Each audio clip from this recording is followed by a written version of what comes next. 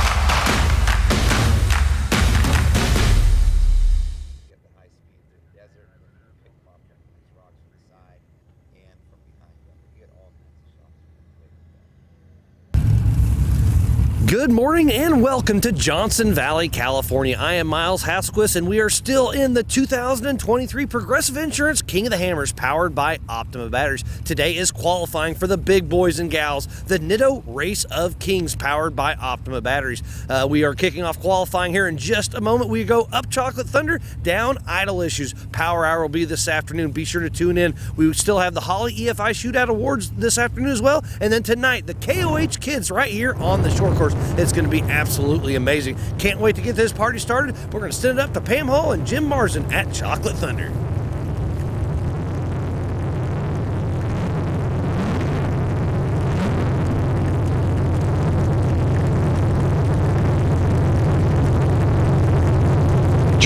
It's a beautiful day here at Chocolate Thunder, just outside of Hammertown, and joining me in the booth is Pam Hall. Pam, how good is it? Good to be here today. It's great to be here today. The sun just came over the mountain just a little bit, warming us up because it's a little chilly out here. But we are looking at the lineup this morning. In our first hour, we have some heavy hitters in the first hour of qualifying out here at Chocolate Thunder today. We do indeed. I'm just looking down the start list and it's absolutely fantastic, and it really is a stacked field. First off the line this morning will be David Oliver for Goodall Racing. Then we've got Chase Capera. Then we've got Patrick Beckwith, Aaron Smith, Kevin Porterfield, Carl Cheney. Let's not forget how fast this guy is in a UTV. Then it's Casey Curry, Roger King, Casey Gilbert, Cole Johnson, Brian Crofts. Nobody can forget his run only a few years ago. He was the pole sitter for most of the day until he got taken out right at the end by Lauren Healy. So we're only a few short minutes out from the action starting here live at Chocolate Thunder.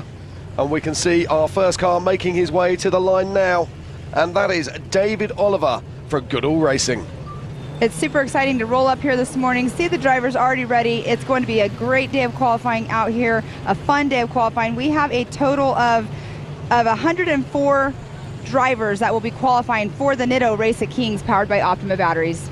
We have, and also at 2 p.m. today will be Power Hour. Do not miss that. That will be all your kings, all your heroes, and all the big hitters all rolled into one special hour of qualifying action. Here shortly we will be taking that green flag. They're getting ready up there, making sure all is good. Course is clear of all of our course workers. They do a safety check before they actually take the green flag. Now the other day we saw Jay Shaw post down a 2:34 in the UTV qualifying. These guys in 4400 will be racing the same course. So the question is, what kind of speeds can we expect? What kind of times can we expect? Yesterday we watched the EMC being won, the qualifying being won by Michael Kelly, was a staggering 2:58. But has anybody got anything for these UTVs? That 2:34 was very strong from Jay Shaw the other day. Pam, what sort of times are you expecting? Well, last night we were all having this conversation, and I'm guessing about like a 2:25, possibly 2:20. I know you're a little bit lower. We had another person that was in the conversation, and they're thinking that we're going to be below 2-minute mark. I don't think we'll get below 2 minutes. Those UTVs really were smoking hot the other day. But I think we will get down to 2:15, and I'm going to put my marker down at that. 2:15, I'm going to say. Let's see what happens. I'm notoriously bad at guessing these things, so we'll see. It's always fun to have a little side bet of what you think the fastest time is going to be and who the fastest qualifier will be. But being out here at Chocolate Thunder this year is completely different than any other qualifying we've ever done. So actually, it's going to be how the driver drives. It's not going to be the fastest driver out here. It's going to be which line they take and which one is the faster line out here. Yeah, I was having lots of conversations with lots of 4400 class drivers last night. What is the fast line? Where are they going to take? Watch out for this, little girls and boys, because I've got a feeling you're going to see fireworks out on this track today. We're going to see guys trying to create lines that we've not seen so far this week, and I can't wait for that. Yeah, it's going to be exciting. I know that last night I saw you talking to some of the drivers, and you were drawing a diagram on the ground, which was pretty funny to see. Okay, and so we are off. The action has started here at the 2023 Progressive Insurance King of the Hammers, qualifying for the Nitto Race of Kings, presented by Optima Batteries. And it's David Oliver live on course right now, racing for Goodall Racing. So already he took a little bit more of a right line, but I know yesterday in the EMC qualifying, the right line had a lot of ruts already dug in right there before it, and the left line ended up being the faster line. Yeah, he's trying to push out through that right line. Now the right line has a pinch rock halfway through it, It's a very difficult line to do, and if you don't really get it on the one shot, you have to work it hard, and that's exactly what David Oliver is doing here right now. So pre-running this qualifying course was definitely key to these drivers. You were saying that you were talking to some drivers that were going to be out here first thing this morning, getting their last bit of pre-run in before they came up here to qualify. So it's definitely pre-running this qualifying course is definitely key for all of these drivers. It is indeed. I'll say there were drivers up here at 6 o'clock this morning doing their pre-running. Let's not forget, this is an open OHV park. So when we're not actually racing, these trails are open for anyone to come and drive. David Oliver trying to make his way across these rocks, and these rocks have already changed from what we saw yesterday. They have changed completely, and they also had the Holly EFI shootout here last night, so of course those big rock bouncers moved these rocks around even more. So even if they qualified, or even if they came out pre-run yesterday, it's a completely different course already this morning. It has, and you can see it's completely different here today. Now, we saw Paul Wolf laying down a fantastic time in the shootout last night, as David Oliver comes back down off the rocks again to change line. And this is the right thing to do. There's no point in sitting there just revving your engine, digging holes. He's come down, but it does look like that left-hand front isn't pulling, so I think he might have a breakage. So that's a tough break there for David Oliver. Can you confirm if it was Paul Wolf that won the shootout last night, please? He is definitely stopped right there, as you guys can see at home. And if you guys are at home watching this, you can go to live.ultra4racing.com and see all of the live feed of the times as we see them here. I just wanted to double check, thank you. So he is backing down the course. It looks like he either is done calling it quits, or he's going to try. Oh, he's got it looked like he had a flat tire right there for a second, but looks like he's just going to back on down and maybe call it a day. Yeah, I think he's got there's something broken in that left-hand front.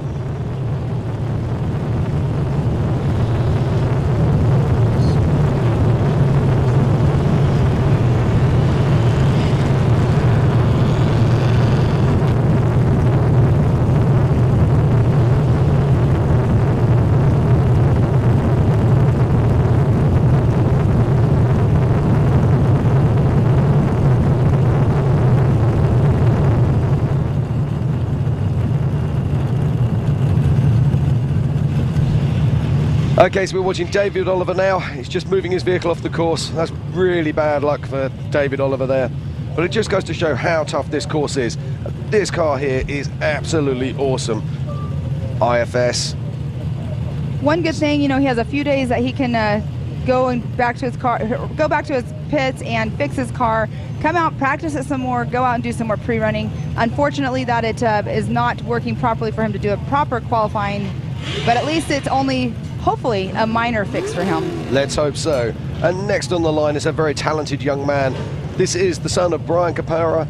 This is Chase Capara. Let's see what he's got. Now, he's racing in a bomber frame. Now, bomber frames were designed and developed for exactly this, for King of the Hammers. So let's see what Chase can do. And Chase is usually one to reckon with out here, so he's a very fast driver. He's a young driver, growing up around dad driving, and so right here is going to show how fast he is, how much practice he did.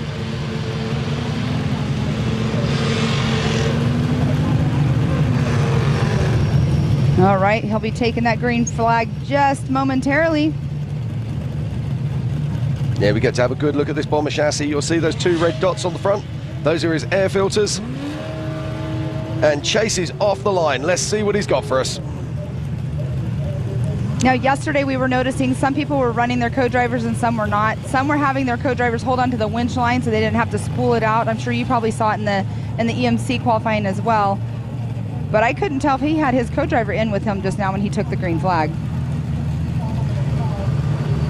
Yeah, and this first section of rocks, we didn't see there as many problems with this first section yesterday, and it just shows how this course has changed in 24 hours. It is amazing to me to see it. I mean, watching it this morning, just from the day we started qualifying the UTVs to now, it's completely different. And it looks like Chase has made his way through the first sets of rocks. He's up the second waterfall. Big wheel stand there, and off he powers onto the goat trails. So nicely done there from the young man, Chase. And he's only 47 seconds into his qualifying loop and already made it through those rocks. Yeah, this is the car they originally built to run in the EMC classes in 4800. Then he decided to make the switch into 4400, and it's great to see him racing here with us today. Don't forget, we are qualifying today for the 2023 Progressive Insurance King of the Hammers for the Nitto Race of Kings presented by Optima Batteries. The race itself is actually on Saturday, so if you're around here, pop on down to Hammertown, enjoy the atmosphere and come and see the action live for yourself. But if you're sitting at home, join us on www.kingofthehammers.com/live. There you can find tracking information, scoring information and lots of other goodies. You can also sign up to Premium. It will cost you $25 and you get all the background stories and will not have to see the adverts during your live show. All right, took the green flag just now. Mr. Bill Coons in that 4404, as you can see on screen, and you can still see Chase Caprara up there making his way on that ridge.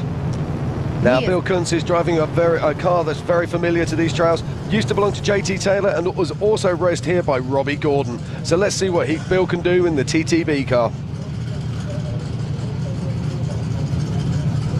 Again, I know we already talked about this, but I am so shocked at the high hitters that we have this morning. This is a great run here from Bill Coons. He's just made his way up through the rocks beautifully as we watch Chase coming down through her problem. All of these rock trails have individual names and some of them are very, very special indeed. As Chase comes down through her problem and makes his way down the sand washes towards Idle Issues. Idle Issues is definitely an interesting downhill, very rocky section to watch. We had some rollovers there the other day, but you have to take it easy, or if you hit one of those rocks, it'll bump you and it can just take you down the hill a little bit faster than you were wanting to go. Absolutely.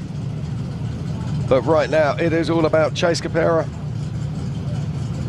And Looks like Bill Coons was checking up just a bit, I think probably to make sure he was right on course. Chase Caprara is at a 2:57 right now, coming down Idle Issues. Yeah, so Chase is now coming down through Idle Issues, and our timing beam is at the bottom of Idle Issues.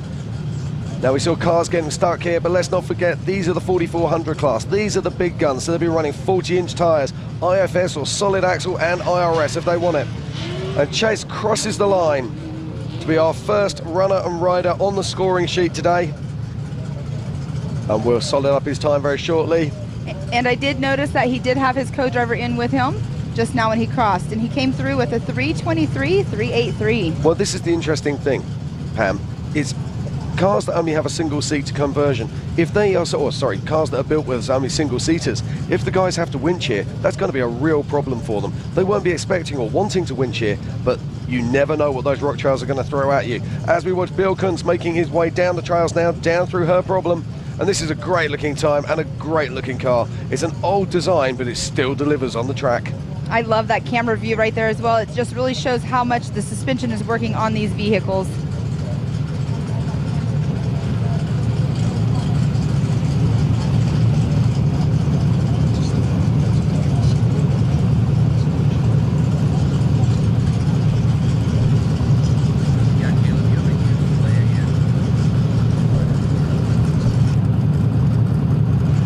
Okay, so we're now seeing Bill Coons making his way down into Idle Issues very shortly.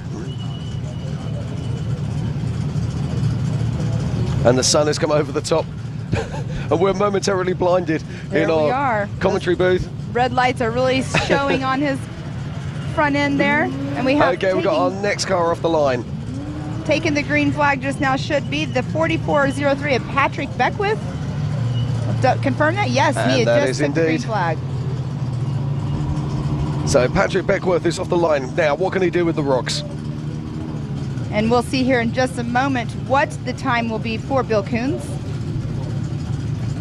He's having to take a shunt already. I cannot believe how these rocks have changed here, Pam. Totally different to what we saw yesterday.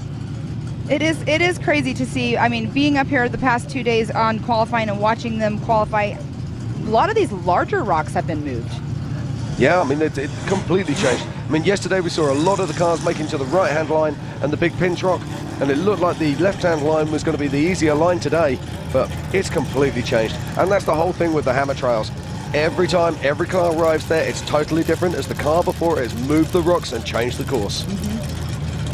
You know, that was a big talk last night with drivers too, because we were all hanging out last night. What it is right there on the right-hand line at the base of it, there's just been so much sand and dirt that has been rutted out that the hole just kept getting deeper and deeper. So that was the big talk last night of which line to take us. You were talking to them. And Patrick Beckworth, he makes his way up the rock trails and he's onto the go trails now and making his way towards the top, and that sun's going to be a problem for him, shining down through the front of the car. That's when the sun visors come in handy that you the drivers put on. So really quick, Bill Coons just now took over that number 1 position from Chase Caprara. He has a 3:20.512. So Bill Coons in that number 1 spot and Chase Caprara in that number 2 spot. So the times are a little bit off of what we were thinking so far, but we have a long day of qualifying, so I'm about a minute over. We've got a lot of qualifying yet to go today, Pam. And let's not forget, these guys are having a little bit of fun and games in those rocks early on. You've got to get clean through those rocks if you want to be able to put down a good time. And at the moment, they're really battling those rocks. But that'll change. I think we're going to see some faster times develop. I'm just looking at some of the vehicles that we've got lined up right now. And we've got some really big hitters out there coming up. We've got Casey Curry coming up in the next hour. We've got Casey Gilbert, Brian Crofts, and Rick Lavezzo, and Jason Blanton. So lots of horsepower on this track very soon. And Aaron Smith of this 178, he is in our rookie program. He just took the green flag, making his way up Chocolate Thunder right now. That rookie program's awesome. A lot of the drivers are loving that, wishing they would have had it in the past when they were starting out. But Aaron Smith right there in that number 178 just made it up the rock section fairly easy just now. And I know he was out here doing free running and everything, so picking that line, choosing that line was definitely key.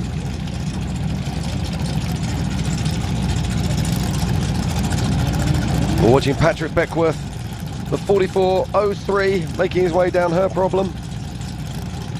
Nice steady run here from Patrick. Not setting the world on fire, but he will have a reasonable starting position if he can keep this kind of pace together. So fun fact about Aaron Smith, he actually bought the bomber kit and built his car in-house himself. It's impressive. Yes, it is. His first race was last year in Oklahoma. But Aaron Smith is up on that ridge line right now. Patrick Beckwith is right now at a 326. Working his way over to idle issues. We'll be here just momentarily. But Bill Coons setting that fastest time so far for today with a 3:25.12. Chase Caprara at a 3:23.383. Chase Caprara's dad, Brian, is in the next hour of qualifying.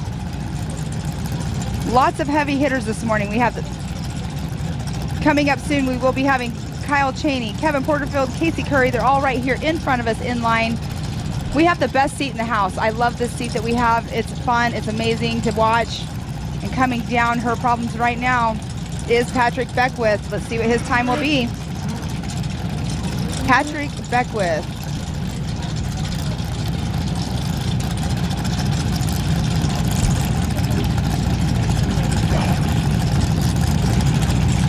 Okay, we're just wanting to get a corrected time for Patrick Beckworth. And while we do, we're watching this man on track right now, which is Aaron Smith.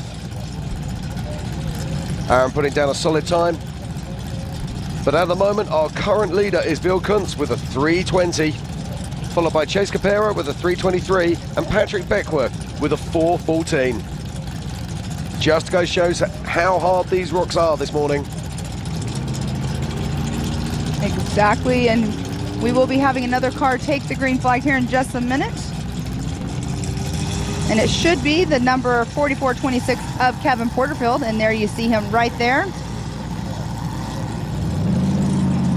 taking that green flag.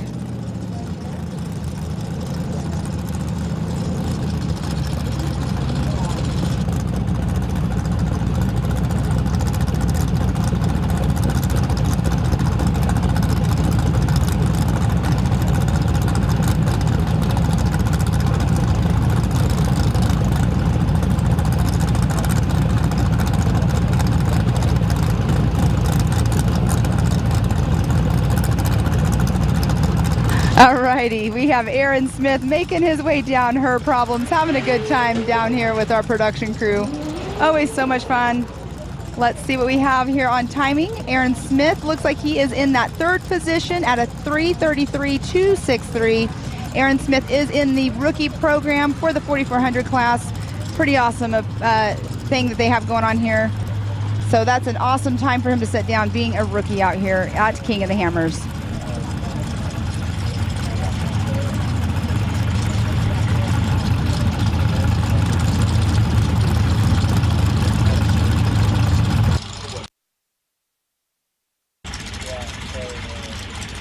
We just have to stay next to each other. We just have to be cozy.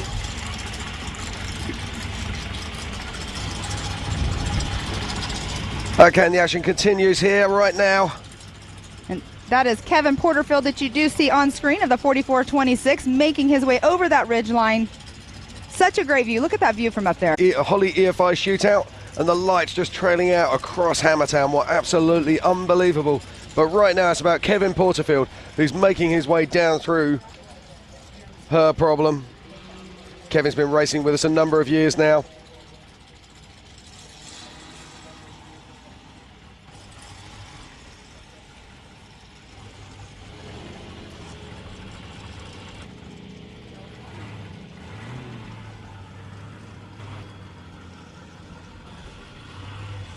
I believe here in just a moment we should be having Kyle Cheney take that green flag, and there he is right there making his way up the rocks in Chocolate Thunder.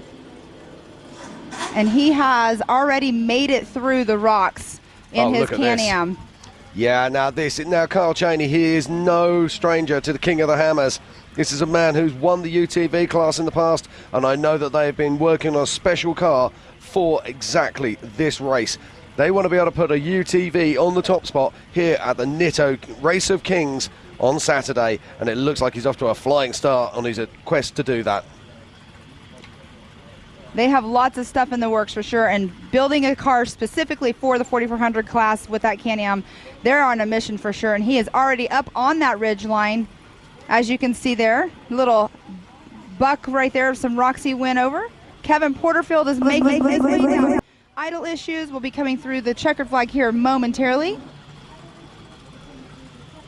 Yeah, Kyle Cheney has got Terry Madden running with him. His card 191 out of Ohio.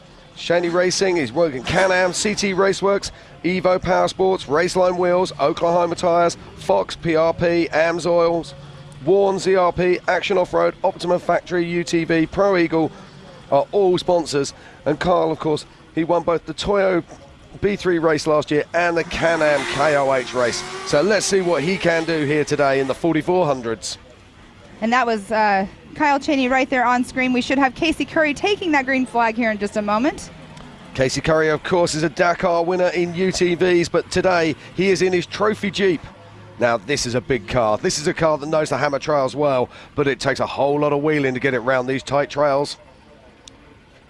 And we watch Kyle Cheney now making his way over the tops of these sand washes. And look at the pace of this man. Absolutely incredible stuff here, Pam. Yes, it is. And you can see Casey Curry down there on the right-hand side making his way up past Chocolate Thunder into the next area. Kyle Cheney is on the left-hand side making his way up to Idle Issues, coming down to finish his qualifying loop. Now, this is a good-looking time here from Kyle Cheney. These shots that we're getting from the drones and these camera guys out here are amazing to see out here in the middle of nowhere, in the middle of Johnson Valley.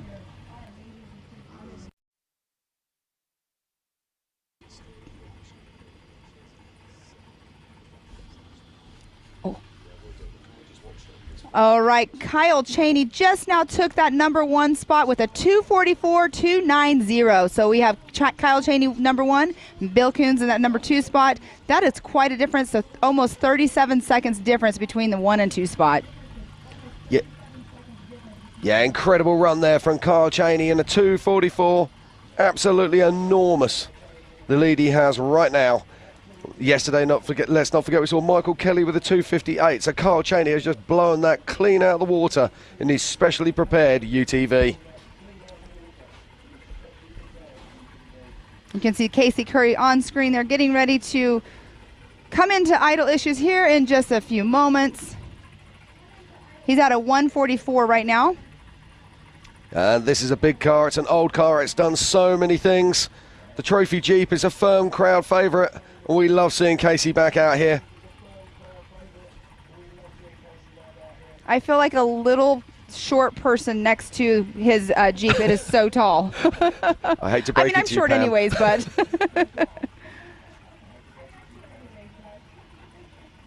Okay, look at these wonderful drone shots here as Casey Curry picks his way through the last of the sand washes. He'll be dropping down through here and then making his way down into Idle Issues and joining us down the bottom of Chocolate Thunder. He just has one more sand wash to go through before he drops into Idle Issues.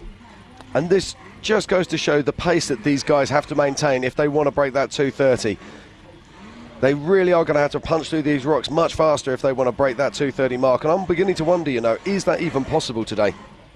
And he's making his way down, but right now at where the race clock is in progress, he has not beat Kyle Cheney's time, but it will be very, very close. All right, so it looks like Kyle Cheney is at a 2:44.290. Casey Curry's time is a 2:57.171. Okay, you're live with us for qualifying at the 2023 Progressive Insurance King of the Hammers. We are here for the qualifying for the Nitto Race of Kings presented by Optima Batteries. I'm Jim Marsden, I'm joined by Pam Hall, but we're going to pop out for a very quick break and we'll be back with the action very soon.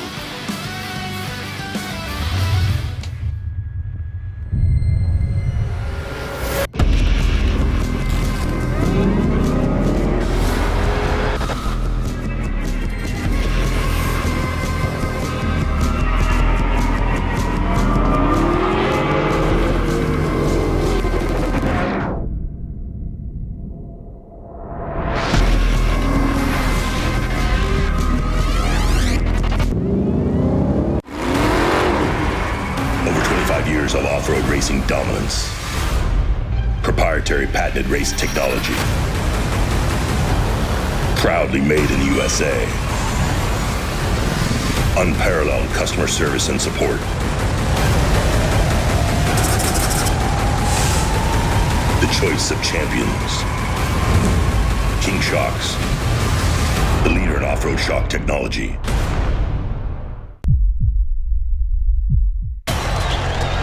All right, Chase, number 23, it's 2023, this championship's yours. Let's show these guys what's up.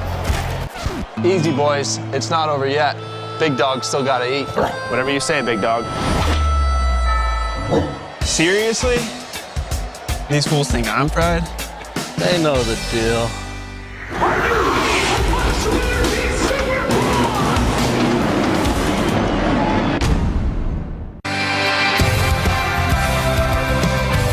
Introducing Nitto's all-new Nomad Grappler crossover terrain. Built for the adventurous types, on-road or off. Nomad Grappler brings with it legendary Nitto toughness, while providing a smooth, forgiving ride for the path less traveled. It stands strong when the pavement ends.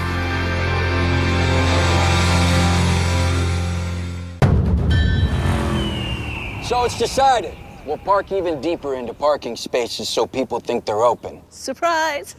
Can't hear you, Jerry. Sorry. Yeah, can we get a system where when someone's bike is in the shop, then we could borrow someone else's? No. Or you can get a quote with America's #1 motorcycle insurer and maybe save some money while you're at it. All in favor of that? There's a lot of buttons and knobs in here.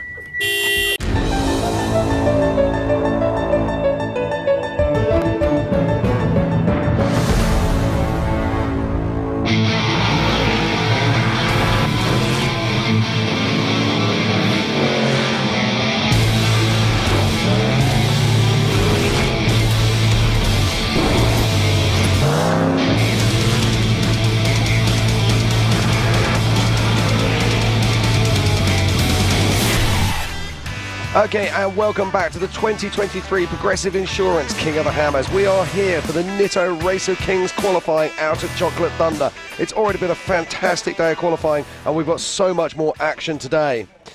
But if you were just checking out our adverts, pop on over to kingofthehammers.com/live, and you can pick up our premium package there. $25, and you'll get all the extra action without the advert breaks. And on course right there, you can see that was Roger King in the number 124. He took the green flag while we were on break, and he is getting ready to come down idle issues. He is at a 340 marker right now. But if you guys want to watch the live timing at home, you can go to live.ultra4racing.com and see all of the live updated scores and their unofficial, what we're calling it unofficial, starting order for the race on Saturday. At the moment, our current top 5 in 5th position is Aaron Smith. In 4th, it's Chase Capera. In 3rd, it's Bill Kuntz. In 2nd, we just saw him on course, it was Casey Curry. And in 1st place, it's a flying Kyle Cheney.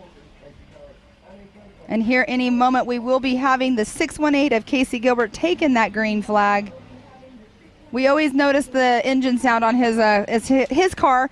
It's definitely loud and noticeable. We know when he's coming around the course. Yeah, Casey Gilbert is driving a Miller Pro chassis, and he was more used to racing in the 4800 Brannick Motorsports Legends class, but he's removed the sandbags. He's moved on up into 4400.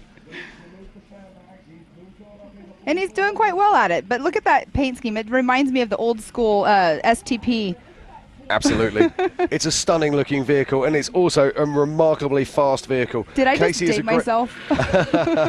Casey is an incredibly good driver. Let's see what he can do in these rocks. Look at the dust fly and the dirt fly behind him with that horsepower. Now you can see that he's actually removed the spare wheel from the back of this Miller chassis, trying to save every bit of weight he can to try and improve his chances of breaking up these rocks. Let's see what he can do. Oh, and he made that look fairly easy on that first little bump.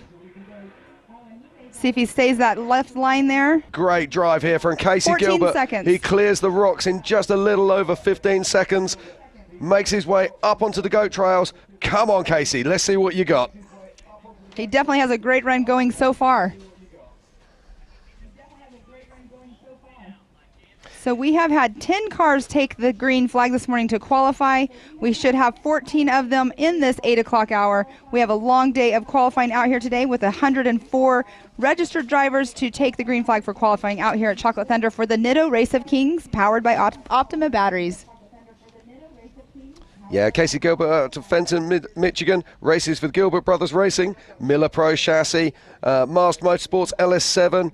He's running all kinds of wonderful things, Spider Tracks, Nitto tyres, and he's got an affiliation to Big B Motorsports as well. All these guys work together so closely, and it's great to see him up here in the 4400 class.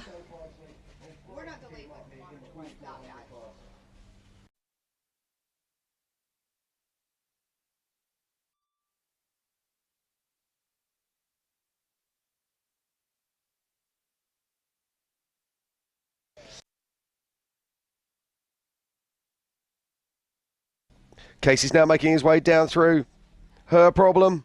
Still got a good race pace looking here. Currently at around about the 1 minute 40 mark. Kyle Cheney was crossed the line earlier with a 2:44. Can Casey catch that time? Can Casey beat that time? You can tell that he's on a mission wanting to try to beat that time, but we do have that Kyle Cheney, like you said, with a 2:44. Casey Curry in that second position with a 2:57. Bill Coons in that third position with a 3:25.12. Chase Caprara in the fourth position with a 3:23.383. And Aaron Smith rounding out the top 5 with a 3:33.263. And here comes Casey Gilbert down idle issues. Yeah. And he is on a mission. Look, he's at a 2:17 roughly right now. Yeah, this is a very fast time here from Casey Gilbert. He is going to be super close to the Kyle Cheney time of the 2:44.290. And that's what Ultra 4 Racing's all about. It's all about, oh my goodness, and he knows it, making your way through the classes, and this is a fantastic time here from Casey Gilbert. He crosses the line with a powering 2 minutes and 42 seconds to take the lead here in the qualifying at the 2023 Progressive Insurance King of the Hammers Nitto Racer Kings qualifying at 4400 here at Chocolate Thunder. What a great time. Oh my goodness. That was amazing. As we could see here, he gassed it at the end. It looked like just to launch off that rock. And it looks like we will have the number 4482 of Cole Johnson. He's waiting to take the green flag here in just a moment. And there he goes off the line, Cole Johnson. Heading off the line now is Cole Johnson in the 4482.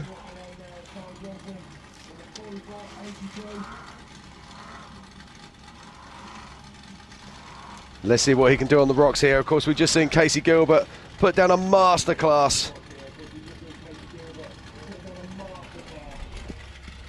And it looks like Cole's getting it together as well. These guys are getting faster and faster. It looks like they're all deciding to take that left line as well. For the most part, all of them have gone left.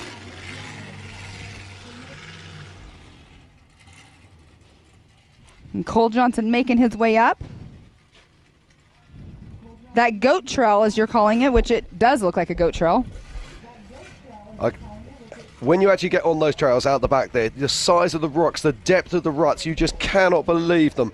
It's absolutely astonishing the pace that these cars are able to get up these trails.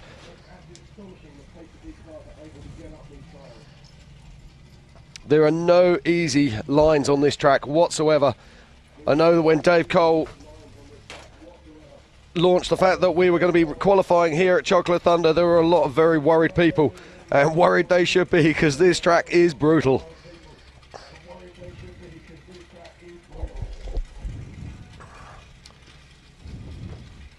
So Cole Johnson up on that ridge line right now. He's currently running roughly about a 125, so he'll be coming in here shortly, but we do have next off the line here in just a moment should be Brian Crofts, but I do not see his car up here. No, I haven't seen his car either, so we'll be looking out for him. We should also be seeing Jason Blanton as well. And they are in a certain hour to come qualify, but if they have another obligation or something, they are able to come qualify at a different hour. But for the most part, we want everybody to stick with their times, come at their hour that they should be here, and for the most part, everybody has. They have indeed. It's a beautiful day here in Johnson Valley. The sun is shining. We could do with a little bit more wind, but we've got to be careful what we wish for here, as we had dust storms the other day after asking for a little bit more, so I'm dreading saying that. And you just said the bad word. The bad word on the lake bed, we all know what it is. We don't say the W word. Last night, though, we had no breeze at all, and it was just a big dust settle, and it looked like fog over the whole entire Hammertown. This morning it was the same way, but we had a little bit of a blowout over here, but on screen there, the 4482 of Cole Johnson making his way up over idle issues here in just a moment. He has one more sand wash to go through.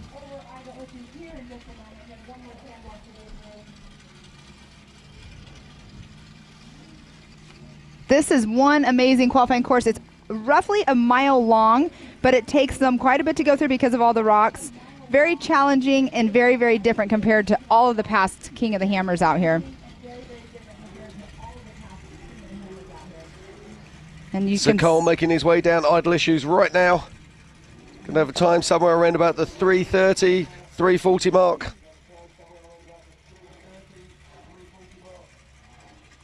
So a nice solid time. Not setting any records, but certainly solid enough to put him in that probably that top 50 or 60. It's so crazy when you say top 50 or 60. I'm like, whoa, that's a lot of cars. But then we do have 104 out here qualifying today. And also just goes to show the quality of the cars as well when we start talking about that. But at the moment, our pace setter is Casey Gilbert with a staggering 2:42, which we saw only a few short moments ago. Great job there from the man. All right, next off the line is going to be the 4449 of Mr. Rick Lavezzo. Stepping up into the 4400 class for this season. Pretty awesome to see him. He's out here doing double duty. He is out here doing double duties, but this is a car that's been on these trails before. This is a Pennell Fab IFS car, and look at this. Rick is taking that far right-hand line. Let's see what he can do with this big car, and this is a very big machine. Oh, no, getting a little stuck right there.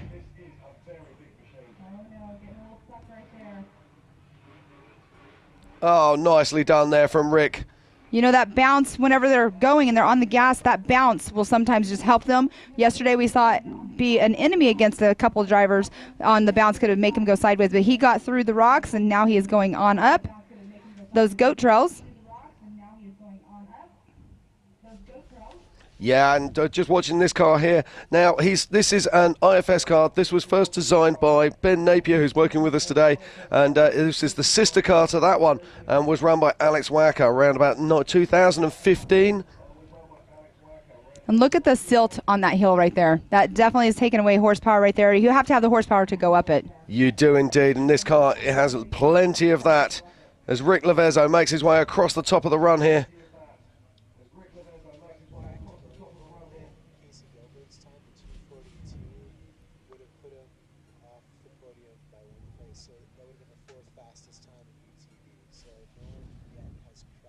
So Rick Lavezzo is doing a fantastic time here. It just seems like he's slowing as he cracks his way across the top of the ridgeline. Maybe he's got an issue because he's certainly down on pace on what he was earlier.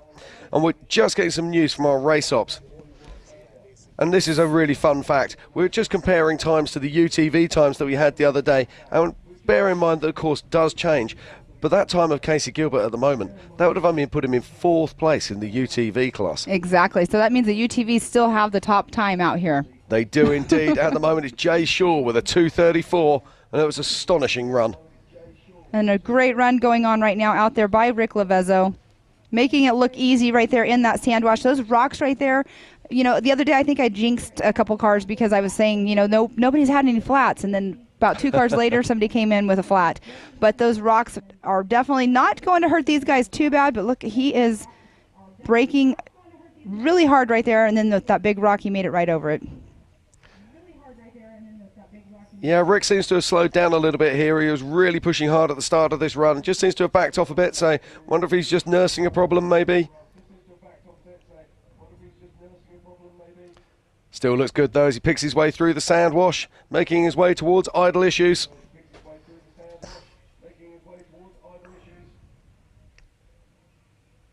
He has this wash to go through. He'll come up over hill, go into another sand wash, and then up over idle issues for the finish. And I believe he's probably going to round out our 8 o'clock hour because we don't have any other cars lined up in front of us. But that's okay, Pam, because we've got a stacked field of vehicles joining us later on during the day with some really big hitters. And let's not forget, at 2 p.m. we will have Power Hour. And let's just have a look at the runners and riders for that. Bailey Campbell, Waylon Campbell, Vaughn Gittin Jr., Marquez Gomez, Cameron Steele, Brent Harrell, Paul Horschel, Tom Ways, Paul Wolfe, Lauren Healy, Eric Miller, Shannon Campbell, Jason Shearer, Josh Byler, Randy Slauson, and of course, last year's king, Raul Gomez. And Raul's been out doing his homework. We were out there yesterday, saw him going through the trails. And right now on screen, though, the man of the hour is Mr. Rick Lavezzo, trying to get a good time in, but he is at a 3:40-ish. So I think you're right. He must have started having something, or he just backed off. Some kind of issue or just backed off. Because he definitely started nursing it towards the end of the run there. Yeah, I was just trying to see if I could see anything hanging off the car. I couldn't see anything obvious, but he certainly checked up his speed after he cleared the rocks. So tough break there for Rick Lavezzo. Let's hope he can sort out the car. All right, and it looks like he is coming through with a 3:54.706, which puts him in the 9th position right now. Pam, let's have a quick look at our top 5 here. So in 5th position, we've got Chase Capera. In 4th, we have Bill Coons. In 3rd, we have Casey Curry. In 2nd position, Kyle Cheney. And in 1st position, it's the man of the moment. It's Casey Gilbert, the guy who moved up from the 4800 Brannick Motorsports Legends class and joining us in 4400, and he's made his mark already. But can he hang on to that time? I think he won't, but let's see what happens later on today. He's got a lot of people gunning for that time now. I mean, he has set the time, the precedence for the day, so we'll see who's going to break it. But we do still have that little bet going on, 2:15. I don't know, right now I'm kind of questioning my 2:25. I have to say I'm definitely questioning my 2:15. Well, when we were talking about it last night, I'm like, I don't think so. And I'm not ever spot on with it. That's always Miles, who's really super close to the times. Indeed. If you've just joined us, welcome to the 2023 Progressive Insurance King of the Hammers. We are here for qualifying for the Nitto Race of Kings presented by Optima Batteries. I'm Jim Marsden. I'm joined in the booth by Pam Hall, and we'll be qualifying all morning. All morning, all day. We have Power Hour later on with all of those big O names. It's just going to be a great day of racing, or not racing, but a great day of qualifying. But 104, 4,400 Nitto Race of Kings going to be qualifying today. It's going to be an action-packed day for sure.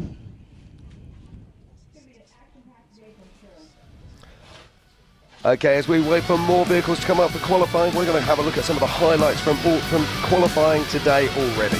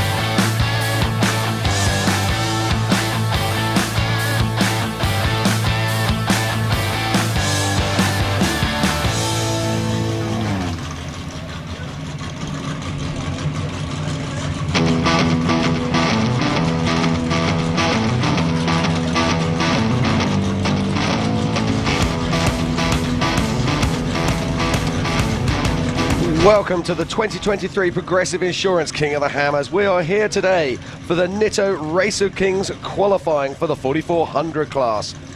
We've already seen some fantastic qualifying this morning, and our next session of qualifying is going to be starting at 9 a.m. Be sure to join us for the action.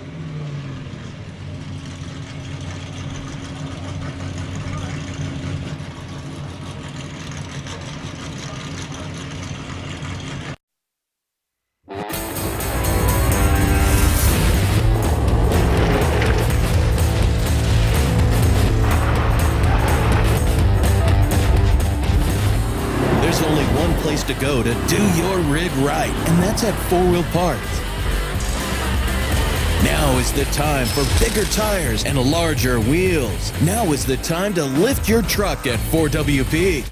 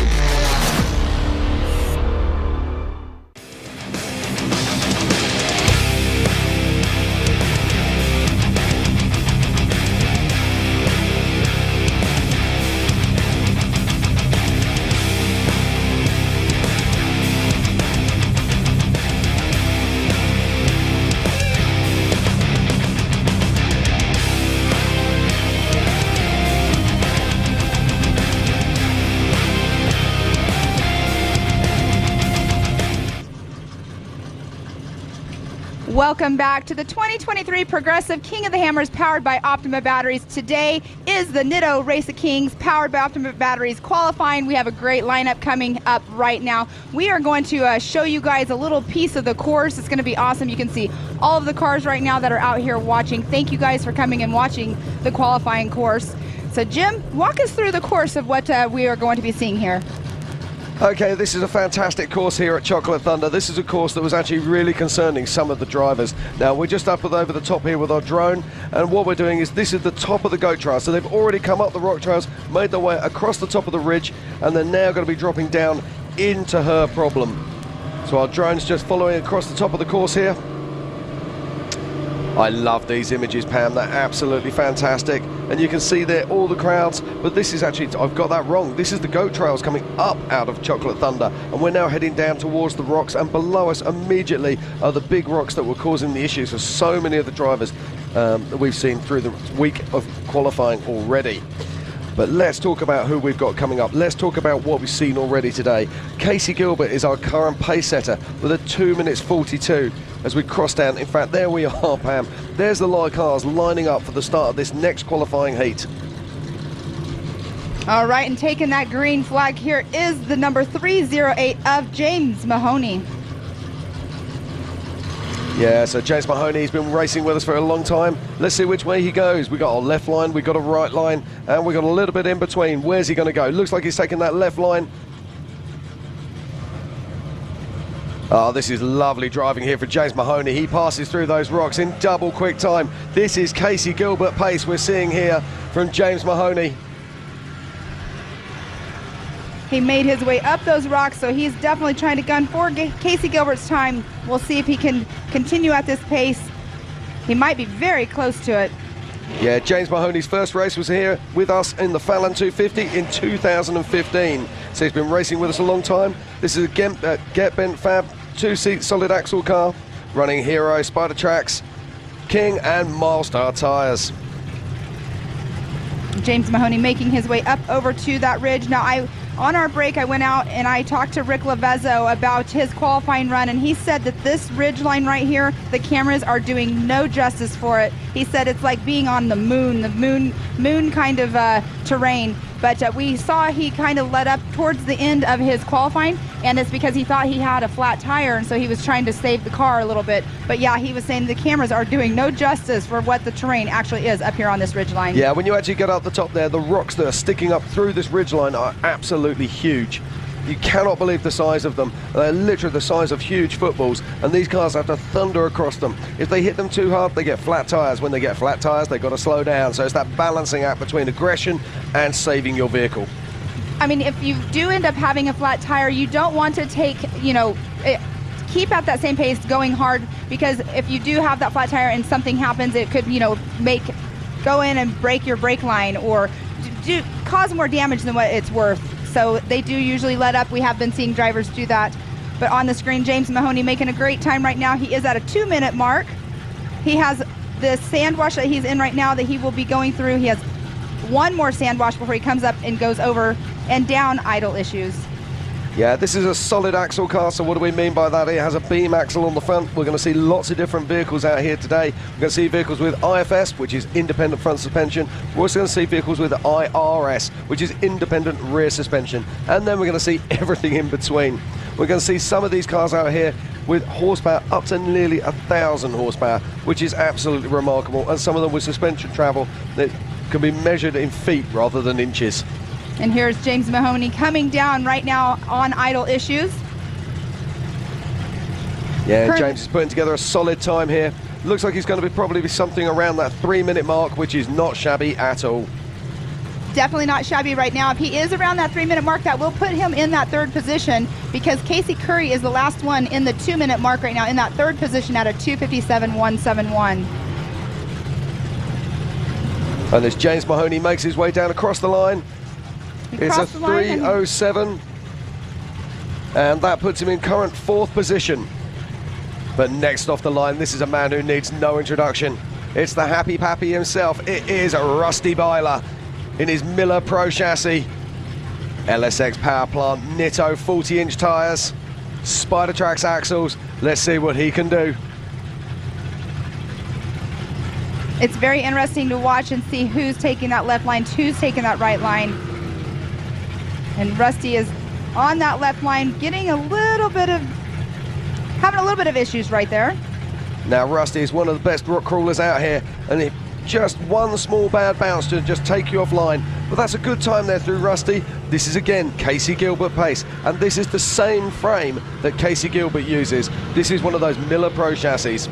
And I said it looked like he was having a little bit of issues, but the rocks are so big right there, they're bouncing over them. They're probably not having an issue, it's just the way they are bouncing. Yeah, absolutely. What happens is the car gets thrown to one side or the other when you lay down that kind of horsepower with tyres like these. And these tyres have a sticky compound, which means they grab the rocks and grip. So it can be very unpredictable as to where they throw you. But this is a great shot here, as we see Rusty Byler making his way onto the ridgeline. And just look at the size of those rocks. They're absolutely enormous. That was a great drone footage, being on top and looking straight down at Rusty Byler, going down that ridge line. But that's why we come to King and Hammers every single year. It's my annual pilgrimage, and it's the pilgrimage for tens of thousands of other race fans. As we watch Rusty Byler now making his way down into her problem. I mean, if you are watching this and you're looking, he's going from straight rocks into a sand dune. That goes to show you the difference of the terrain out here at King of the Hammers. Yeah, that's what I really love about this qualifying course. There's a little bit of everything. We've got rocks, we've got technicality, we've got gullies, we've got ruts, we've got sand, we've got high-speed areas as well. These cars, it's hard to believe, on those short bursts are going to be hitting speeds of up to over 80 miles an hour. It's astonishing stuff. It's really a driver's qualifying course. Absolutely. This is going to sort the men out from the boys, but right now it's this guy, Rusty Byler, who's charging hard. This is probably my favorite shot right there. Every time a car goes by and the camera's on it, I love it, because it really is showing how hard the car is working. Yeah, you can see how hard they're pushing. And Rusty Byler makes his way past the final sand wash, and he'll be turning down into idle issues very soon. Look at his time on the screen. He's at a 2:12. It'll be very, very close to Casey Gilbert's time. And you know that Rusty has his team members on the radio telling him, you need to push it harder if you want to beat Casey's time. Yeah, there'll be guys at home watching this solid axle mafia. Then they'll be loving the fact that the Happy Pappy's laying down a fantastic time here. But can he beat Casey Gilbert? Oh, it's going to be super, super close. We'll see here in just a moment. Did he beat Casey Gilbert's time? So we're just waiting there for Rusty Byler's time to come up. As soon as we have it, I will let you know. But it looked good to me. But next on the line is Brian Capero. We just saw his son Chase go off the line earlier today and is currently sitting in 6th position. And there you see Brian Caprara taking the green flag. Do you think him and Chase battle it out and like make their own side bets of who's going to be faster? I would. I'll be honest, I'm not sure that I'd be brave enough to do that with my dad, but if they want to, that'll be absolutely fantastic. We're still just waiting for a time here for Rusty Byler, and as soon as we have it, we will let you have it. Oh, this is a great run here from Brian Capera. He eases up the rocks in this solid axle bomber frame. The bomber frame, of course, is the brainchild of Randy Slauson, 3-time king, and we will be seeing him qualifying later today in Power Hour. I feel like I'm a kid at the candy store right now, waiting for my candy to be paid for because I'm waiting for Rusty Byler's time, and it's going to come up here in just a moment. But Brian Caprara on screen, he is running a very, very good pace right now. Going through those big, large rocks.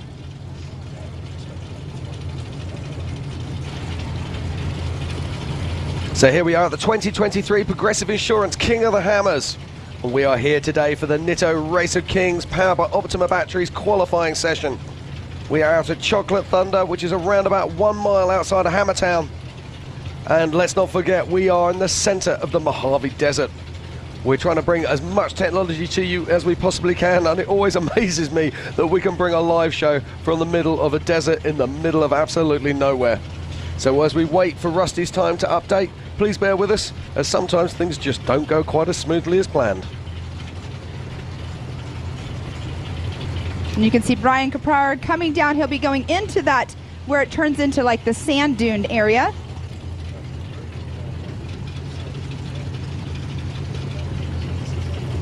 And you can see just how rutted out that corner is becoming there, and it's just going to get worse and worse throughout the day. And that would be the only line right there that they can take to come down into the sand wash area.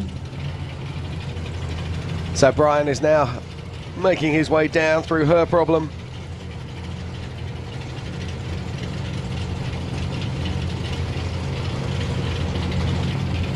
Into the sand washes.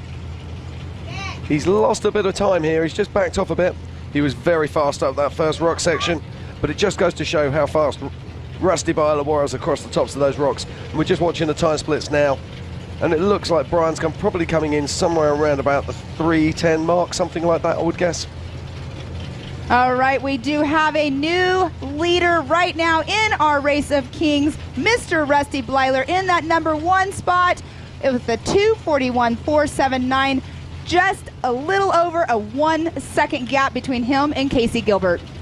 Indeed, so that means in our top 5 right now, in 5th position it's James Mahoney, in 4th it's Casey Curry, in 3rd it's Kyle Cheney, in 2nd it's Casey Gilbert, and in 1st position it's the Happy Pappy from Big B Motorsports, it's Rusty Byler. And right now you can see Chase Caprara is coming down idle issues. He's running about a 3:10 right now, so when he gets down he'll be roughly in the top 10 as long as he makes it down across that qualifying loop. And you can just see how the tires on him was pushing these rocks around. It's a rough qualifying course. Yeah, Brian backed off on this run. I'm a bit surprised at that. He looked really fast through the first sets of rocks. And Brian Capera crosses the line, and he's behind Chase, puts it down at 3:34. So a solid run there from Brian.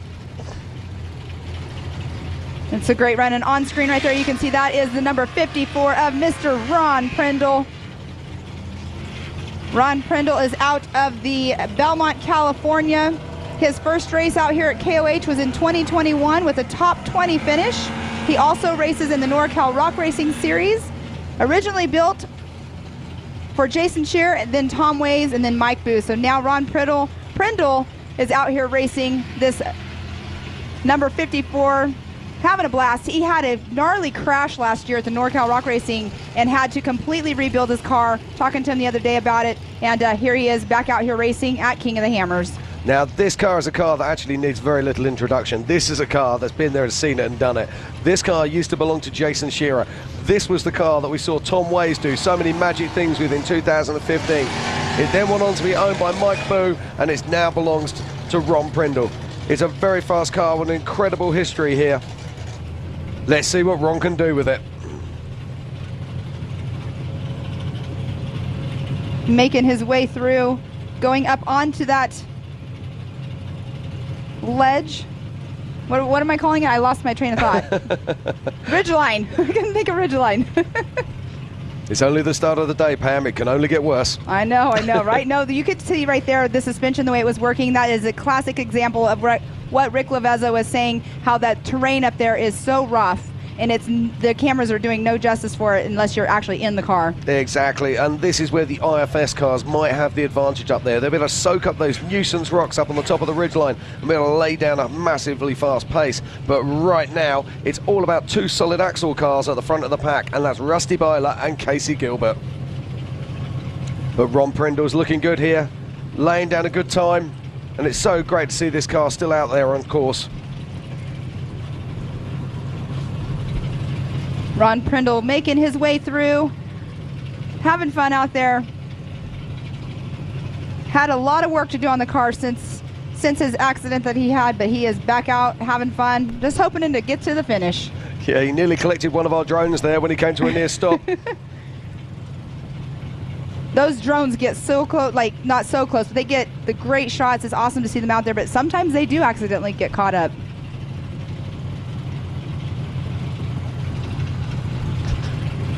Okay, here comes Ron Prindle making his way down into idle issues. It's a solid run here, 2:25 at the moment. Looks like he's going to be around about that 3-minute mark.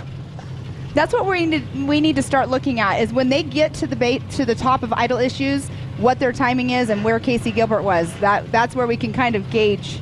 Yeah, I've been trying to get a base mark off of the top of where they turned down in her problem as Ron Prindle crosses the line.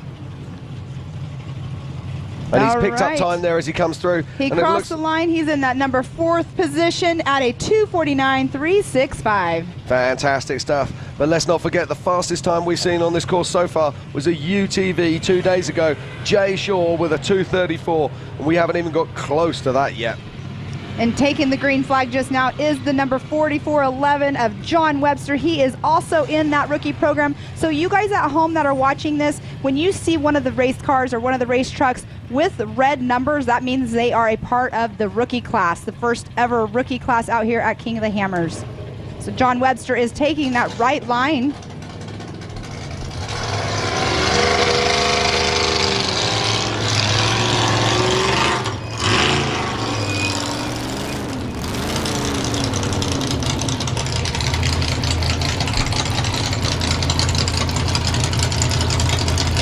So John Webster's very successfully made his way past the pinch rocks in Chocolate Thunder and is working his way up through the goat trails.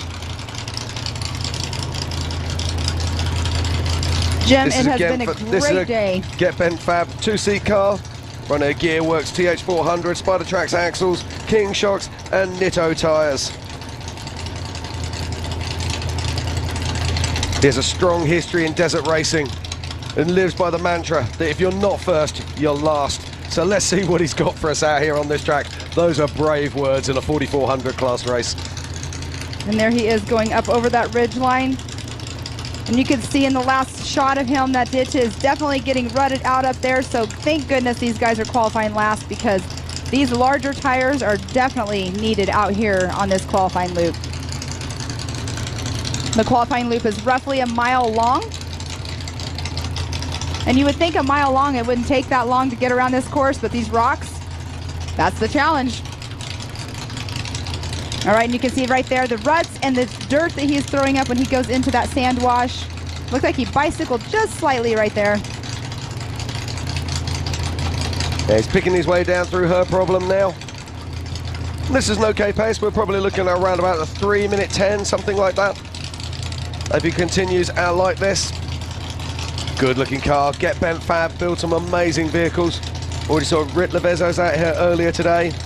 And later on we're going to see Jason Shearer's new car, which is also built by Keith Beam at Get Bent. But he's giving it absolutely everything out there on the track now. Just look at the way he's putting this car to work, Pam.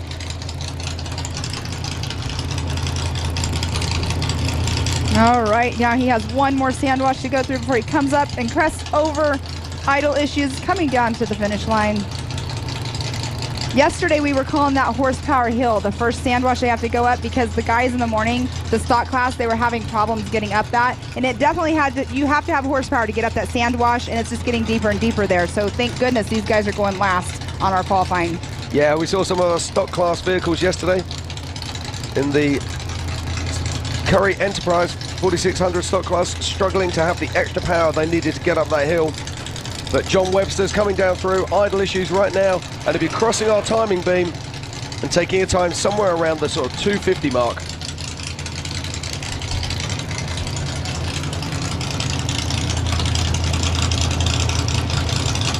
We'll get that time here in just a moment. All right, taking the green flag now is the number 60 of Chad Owens. Chad Owens is out of Pennsylvania. Yeah, Chad Owens is off the line now from Pennsylvania. Racing an Owens Racing chassis, LSX 454, TH400, Atlas transfer case, Spider Tracks axles, Gearworks differentials, Nitto tires, Method wheels, Fox shocks, and a host of other goodies. He's been racing the Lion Mountain for more than 20 years, and this is his first time stepping up into 4400.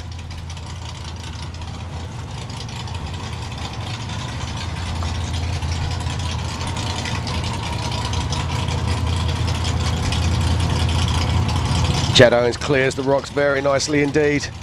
Makes his way up on towards the goat trails. And this is a great looking car, Pam. This is right there you can see the ruts. We're talking about them getting deeper and deeper, and that's another section right before they go up onto that ridge line where the ruts are definitely, hopefully, I shouldn't say definitely, hopefully they're not going to be an issue later on in the day. Yeah, got to say thank you to our operations staff who organised all of these qualifying runs today. Normally power hour would normally be around about the 4 o'clock mark. They've managed to bring that forward, and that means that we won't have lengthening shadows for our heroes and kings later on, and that we can take this broadcast to more of you around the world. And right here, this is what I was talking about, making that right-hand turn, going from the rocks into the sand wash. He was at roughly 129 when he entered that section. As Chad turns down into her problem, he's around about 12 seconds off pace at the moment. Oh, he just stopped. You know, he looked like he might have hit a rock, but now he's stopped. So hopefully there's not an issue. Because when he came around that corner, you could see something hit. Yeah, the car kicked quite violently, but he's back up and running again, so fingers crossed. Maybe it jumped out of gear. You never can tell. He wasn't running a bad pace, though, up until he had to stop, and here he is stopped again. Definitely nursing a problem there, so let's see what happens. A tough break there for Chad Owen.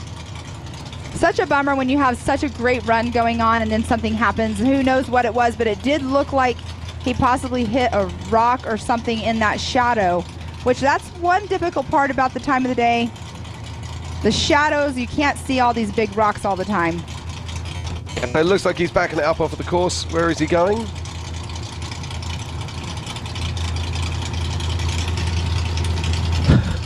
And that goes to show you how sandy that wash is right there. Yeah. You can see how soft that sand is right now. I've got a feeling he thinks he's gone the wrong way. How would you like to be that co-driver right now, getting all that sand thrown on you? I think he thinks he's gone the wrong way.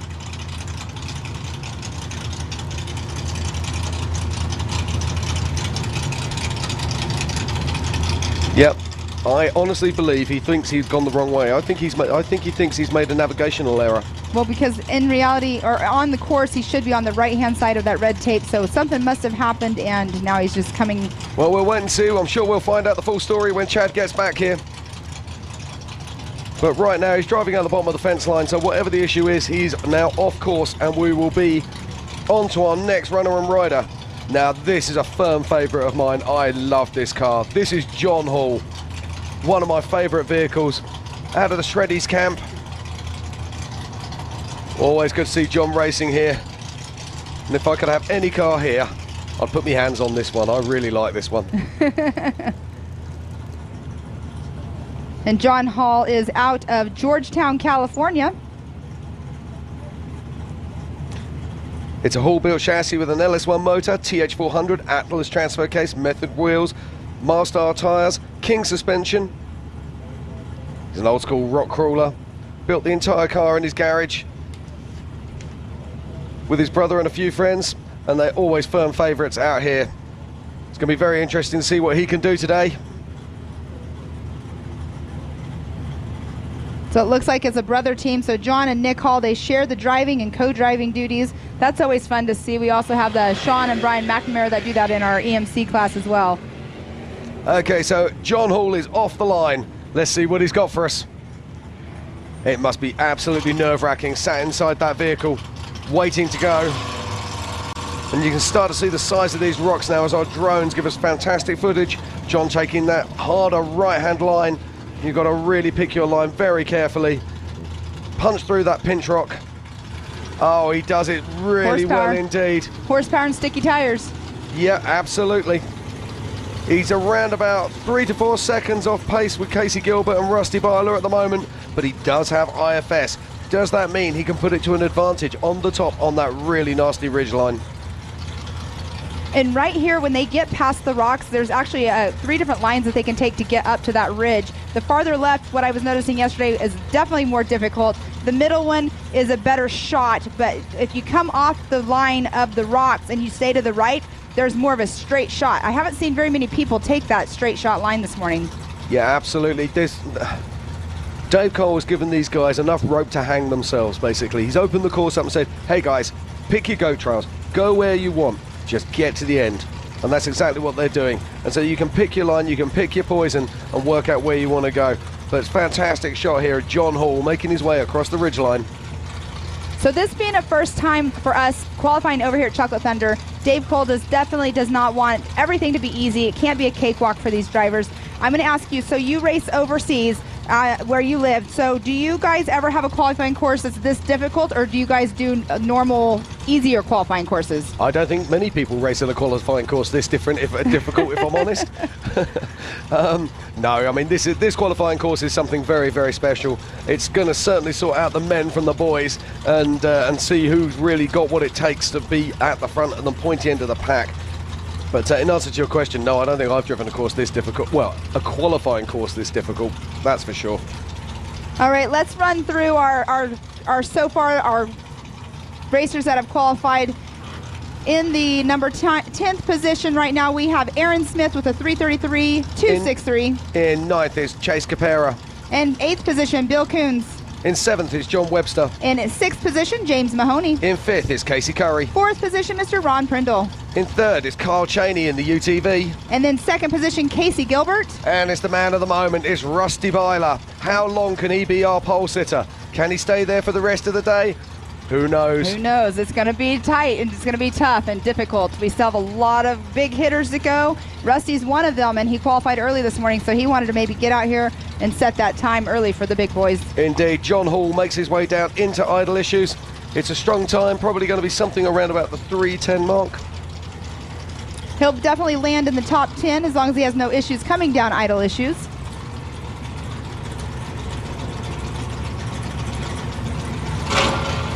Great looking car, as I've already said. And he's making these rocks look easy as he picks his way down through. But just look at the way these tyres get lost in these huge boulders. And John Hall crosses the line in 8th position with a 3 minutes 13 seconds. Coming up next off the line is going to be the 4497 of Mike Spindler.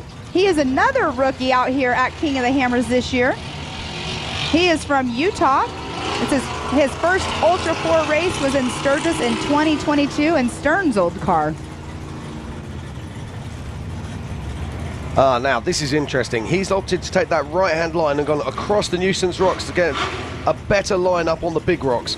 Oh, this is nice stuff here from the 4497. Have I just cursed him?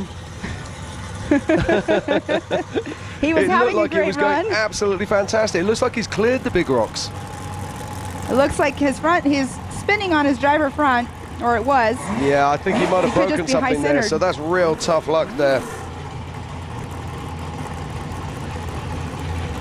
You can see he is backing down just a bit to get a different run, or maybe possibly changing his mind. Going up the left side, or he's already not set up for the left side, to be honest. There's so much dust there, Pam. I'm struggling to see where exactly he is. But you're right, it does look like he's got a breakage in that front end. He's not too far off of getting clear of the rocks. I think he's further down than we realise. You think so? Yeah. I think he's not actually reached the pinch rock. It's so hard to see with the dust It is in there. through the dust at the moment. I'm just trying to evaluate. No, he hasn't reached the pinch rock. This is the left-hand line. Okay. And this is the deep parts before. Wow, it's amazing, isn't I it? couldn't tell. Throw some dust in the air and you can't see a thing. Imagine that. There we go. This is the left-hand line now that he's taking. And it does look like he's either remembered to pop the locker in, but it certainly seems to be pulling on that left side now, and he is onto the goat trail. But just look how much time he's already lost. Already at 1 minute 40. But even though he's that far into his qualifying time right now, it's a long day of qualifying. There will be people that will have more issues, and there's other people that might not qualify. So with him having that qualifying time, he'll still. But he looks a little bit off pace right now. So maybe the car is wounded as he picks his way onto the goat trails. But this is fantastic because we're getting the chance to see how aggressive these rocks are, seeing how big these rocks are as well. And look at the way you have to twist and turn to get those lines. It's also off camber, which means that the car wants to buck and move as it drives on up. And that hill that he's going up right there is definitely a tough one to get up if your horsepower is being taken from you at all. Yeah, and you can see the silt billowing out from underneath the car. It does look to me like he is nursing a problem. It's an IFS front end, so independent front suspension, solid axle rear end. I mean, I know he was in the silt right there, but it almost looks like he could possibly have something going on in that right rear.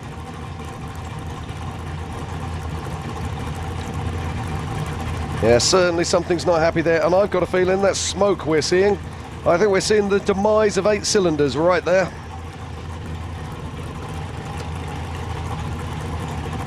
He might not have a very happy engine right now. I think he's going to come back with less than 8 cylinders, that's for sure. But again, if he can make it through the qualifying run and still finish no matter what his time is, it can still be better than others that are out here. It might have a bigger problem than him. If he has a spare motor. If he has a spare motor. So let's bring up our Kevin Taylor in the 911 car. He was supposed to qualify in this hour. He actually ended up losing his transmission. They have been frantically looking to get it fixed or get it replaced. So they are working on that. But he was not going to be able to qualify today, so that's a bummer for Kevin Taylor. Well, if you're just joining us, welcome to the 2023 Progressive Insurance King of the Hammers. We are out at Chocolate Thunder for the Nitto Race of Kings qualifying. It's been a fantastic day of action so far. The sun is shining. We've got light winds here, and it really is absolutely glorious. We've seen some fast cars on track already, with Rusta Byler leading the field right now with a 241.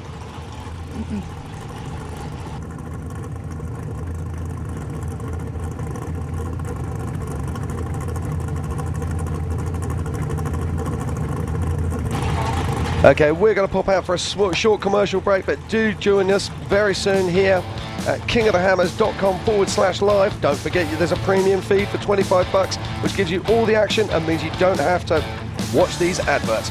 All the best. We'll see you very soon.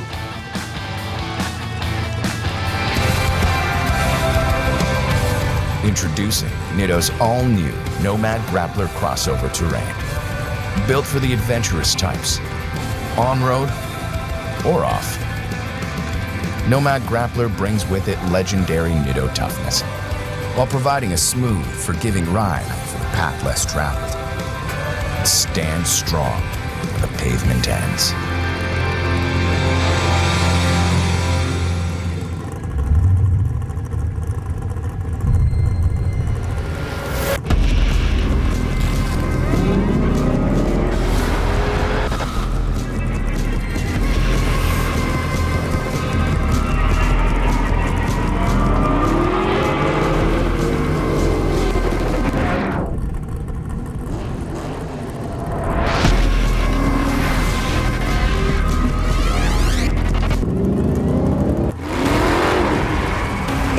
Years of off-road racing dominance. Proprietary patented race technology. Proudly made in USA. Unparalleled customer service and support. The choice of champions. King Shocks. The leader in off-road shock technology.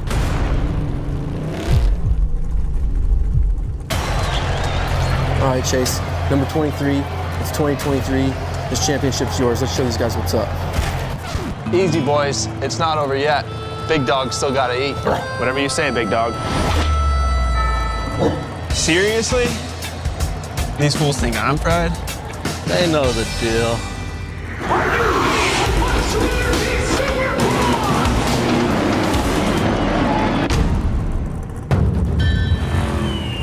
So it's decided. We'll park even deeper into parking spaces so people think they're open. Surprise! Can't hear you, Jerry. Sorry. Yeah, can we get a system where when someone's bike is in the shop, then we could borrow someone else's? No. Or you can get a quote with America's #1 motorcycle insurer and maybe save some money while you're at it. All in favor of that? There's a lot of buttons and knobs in here.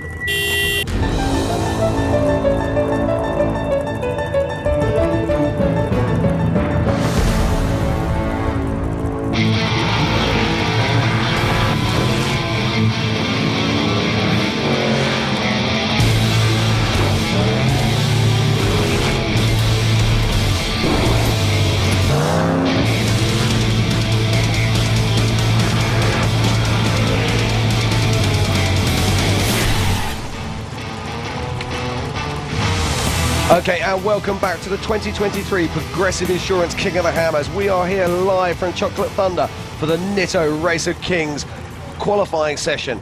And Pam, what a qualifying session it's been as we watch Darian Gomez leaving the line, son of last year's King Raul Gomez, and driving Raul's old car. This is a UFO-built IFS vehicle, rear engine, single seat, centrally mounted. It really is a work of art. Darian is a great driver, young driver, been doing this for many years already, and look at him making his way up the rocks in Chocolate Thunder. He made it up very quickly. I didn't see the time that he made it up in, but that right there was a very fast time. Yeah, Darian's been driving with us for a long time now. He's a young man, but he's got a wealth of experience. He's had some bad luck at King of the Hammers in the past. Can he put together a run this year? Looking at this right now, I think the answer is possibly yes. So it's Darian Gomez driving the UFO-built machine. He's a little bit out of the rut line right there that everybody else has been driving in. I think that's clever. I think that's skill. I think he planned to do that. That would be called pre-running too, knowing Absolutely. what he needed to do. But there he is up on that ridge line. That is very rough. You can see the rocks up there, but wow, it's a different terrain up there. He'll be coming down that ridge line into a sand wash here in just moments. Oh, look at the pace of this young man. Okay, now I've got my unofficial stop clock on, and he is on pace now to take the lead. Let's see what he can do. You've got to hold it together for the whole of this course, and there are no easy parts of this course. Got to be balanced as he drops down into her problem. Easy is not a word that's even associated with King of the Hammers. Purposely. Daring in that GBR, Gomez Brothers Racing UFO. And we're going to be seeing his uncles and his father racing later today. His uncles, of course, are JP Gomez and Marcus Gomez, and his dad, who is the current king and champion of Ultra 4, Raul Gomez.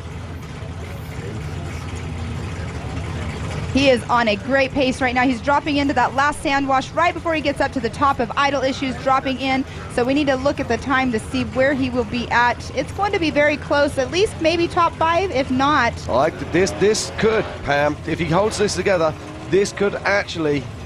Oh, just watching him driving into Idle Issues here. He's just come to a stop. I think what he did is he almost overshot that turn, so he had to slam on the brakes, make sure he made that tight right turn, but that definitely killed his time a little bit. Yeah, he just lost a few seconds there. He was looking like he might be on for Jay Shaw pace. Jay Shaw, of course, laid down that 234 in a UTV earlier this week.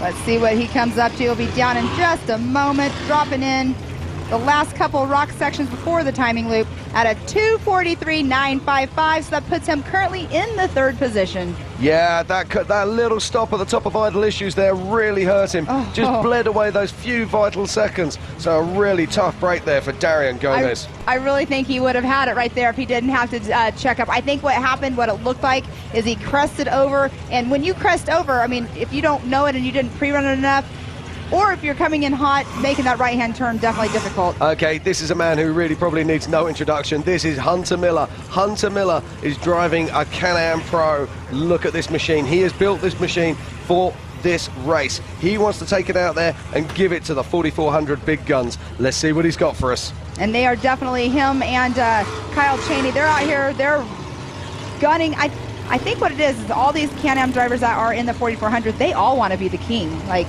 why not? But they've built their cars specifically for it, and it's paid off the past few years to watch these guys do this and race in the 4400 class in their Can-Ams.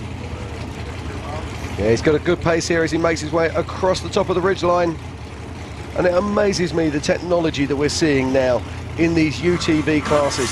Let's not forget the fastest vehicle round this course at the moment was Jay Shaw 2 days ago, who laid down a 234. But also, we also been talking about it, the course changes. It's different every single day. Can you imagine if a Can-Am ends up being a top qualifier for the Race of Kings? Well, don't forget, we nearly had exactly that last year. We had a side-by-side vehicle that was actually in our holding pole position until nearly the end, and I believe, I'm trying to remember now, I think it was Lauren Healy who knocked him off the top spot. Lauren Healy and his iconic drop last year at the very end of the qualifying run that got millions of hits on YouTube. I'm going to get this wrong. I've got a feeling it was Brian Crofts. I've got that wrong. I didn't hear you. What'd you say? I think it's Brian Crofts who qualified fastest last year. I'm going to have to check that through my records. I'm sure there's loads of people at home going, God damn, how does he not know that? They will give us feedback if we were wrong on that. Oh, I'm sure they will. We actually like the feedback. We're not seeing it up here, but the feedback's fun to hear and see people cheering on their teams that they're rooting for here. But Hunter Miller is right now at a 2-minute mark, going up the last hill, coming down Idle Issues. Coming into Idle Issues, this is looking like it's going to be very, very close to our pole setter's time. Our pole setter at the moment is Rusty Byler in the Miller Pro chassis with a 2:41. I don't think he'll have that top spot. I can't say yes or no for sure, but I believe when he crested over Idle Issues, it was you not say that, on that. Pam. Look at the speed he's coming down Idle Issues. I don't think we've seen a faster vehicle down Idle Issues. Oh no, let's see what this is. This is super quick. And Hunter Miller crosses the line. We're just waiting for confirmation of his time. As soon as we have it, we'll give it to you. But that was super fast. I've got a feeling that is going to put Jay Shaw's time in danger. And we're just waiting for the timing loop to update. As next off the line.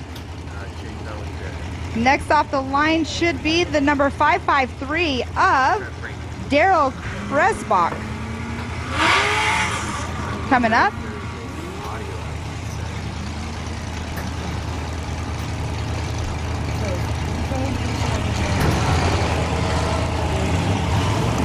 So Daryl Chris back there, getting to the big pinch rocks on Chocolate Thunder. And it amazes me how these guys and girls pick their way through these rocks with such ease. And this is where you see the difficulty. The tyres just disappeared down into those rocks. We're still waiting for a time for Hunter Miller. Again, it's like a kid in the candy store waiting to pay for that candy to open that wrapper. Let's not forget we are in the middle of the Mojave Desert. I'm still staggered that we can bring these amazing live shots to you.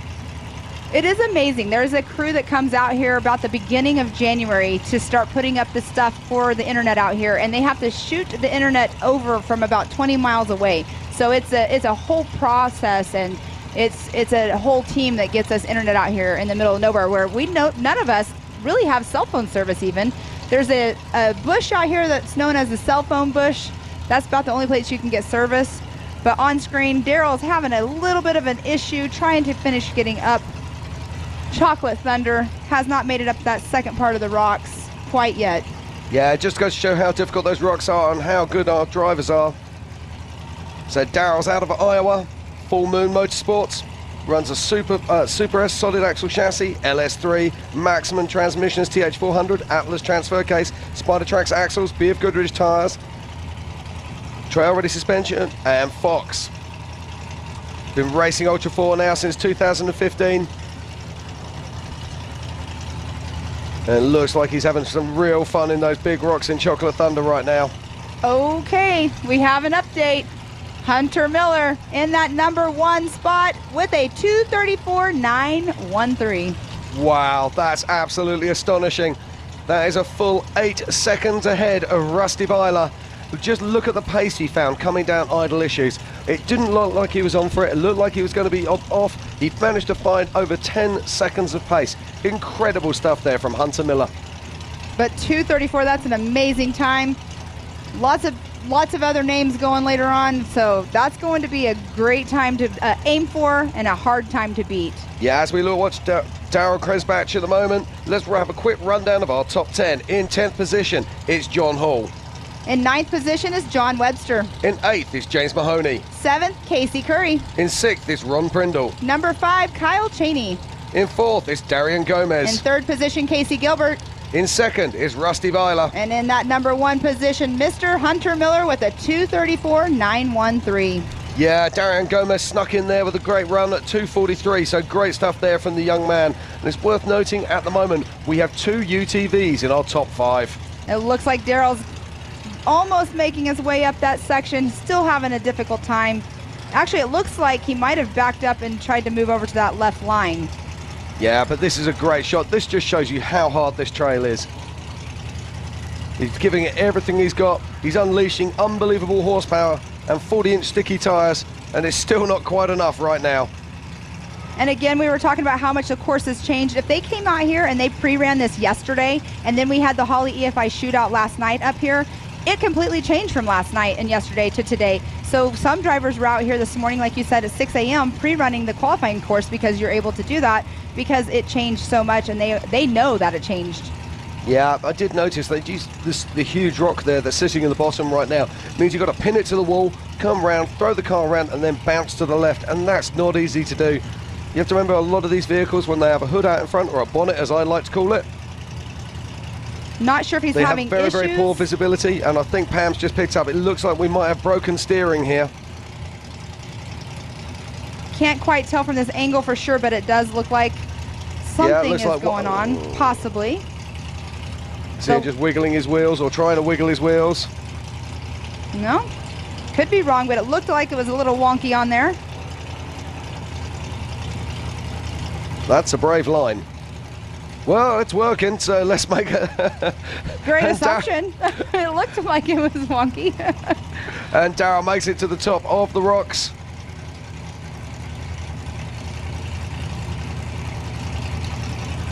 So he makes his way around the course. He's already taken over nearly 5 minutes so far, and he'll be very frustrated, I'm sure. But it just goes to show how hard this course is. But while we watch Darryl go round, let's thank some of our sponsors: Can-Am, Ford, Bronco, Monster Energy, Optima Batteries, Nitto Tyres, Progressive Insurance, Toyo Tyres, 4 Wheel Parts, and Griffin Radiators.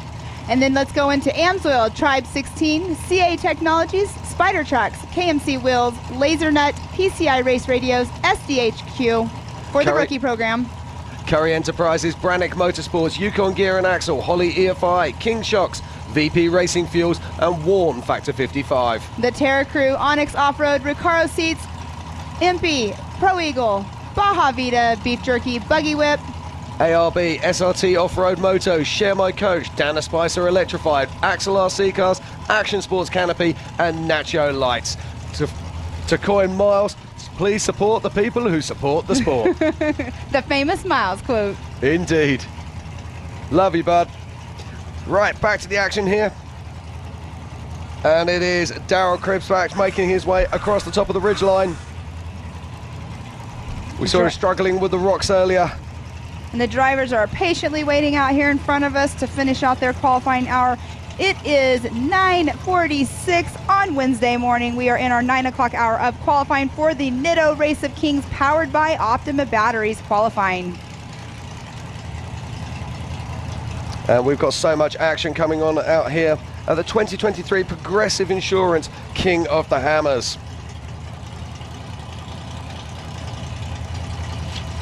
Let's not forget that the racing starts tomorrow with the Can-Am UTV Hammers Championship race start at 8 a.m. Then on Friday at 8 a.m. we have the four-wheel parts Everyman Challenge. And then, of course, on Saturday, it is the big one. It's the 2023 Progressive Insurance King of the Hammers Nitto Race of Kings. Don't miss it. Be there at 8 a.m. sharp to see all your favourites leaving the line. Side by side, every 10 seconds. It's going to be exciting. That's my favorite thing to do is watch the start. Well, every day, all of the races. Actually, let's since we're on a little bit of a lull here for a moment until we get the next car off the line. What is your favorite part about King of the Hammers on race morning? There's so much. I don't know where to start. I mean, obviously the main race is just I bounce and I laugh and I smile all the way through that. It's just absolutely fantastic. But the atmosphere out here, this really has become a festival of off-road. We've got the desert racing, we've got the Great American Short Course, we've got so much action in town, we've got so much good stuff happening for the entire time. Motos are back with us this year. Every moment of it, every part of it is just so fantastic. Just, if you get an opportunity, come out to Johnson Valley. Come and join us at King of the Hammers, because it is something so special. If it's a bucket list item, I say you make sure you do it next year. That's what I tell people, because I know people that have this on their bucket list. It's like, you need to just come do it. Absolutely. But my favorite part about everything about this is on the race morning, walking through the lineup and watching the racers getting ready, getting buckled in, getting strapped in. A lot of them have, nerves going on, butterflies in their tummies, but that's my favorite part about all of this is on the lineup on race day. Yeah, I don't get to do that anymore. I have to stand in the booth. Well, I haven't got to do it the last couple years myself because I'm out at a remote pit, and that's really exciting this year that I'm not out at a remote pit because I get to see the lineups this year. Indeed, and Daryl Krebsbach is making his way down into idle issues now. He's had a frustrating run. I'm sure he will not be happy. I'm sure he'll have stories to tell when he gets down. And here he's coming down idle issues. Looks like he's taking it easy, kind of stopping here and there.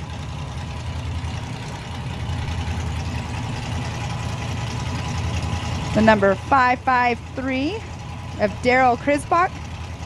Yeah, and he really is nursing the car, so maybe he's carrying a problem. We just don't know. We can only guess. But as we wait for Daryl to come on down, let's have a quick look at our top five again. In fifth position is Carl Cheney in the UTV. In fourth is Darren Gomez in the UFO single-seater. In third position is Casey Gilbert in the Miller Pro Chassis. In second is Rusty Byler in another Miller Pro Chassis. And in first place, we just saw him throw down the most incredible run. It's Hunter Miller in the Can-Am UTV. So I just got a message from our very own from Nitto, Ryan Few. His favorite part about King of the Hammers is the race lineup of the morning of the races as well. So it's fun to get people, that are listening. He's actually in Hammertown listening to the show and watching it. They have a huge Jumbotron on their side of their hauler, but that's pretty cool to get feedback from people at home. If you guys are at home watching this, put in the comments on there what your favorite part about watching it on the screen is. What's your favorite race to watch? Who's your favorite driver? Give us some feedback. But coming down idle issues is that 553 of Daryl Krebsbach, just coming through the timing loop here in just a moment. Over a 10-minute qualifying run, but you know what? That can still hold for other drivers later on that could have possible issues later on in the qualifying course. But off the line now is the number 726 of Dennis Sterndal, taking that green flag. We'll see which direction he's going to be going, but he was definitely on it straight from the start. Yeah, so we've got the 726 there with Dennis Sterndal. Oh, you can hear him in the background with that horsepower. 726, he is from Santa Barbara, California. And his first Ultra 4 race was in at KOH 2020. Yeah, this is a car that belonged to a previous owner, though. It's also built by Get Bent Fab and Keith Beam. It's an absolutely beautiful chassis. This is very similar to Jason Shearer's old car. Beautifully designed, very, very low profile, superb in the rocks, superb in the desert. Let's see what Dennis Sterndal can do today. He's already up the rocks, making good time here. I don't think he's going to challenge our top 5, but I think he might be able to get into around about that sort of 3 minutes 10 mark, looking at his pace right now. He's doing good, but in the background, we didn't see it, or I didn't see it, or I wasn't looking, but you could hear the horsepower getting up the rocks in Chocolate Thunder. Definitely have to be on it to get up that momentum. We were talking about yesterday, momentum is key. If you're climbing the rocks or the sand washes and you have a good momentum and for some reason you check up, I don't know why you would check up if you have good momentum, but we saw it happening. It'll lose that momentum, and now you might get stuck and have to completely back down like we were seeing people do earlier. But you can see the rocks up there on that ridge are just sticking out, and the whoops, or not the whoops, but the ruts are just getting deeper and deeper as well. They are indeed, and he's coming on now down to turn down and make his way down towards her problem. He's around about 35 seconds off race pace at the moment. So he's going to, as I said before, around about that sort of 3 minutes 10, 3 minutes 20, if he continues at this sort of speed. And it looks to me like he's taking that longer line round the side. And he is at that, over that 2 minute mark right now. Going down into that first sand wash. And there are going to be guys that are out on this course who don't want to break their stuff. They just want to take it easy, get to the end of the course. Their start position is their start position. Let's not forget, we have seen multiple people nearly win this race from the back.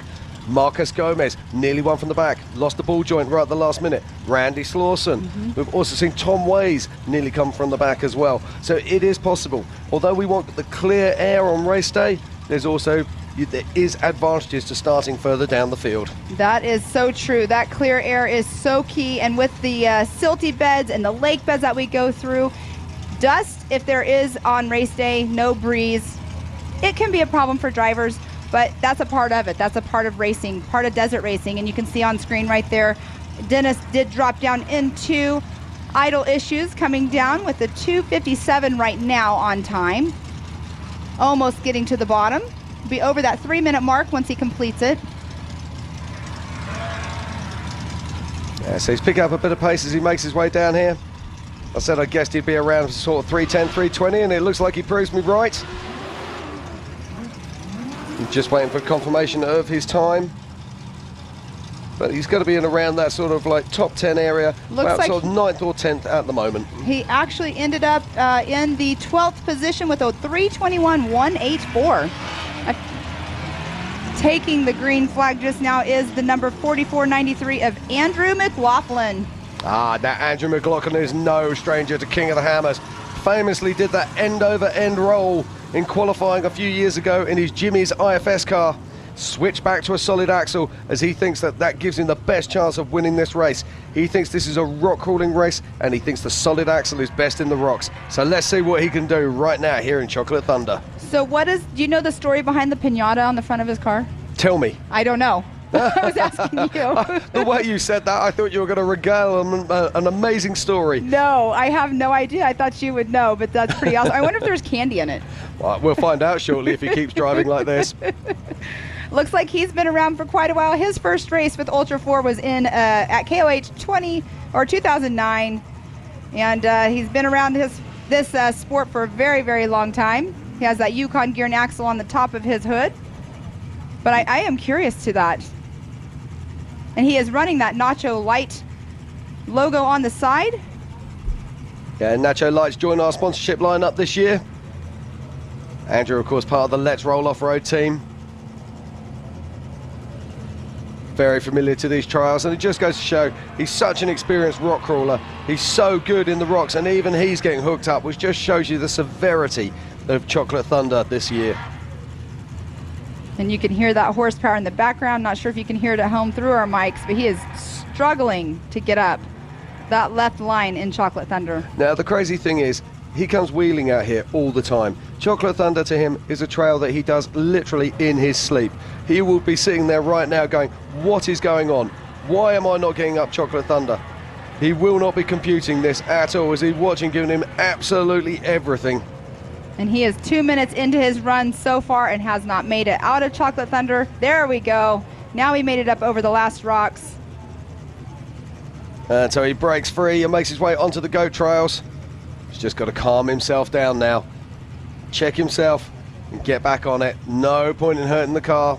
He knows he's not going to have a perfect time. So consolidation is the key word here right now.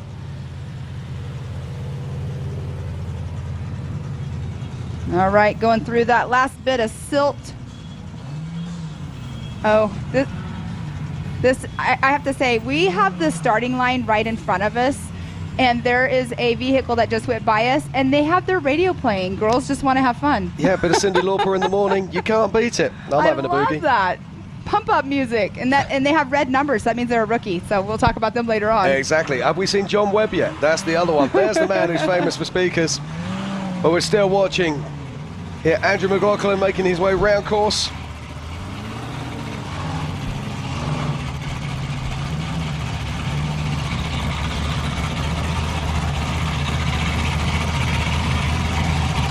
Coming down the second of the sand washes. Oh, no, Suey, he's still on the ridge line at the moment. 3 minutes 21. Looks like he's going to be somewhere around about the I'd say around 4.5 minutes. Yeah, Sorry, exactly. no, closer to 5 minutes actually. And it'll be a very frustrated Andrew who crosses the line. As I say, I've seen him wheel Chocolate Thunder so many times in his old Trail Jeeps. I've seen him do it so many times in his Ultra 4 car, and he one-shots it every single time. He'll be sitting there right now, just trying to work out in his head how that just didn't work out for him.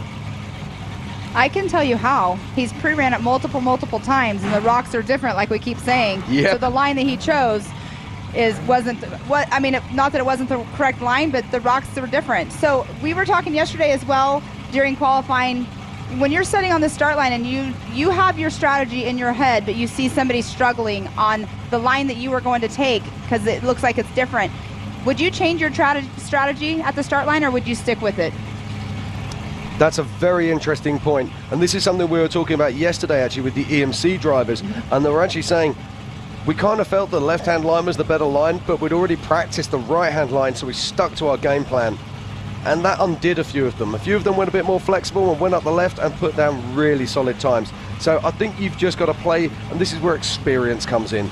You've got to be experienced enough to be able to look at something and remember that your eyes are your best friends right here, and they're going to tell you and see what you see. All of these guys, as Andrew McLaughlin crosses the line, and it is going to be a slow time for Andrew by Andrew's standard, just under the 5-minute mark at 4:59. You were right, though. You were saying right at that 5-minute mark, and there he went.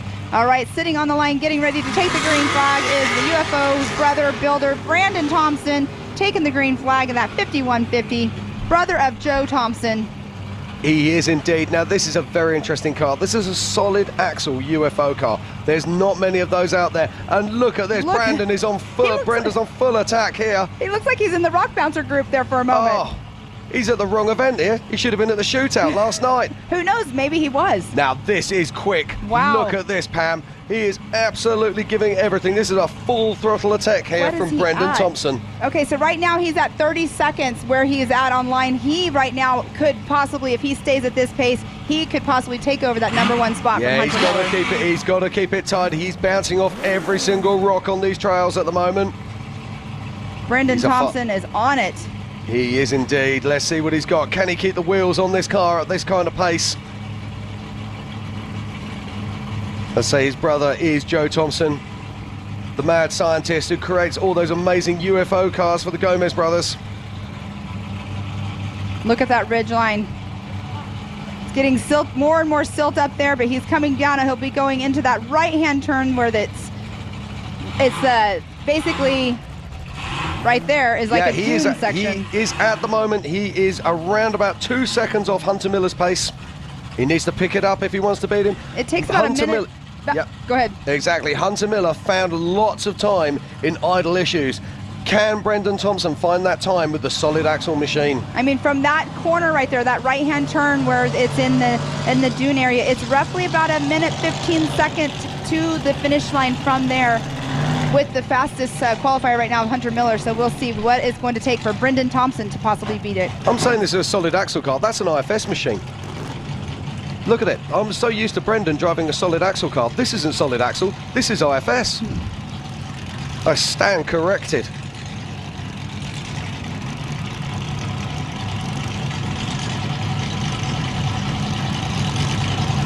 So cool fun fact too about people at home that don't know anything about Brendan Thompson. Besides him being Joe Thompson's brother, he's been racing with us for a long time, but he is a fabricator from Paul Jr. Designs from Discovery Channel. So he was on American Chopper for years, and he's an amazing fabricator himself. And look at the sand wash that he is going through right now, coming down idle issues. Right now he is at a 220 mark. It's going to be super close, but I'm not sure if it's going to beat that 234. This is a fantastic pace here for Brendan Thompson. This could be our new fastest time. Just waiting for confirmation.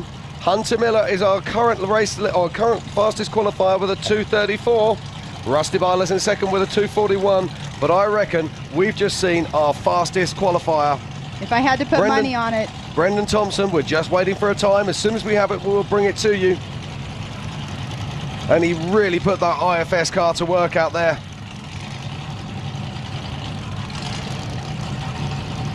All right, and we just saw another rookie class take the green flag. Christian Bossi in the number 489. Brendan Thompson beat Hunter Miller's time by just over a second. So we have a new leader right now at Brendan Thompson at a 2:33.894. And the amazing thing about that is that he's not only our fastest qualifier at 4,400, he's the fastest qualifier we've seen all week. Yes, this course is starting to give back. Jay Shaw has been beaten. Jay Shaw had it until Brendan Thompson just took it from him. So right now in our top five, number one, Brendan Thompson. Second position, Hunter Miller. Third position, Rusty Blyler. Fourth, Casey Gilbert. And in that fifth position is Darian Gomez. And as you can see on screen, there is Christian Bossi right now going up that goat trail, getting ready to take over that ridge. Great qualifying going on this morning so far. And Christian on screen right there is one of our rookies again. Great program for the young racers out here, or the rookie racers, I should say.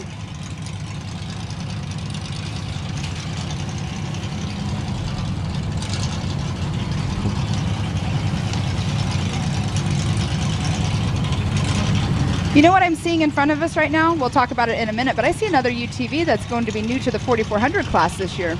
Yeah, it's becoming a thing. It's becoming entering a thing. UTVs into the 4,400. And why wouldn't you when you see guys like Hunter Miller, Carl Cheney, and other notable greats doing so well. But as we watch Christian Base making his way around, I'm going to thank some of our sponsors: Can-Am, Ford, Bronco, Monster Energy, Optima Batteries, Nitto Tires, Progressive Insurance, Toyo Tires, 4-Wheel Parts, and Griffin Radiators. AMSOIL, Tribe 16, CA Technologies, Spider Tracks, KMC Wheels, LaserNet, PCI Race Radios, SDHQ, they're helping out our rookie program. Curry Enterprises, Brannick Motorsports, Yukon Gear and Axle, Holly EFI, King Shocks, VP Racing Fuels, and Warn Factor 55. The Terra Crew, Onyx Off-Roads, Recaro Seats, Impy, Pro Eagle, Baja Vita Beef Jerky, and Buggy Whip. ARB, SRT Off-Road Moto, Share My Coach, Dana Spicer Electrified, Axel RC Cars, Action Sports Canopies, and Nacho Lights. In the words of Miles, please support the people who support the sport. All right, Christian Bossi right there on screen, going up the sand wash here in just a moment. We'll see him dropping into idle issues, and there he is right there. Yeah, it's a solid time, probably going to be somewhere in the region of about the sort of 3:15. which is a good time. I believe you said he's one of our rookies for this year. He is one of our rookies this year. We have a great program with our rookies this year. They've done a very good job on it. And here he just crossed the finish line here in just a moment. And it's a 3:16. So fantastic time there for Christian Bass. So that puts him in the 12th position. Not a bad time right there. And yeah, starting to get busy in the middle of the table. All right, and on screen is the 44.69. Another rookie out here, Mr. Randy Burke. I know he's a fan favorite out there. Fan favorite, and he's a rookie. That's pretty awesome right there. That's no mean feat.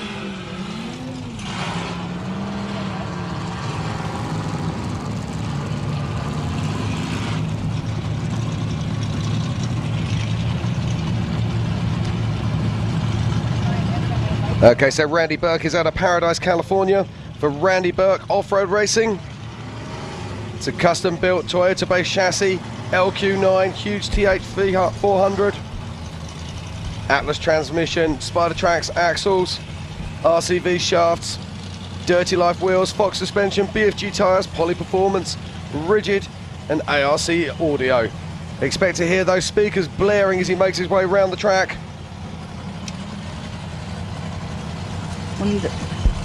On screen there, the 44.69 of Randy Burke is having a little bit of issues getting up that left-hand line in Chocolate Thunder.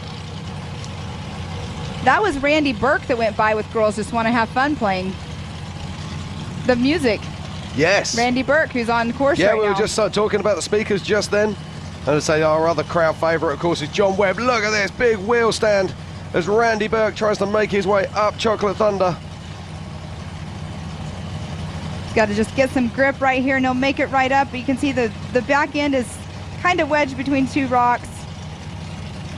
Yeah, I think he might be high-centered here. Let's see if he can find a way of getting off of that rock. She's a whole lot of wagon.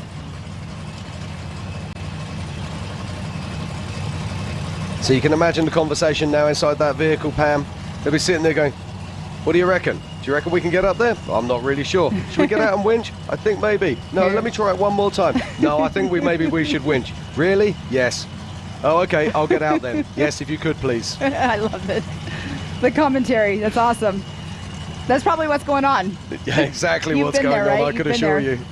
Now, these guys, that conversation with your co-driver. A lot of crews in the US don't run with Bluetooth headsets. That means that when they're on comms inside the vehicle, they have plug-in radios that they plug in, and when they disconnect them, they lose comms. That can make life difficult for them when they're winching, so they'll have to rely on hand signals and lots of shouting.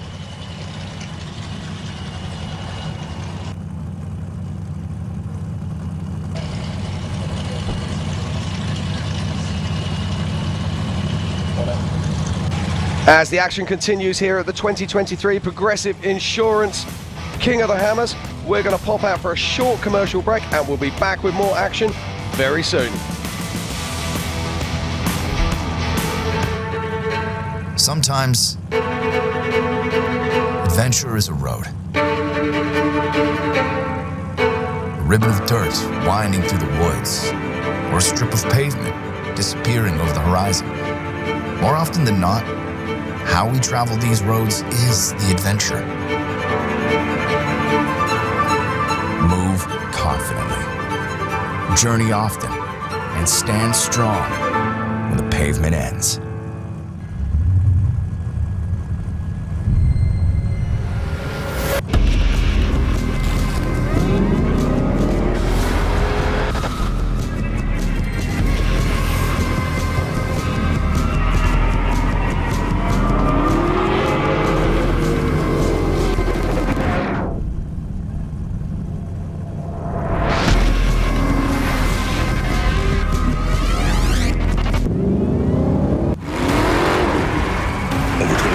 Of off-road racing dominance, proprietary patented race technology, proudly made in the USA, unparalleled customer service and support. The choice of champions, King Shocks, the leader in off-road shock technology.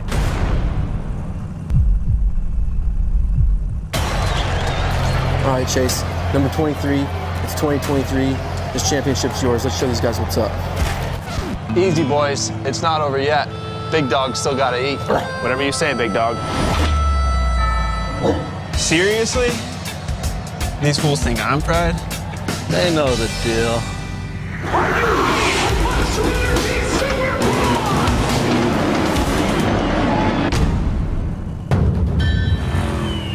So it's decided. We'll park even deeper into parking spaces so people think they're open. Surprise!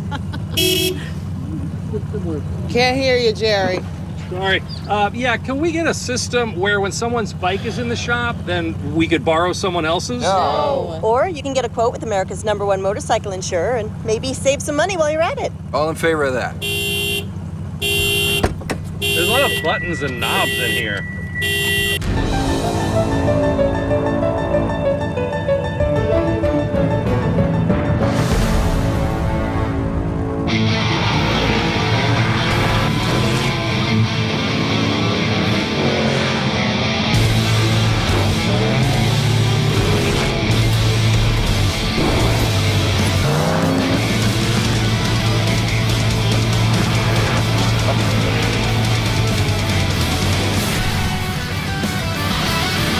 All right, and welcome back to the 2023 Progressive King of the Hammers powered by Optima Batteries. Today we are doing the Nitto Race of Kings powered by Optima Batteries qualifying. On course, we do have Randy Burke that is going through. We have a great hour of qualifying so far. All of these drivers out staged in front of us waiting for the green flag. Probably nerves are going a little bit, but it's been a great day, Jim. I've had a blast so far. It's fantastic, and it's always great to be racing here in Johnson Valley, California. This is the 4400 class qualifying today, and we've already seen some very fast guys on track. In 10th position currently is John Webster. In 9th is James Mahoney. In 8th is Casey Curry. In 7th is Ron Prindle. In 6th is Kyle Cheney. In 5th is Darren Gomez. In 4th, it was our early leader, Casey Gilbert. Then in 3rd, it's Rusty Byler. And then in 2nd, in a UTV, it's Hunter Miller. But the man of the moment is Brendan Thompson in a single-seat UFO car. It's pretty awesome out here. We want to thank everybody who is out here watching us because we know you guys can hear us. Thanks to everybody at home that is also watching. And to the ones that are out here, Tread Lightly is up here at Chocolate Thunder right now. It's a great program. They're out here picking up the trash. We strongly encourage everybody to pick up after themselves, but it happens where something, doesn't get picked up. So Tread Lightly's out here making sure the desert stays clean. They've been doing it all week long. They'll be doing it all weekend long. So thank you to Tread Lightly and their whole entire crew for being out here. If anybody that was down in staging, they have lost a phone. It is up here. Jim? Yep, it's a phone.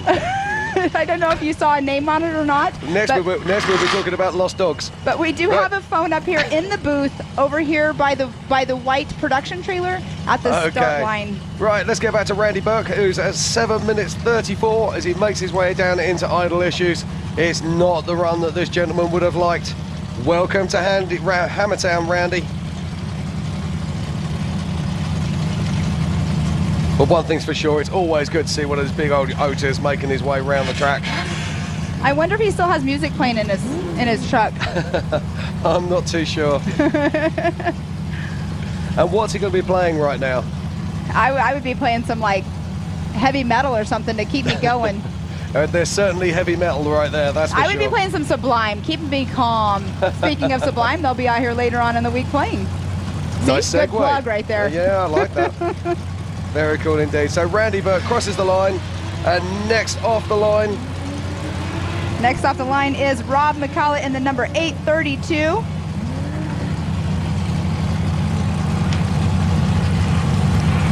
Rob is from Reliance Racing. He lives up in Reno, Nevada.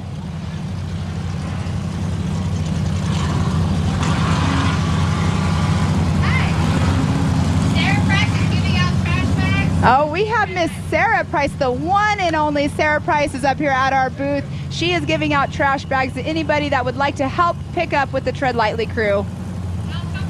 Awesome, good to see you, Sarah. Okay, Rob, back to Rob McCullough. 31 seconds in, got up the rocks nice and fast. Good looking pace here. IFS car out of Reno, Nevada.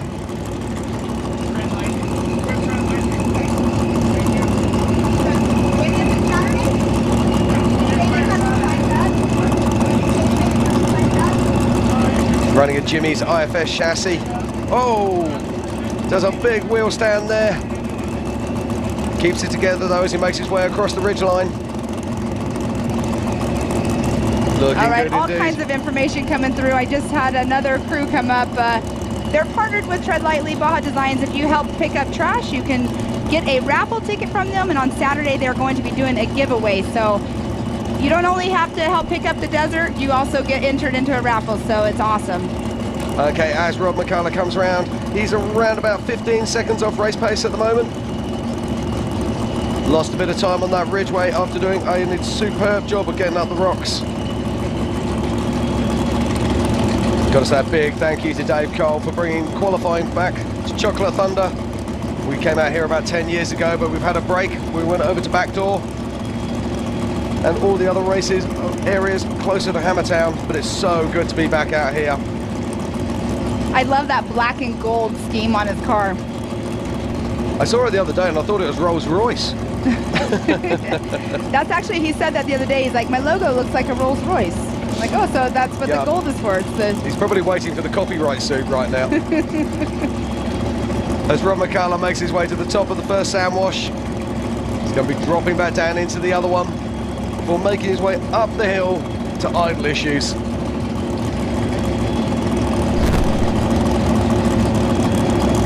And you know, qualifying out here, it's a little bit different. There's nobody out here grooming the track. There's no water truck out here watering the lines. So it's all how the track changes. Usually when they're out on a race course doing short course qualifying, it just all depends on how the track changes throughout the day. And out here, it's not due to grooming the track. It's actually moving the rocks, how deep the ruts are getting, and how these drivers are taking these lines. Yeah, so Rob McCullough here, looking around about sort of a 3-minute-ish time. Oh, he's actually now, backing up right there. Has he got a problem? Because he needs to be taking that right-hand line right there. I've got a feeling he's got broken steering. I think he's lost the steering rack. This is definitely not the section you want to have a broken steering rack. No, this doesn't look right to me. It looks to me he should be turning downhill and he's trying to push forward. This is completely the wrong line here. So I'm guessing that he's got a broken steering rack and he's unable to actually do what he wants to do. Or he's just completely lost where he is. Yes, he's lost completely where he is. He's coming down totally the wrong part of the track. And he's not going to break the timing loop. We actually saw a couple cars do that the other day as well. And what will happen is they will go through the timing and they will adjust to what it should be. Our race officials are going to have to work that one out. So he's actually gone off course there. So whether he'll receive a DNF or whether he'll receive a time penalty, I'm not sure. But yes. On the screen there, we do have our next competitor. It'll be the 4412 of Eric Foster getting ready to take that green flag. And there it is being waved. And off the line, the 4412 of Eric Foster. Eric Foster is out of Grand Junction, Colorado, with Foster's Racing. Yeah, it's a custom 2-seat solid axle chassis, runs an LS428 TH400 transmission, Atlas transfer case, Dana 60 axles, King Shocks, BFG tyres, and Walker Evans wheels. Making his way up Chocolate Thunder, taking that left line. You can see him doing a little bit of a wheelie right there. But he makes it work. Oh, such a bummer. He made it up the rock section, but he's running that wheelie and it just flopped. Yep, curse of the commentator right there. Oh, that's a really tough break there for Eric Foster. He was actually doing a really good time there for the most part too. Such a bummer. I always hate to see that when they're doing good, they get past the tough section and then it happens. Racing happens. Yeah, he'd done everything right. He really did lay down the big power. Got the vehicle unstable and just didn't want to work for him. Got a secondary bounce and that was him onto his side.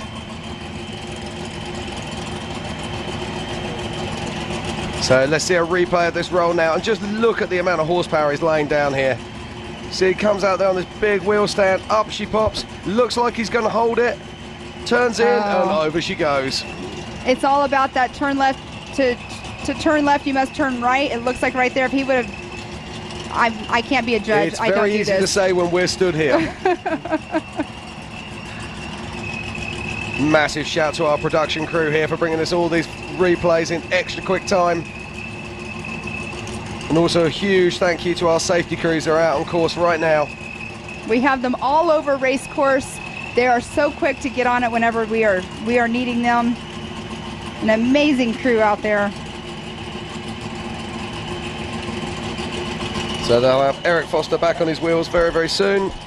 And we'll be able to get back to the action here at the 2023 Progressive Insurance King of the Hammers for the Nitto Race of Kings qualifying here at Chocolate Thunder, just outside of Hammertown. And can you remind me, Jim, what time is Power Hour today? I'm not sure what time Power Hour is. I think it's at 1 o'clock or 2 o'clock. Okay, so we're waiting for Eric Foster here. Can tell you that Power Hour is going to be at 2 p.m. today. 2 p.m. today, yep. I just saw that staging was at 1, and I was a little nervous on the time there, but that is definitely another time that you guys are going to want to watch today.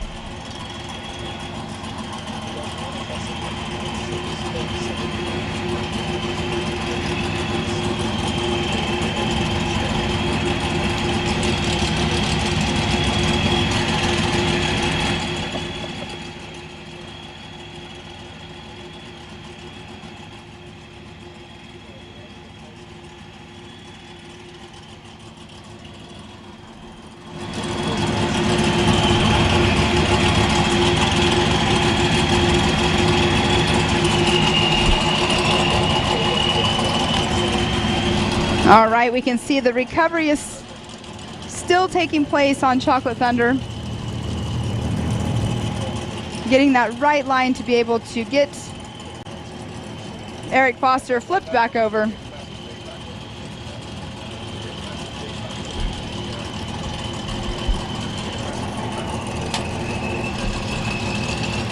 you guys want to see what's in my Miata?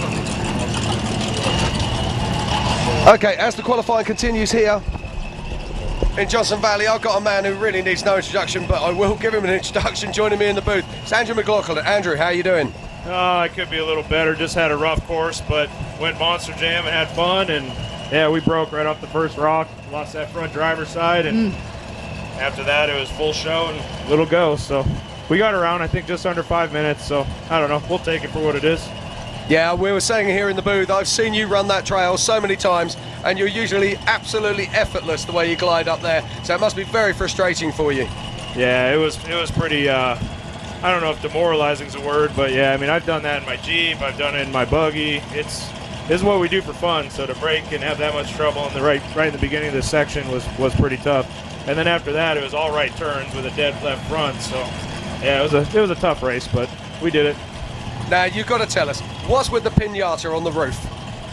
That's nacho business. Nacho business. We'll show up at our nacho camp later and I'll show you. You guys almost got to see what was in there. That's exactly what Jim was saying. He said, if you keep driving like you were driving, we're going to get to see what was in it. We very much look forward to seeing that, and you're always a crowd favourite. Great to see you here at Our Hammers, and we look forward to seeing you in the main race on Saturday. Okay, thanks guys. Keep up the good work. All right, bye. Thank you very much, Andrew McLaughlin from Let's Roll Off-Road. All right, and we have the 4412 getting back on all four sides here. Get the rubber side down. I'm still so bummed for them. They were doing great run, and just that last little hop. So Andrew McLaughlin will not tell us what he has in that, and I think it's a llama. I'm not sure. I should have asked him that when he was in here.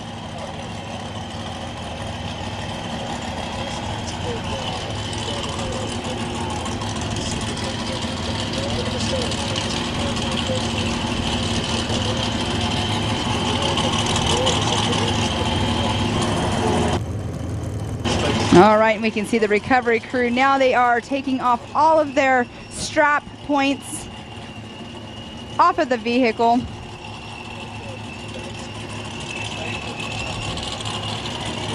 We have our course workers up, making sure the red tape is all up around. everywhere as it has been. We have a great crew out here, an amazing crew out here.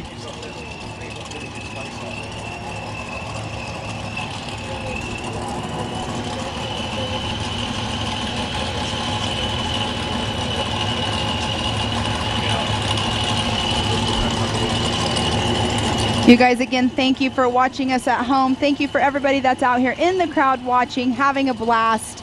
We do have our #1 qualifier still up on that pole position. It's a 51.50 of Brendan Thompson. Second position, Mr. Hunter Miller. Third, Rusty Blyler. Fourth, Casey Gilbert. Fifth, Darian Gomez. Sixth, Kyle Cheney. Seventh, Ron Prindle. Eighth, Casey Curry. Ninth, James Mahoney. And 10th position, John Webster.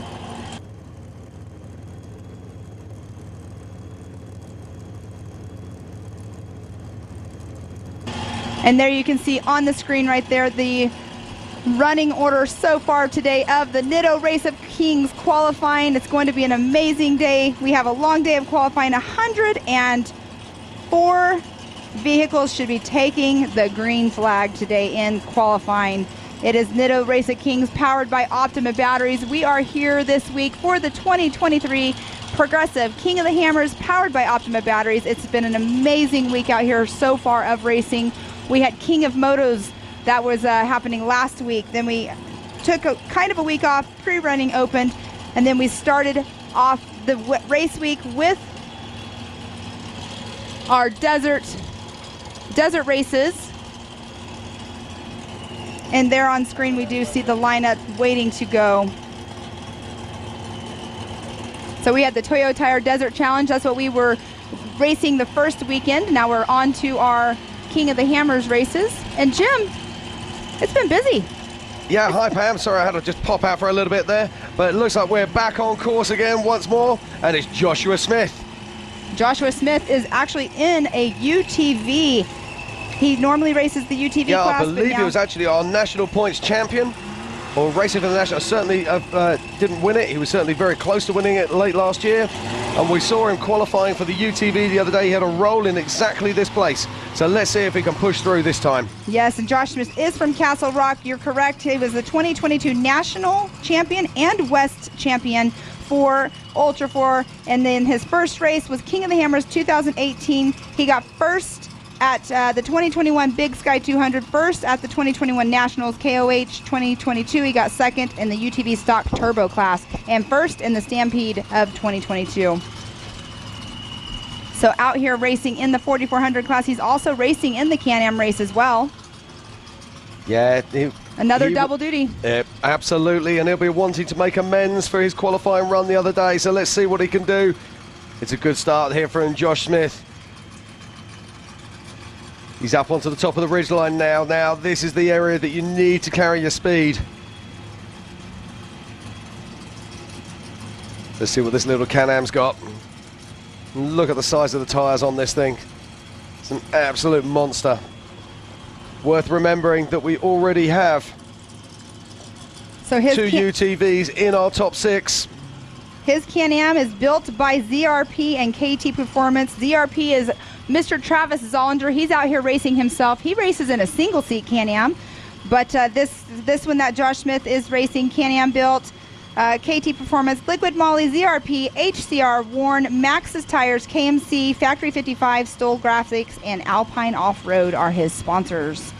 Yeah, he's got a good pace here. He's not quite on pace to take pole position, but he is on pace to take a top 10. So let's see what Joshua Smith can come up with.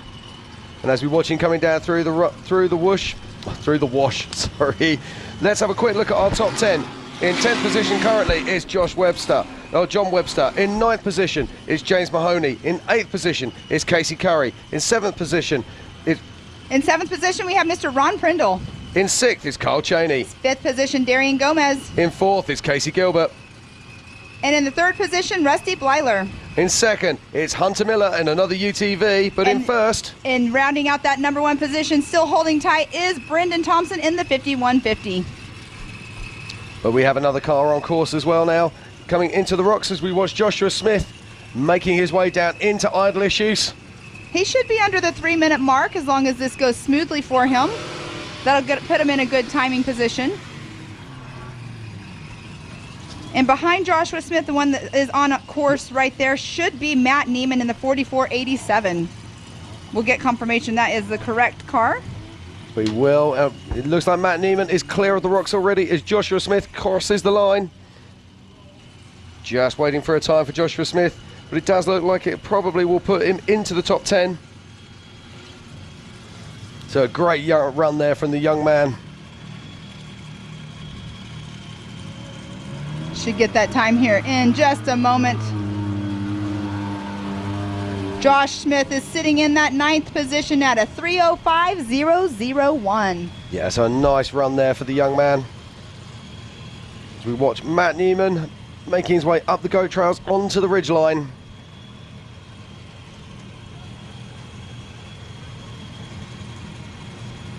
Matt Neiman, he comes from Canada.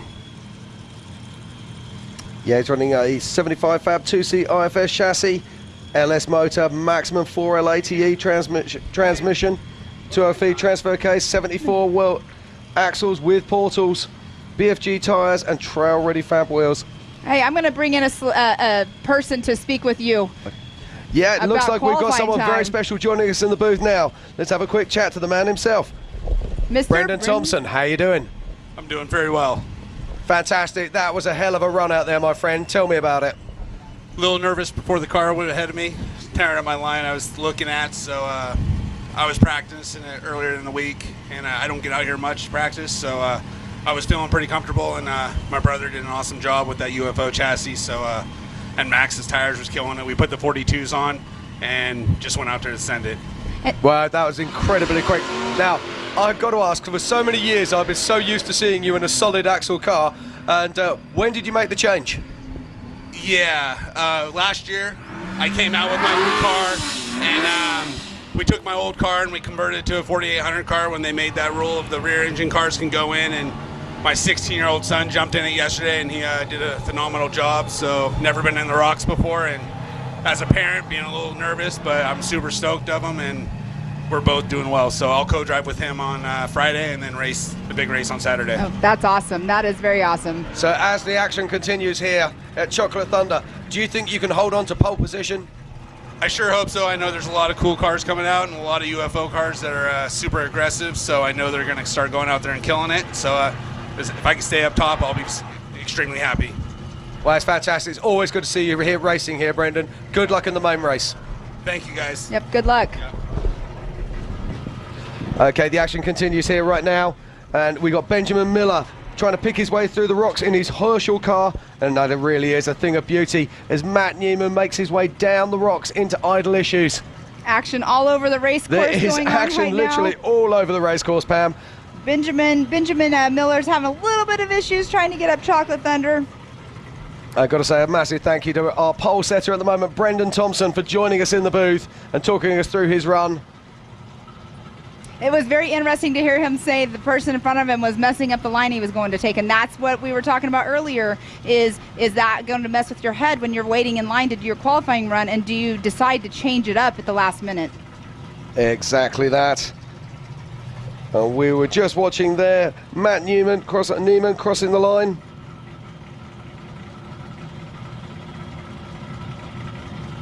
And as soon as we have a time for him, we will give it to you.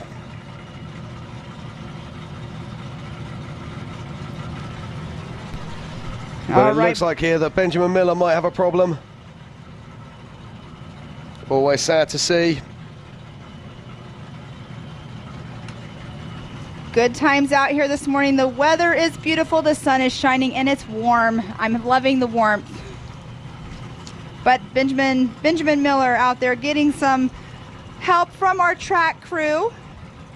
Again, we have our recovery and safety crew all over the race course. The qualifying course, I should say. Yeah, it looks like he's got a problem there, unfortunately. Yeah, it looks like he's lost front wheel drive. So sad. Looks like it's a Horschel built car. And that is a beautiful blue car. The colors on that blue it definitely stands out. So he's going to be recovered by our safety crews. We'll get him off track, and then we can get back to qualifying here at the 2023 Progressive Insurance King of the Hammers. And we're qualifying today for the Nitto Race of Kings. And while this continues here, let's thank a few of our sponsors: Can-Am, Ford, Bronco, Monster Energy, Optima Batteries, Nitto Tires, Progressive Insurance, Toyo Tires, 4-Wheel Parts, Griffin Radiators, Amsoil, Tribe 16, CA Technologies, Spider Tracks, KMC Wheels, Laser Nut, PCI Race Radios, SDHQ with that rookie program, Curry Enterprises, Brannick Motorsports, Yukon Gear and Axle, Holly EFI, King Shocks, VP Racing Fuels, and Warn Factor 55. The Terra Crew, Onyx Off-Road, Recaro Seats, Impy, Pro Eagle, Baja Vida Beef Jerky, Buggy Whip, ARB, SRT Off-Road Motos, Share My Coach, Dana Spicer Electrified, Axel RC Cars, Action Sports Canopy, and Nacho Lights. I love how you say nacho. It's the accent.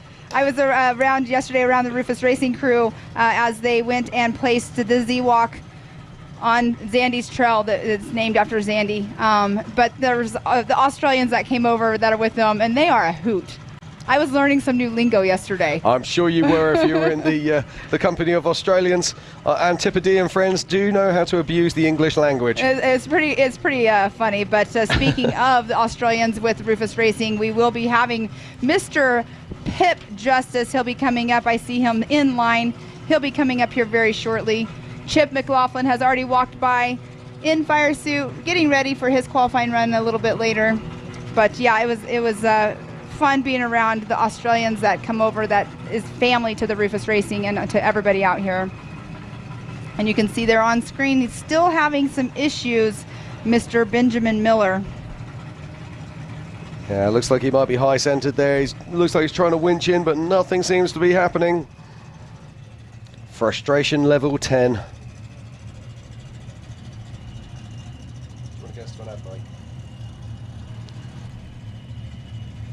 So as we wait here, we've still got lots of qualifying action still to come here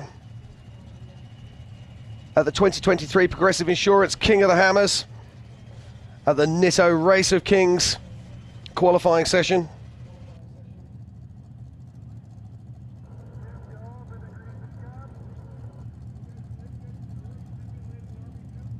So as we wait for our recovery crews to get Benjamin Miller off course, we're going to cut out to a short commercial break, and we will see you back here very soon.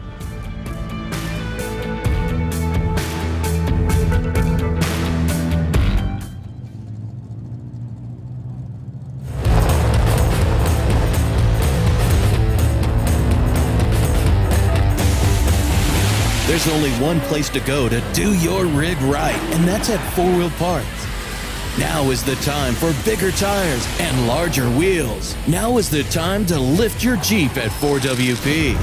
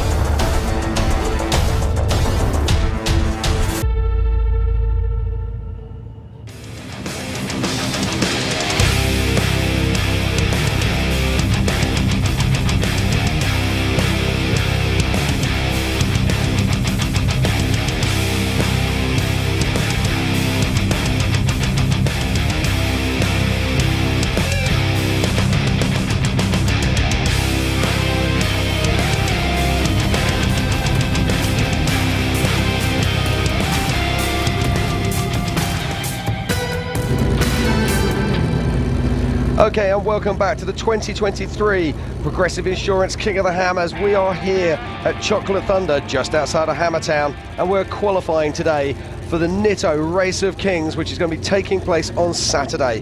Been an awesome day of action so far. Well, let's have a quick look at our top 10 as we watch all the action here at Chocolate Thunder. In 10th position is James Mahoney. In 9th is Joshua Smith in the UTV. In 8th is Casey Curry in the Trophy Jeep. In 7th is Ron Prindle. In 6th is Carl Cheney. In 5th position, Darian Gomez. In 4th, Casey Gilbert. 3rd, Rusty Byler. In 2nd is Hunter Miller. And in 1st, we just had him in the booth with us after an awesome run in his single-seat UFO. It's Brendan Thompson. It was awesome to have him come up here. He was just coming up here to find out what his time was, and we kind of drug him in the booth. You know, we kind of wrangle these guys. You know, come up here and ask us questions. We're going to possibly bring you in here to talk if we can and have time. Exactly, but we've got lots more big hitters coming up later on today, and let's not forget at 2 p.m. we have Power Hour. Now just listen to this lineup, Pam. It's astonishing.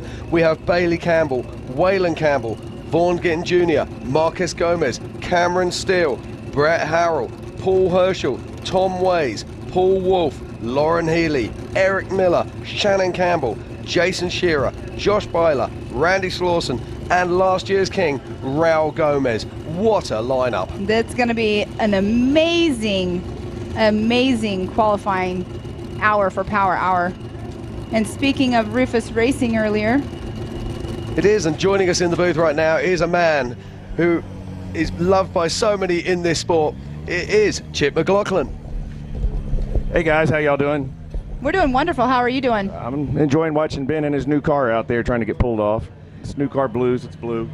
But he just got that on the lake bed 2 days ago, so he's still trying to figure that car out. But once he does, it's going to be fast. It sucks because he lost the front wheel drive on that for sure. Yeah, I saw him take off, and the front passenger wasn't pulling, and now it looks like he's got that rear one bound up. But it kind of almost makes it look like it's a rear steer, but that one's not rear steer, correct? It is rear steer. Oh, it is rear steer. Okay. Yeah, it's rear steer, so he can't get it to come back. So Dave Cole is doing a number on us this year. This is a cool qualifying. It's a lot different, changes the game, and so does the track as well. Yeah, it's a really tough course out there, but that's kind of cool because let's be honest, we always say that we're the toughest motorsport in the world, and this kind of proves it. Oh yeah, it's definitely a game changer.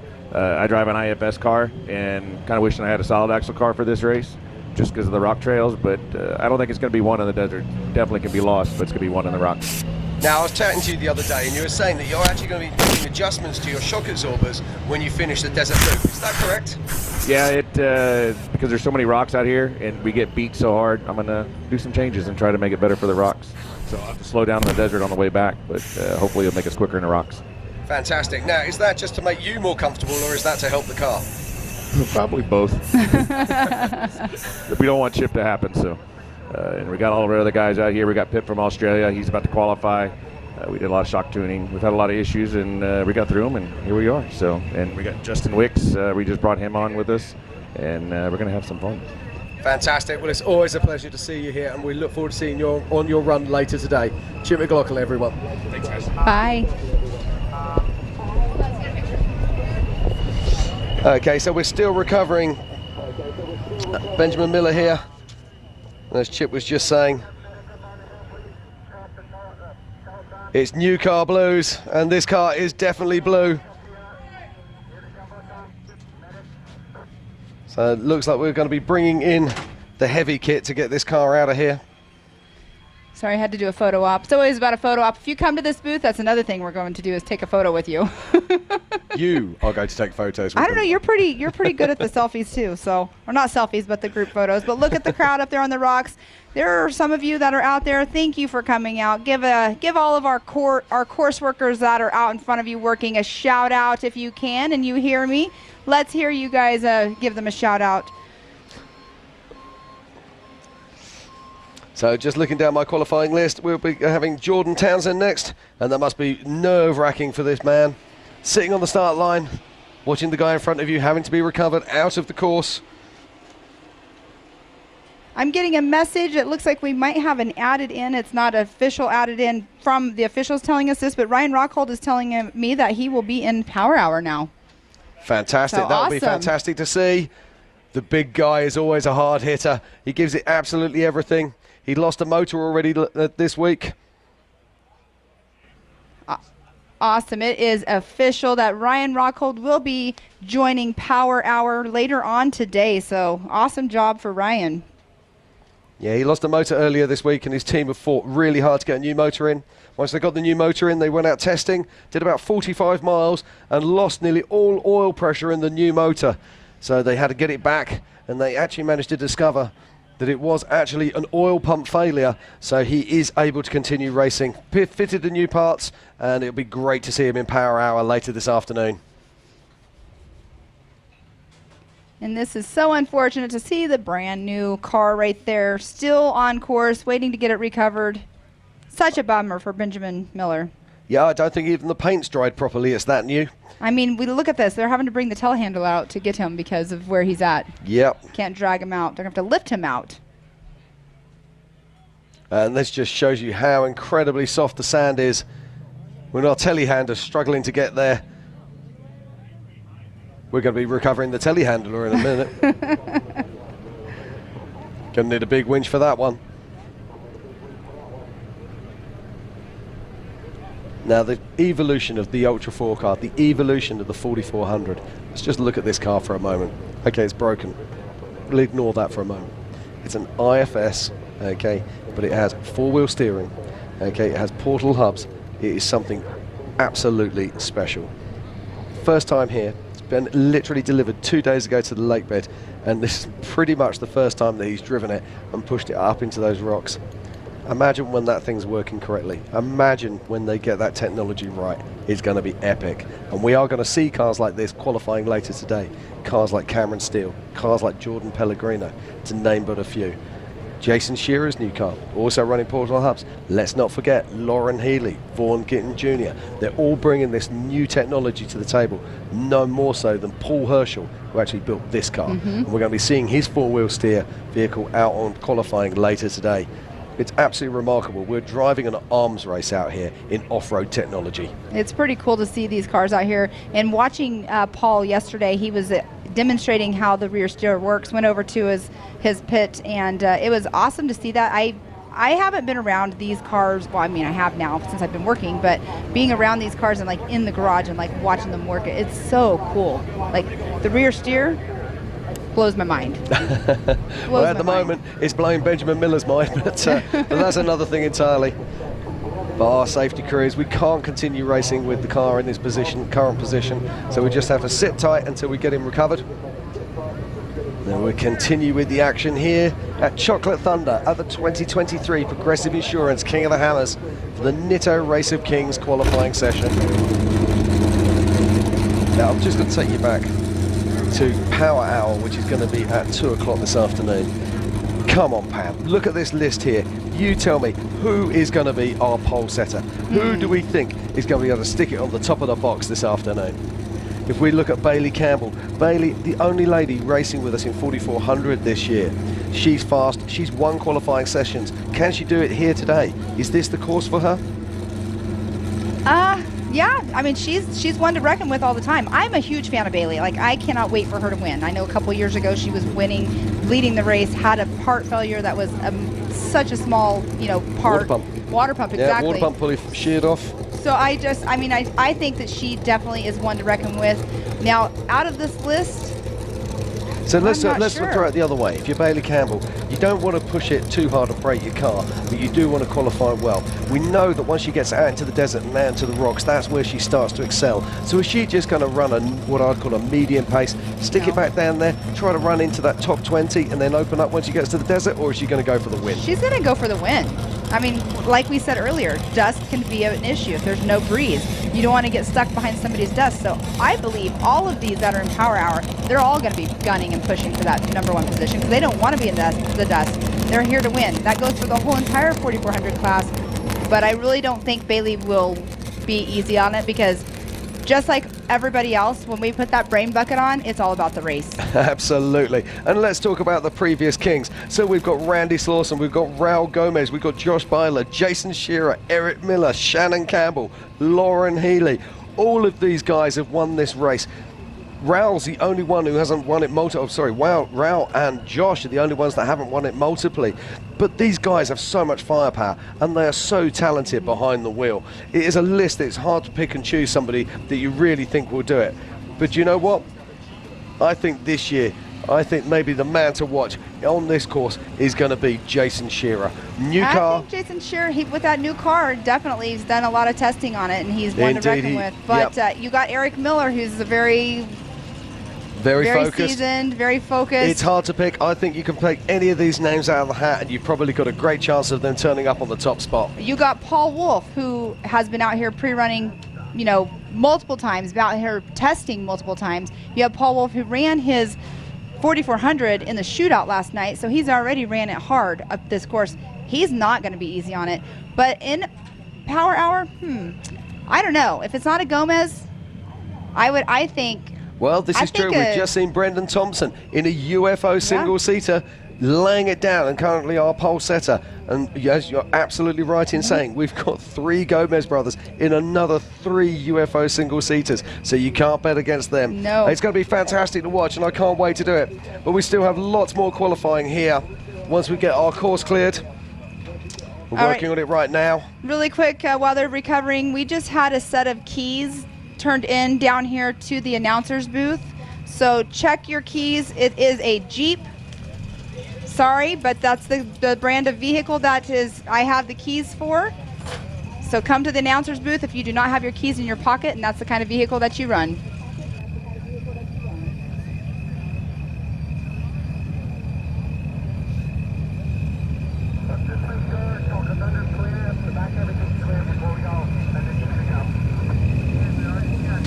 Okay, so the 1981 of Benjamin Miller has been removed from the course, and we're going to be back to the action very soon.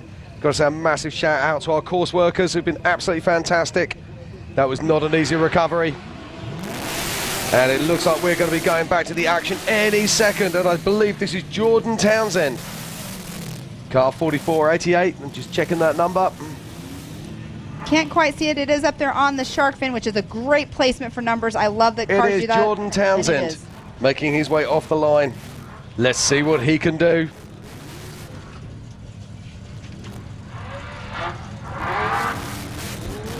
Jordan Townsend, he is from Colorado Springs, Colorado. Yeah, he's in a home-built JTR single-seat IFS chassis, runs a 737 supercharged Hemi engine, runs an Atlas transfer case, Vulcan tyres, Fox suspension, trail ready, and Mastercraft seats. Let's see what he's got here. He's given these rocks hell already. And he's been out here since 2010 when he came to watch. He started racing in 2012. He has been in the 4500 class, so he knows these trails, but we'll see if it pays off in this 4400.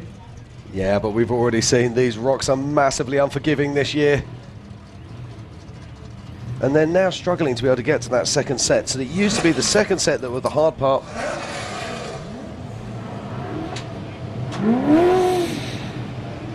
And they're just pushing his way through, and there's a rock dropped into this hole right in the center there, Pam, and they're struggling to get the front axle across that. It seems like the later we go on, the more difficult, and that right there is exactly, who was it that went on their lid earlier? I can't remember who it was, but that right there, the 4488, just did exactly Eric Foster, we have saw on his side. But he recovered his. Exactly, yeah. Jordan Townsend, big wheel stand, makes his way off up the goat trails in this single-seat IFS car. You have multiple lines as you come your way through here. You can either take it to the right or to the left. Each one has double deputy. You can work your way through. Got to avoid those huge rocks, save your tyres. And you see him just going up onto the right-hand side there just to avoid the big rocks in the bottom of the trail. And you can just see the silt. The tires are picking up that silt, going up that hill, going up to that ridge line. Massive rocks right when you pop up onto the top. And it's worth talking about this. We were saying about technology and everything. A lot of the cars we're going to see later today have portal hubs. Portal hubs means that the drive comes in high, it steps down and then goes to the wheel. It gives them much more clearance in the rocks. And I wonder if that will be a factor for our times later on when we see people like Cameron Steele, Lauren Healy, Jason Shearer bringing that technology to our race course. And Cameron Steele has already been out on this qualifying course. He's been racing multiple races. He raced the motos last weekend. Cameron Steele is a name that we hear quite a bit up here racing any of the King of the Motos. I mean, he just loves not in racing. Every single class, though, this year. Absolutely, yep. He said he wasn't in an EMC, but if I knew of somebody wanting a driver to let him know and let them know that Cameron was available. But, yeah, he's a fantastic ambassador for our sport, and he absolutely loves everything about this. And that noise going off the line here in just a moment will be something that that we all know, and you can see down there in the right-hand screen. That is the 441 of Robert Liebel taking the green flag. He qualified in the UTV class the other day, so he's out here qualifying because his car passes tech for the 4400 class. You can't just be any normal UTV like other normal or other classes of UTV. You have to pass a specific tech to be in the 4400 You class. do indeed. The biggest one for the Can-Ams and for the UTV, should I say, is the fact they have to have a bladdered fuel cell. That's massively important when they're racing in 4400. So if you have a UTV and you think, oh, I'm going to go, race in the 4400 class, you can't. You have to pass a specific tech to be in that class. And you can see Jordan Townsend getting ready to drop into idle issues right there on screen. Yeah, Robert Jordan now coming down, and he's around about the sort of like 450 pace, something around there, maybe 430. Fun fact about Robert Liebel, he is a rookie also. So he's a rookie racing in 2 different classes. I have to say, this is amazing. We've got so many rookies racing this year, and the rookie program that Hammer King or King of the Hammers have put together this year have been absolutely fantastic. You can check them out on YouTube. Go to kingofthehammers.com/. Have a quick look there. You'll find out all about our rookie program, or should I say, actually go to YouTube, King of the Hammers YouTube channel, and you'll find out about the rookie program there. It's absolutely fantastic. Lots of really great advice from many 4400 class racers. It is really cool, and right there you can see Robert Liebel on course. He is definitely trying to be up in the top with his qualifying time. He is on it. He got through the rocks very quickly. He's at a 1:42 right now. I don't see that as breaking the time, but he is going up the last sand wash here in just a moment to drop down into idle issues. He's at a 1:52. He looks like he's slowing down just a bit because of the rocks right there. This is a good looking time for Robert Liebel here.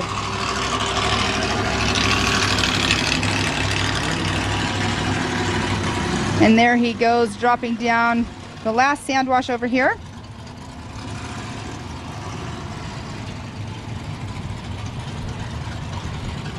It looks like we've got Justin Wicks on course now as well.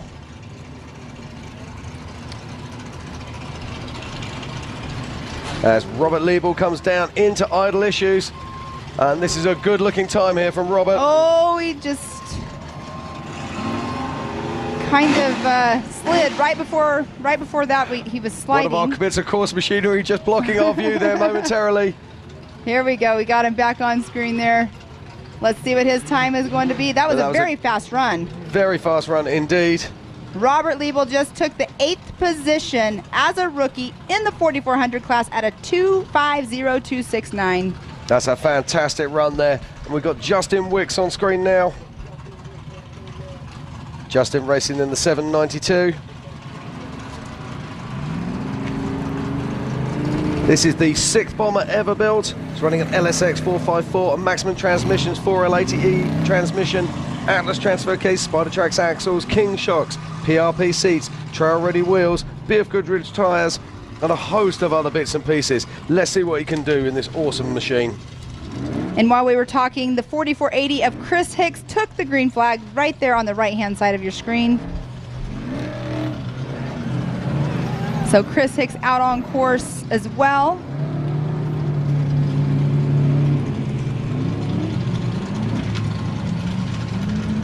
Chris Hicks is from Santa Rosa, California. Yeah, he's running a Genrite Triton Engineering and Chassis LS7, TH400 transmission, Atlas transfer case, Triton Gearworks axles, PRP seats, Fox suspension, BFG seats, and Innovate racing wheel.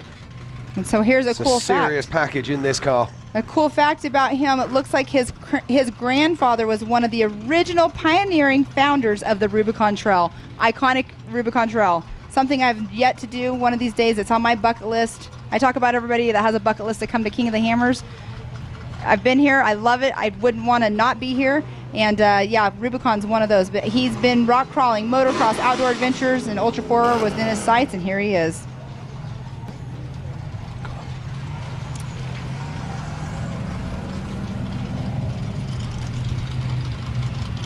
All right, so the 4492 or the 792 of Justin Wicks just took the checkered flag. Yeah, just waiting to get a time there. And Justin Wicks sticks it into the top 10. He's in 9th position with a 2:53. So a solid run there from Justin Wicks. Justin Wicks, yes, and then just now taking the green flag, that iconic sound of that Rufus Racing, number 78 of Pip Justice, all the way from down under. So Pip Justice making his way through Chocolate Thunder. On the right-hand side, we have the 4480 of Chris Hicks going down the last sand wash before coming up through idle issues.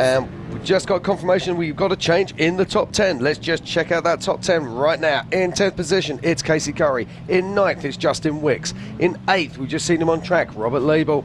In 7th is Ron Prindle. In 6th is Kyle Cheney. In 5th is Darian Gomez. In 4th is Casey Gilbert. In 3rd is Rusty Byler. In 2nd is Hunter Miller. And in 1st is that man himself, Brendan Thompson, who was flying in his UFO single-seat IFS car.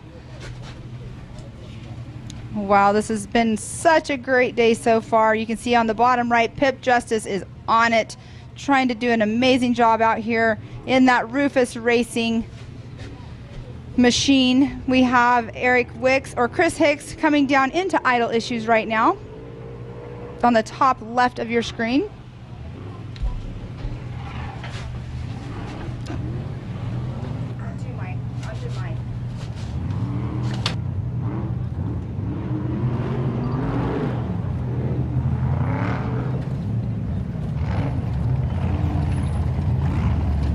All right, Pip Justice making his way down. You can see the silt.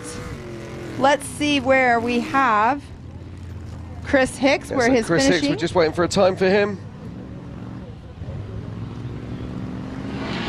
But on screen is Mr. Pip Justice. Taking the green flag just now is Dennis Stansfield in the 422. So Dennis Stansfield on course right now. On the right-hand side, Pip Justice is going down the last sand wash, getting ready to come up over into idle issues. Oh, he takes a big hit there. Gets completely off course. But he's still keeping it together. Pip making his way now. He'll be dropping back down into idle issues. Oh, and he's stopping he's right at the top. Well, you know, that's right there. You come in hot to that. It's kind of sketchy because it's a blind Yeah, he's crest. running a flat tyre there. So the right-hand front tyre is flat. So just going to have to take it gently as they come on down. And that's Dennis Stansfield on the bottom right, the 422, having some issues getting up Chocolate Thunder.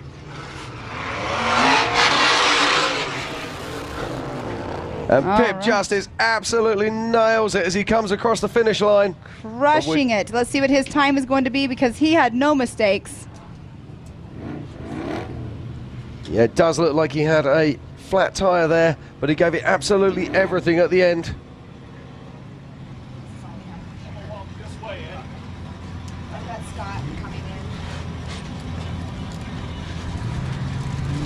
So the 422 there of Dennis Stansfield comes to a halt in the rocks. Interesting vehicle, full-body Toyota.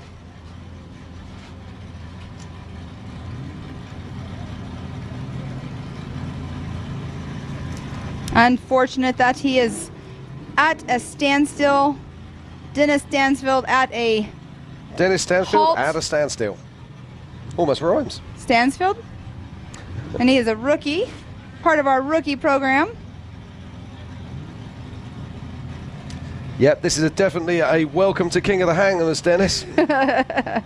These rookies are probably going, what did we get ourselves into? We could have taken up golf. We could have done anything. Taking up boating. Let's go fishing. We are thankful that they are joining us here at Chocolate Thunder at the 2023 Progressive Insurance King of the Hammers. We love that people want to come and join our sport and come and drive these famous trails. Looks like he's struggling here to get up these rocks, and just look how loose the dirt is around these rocks now.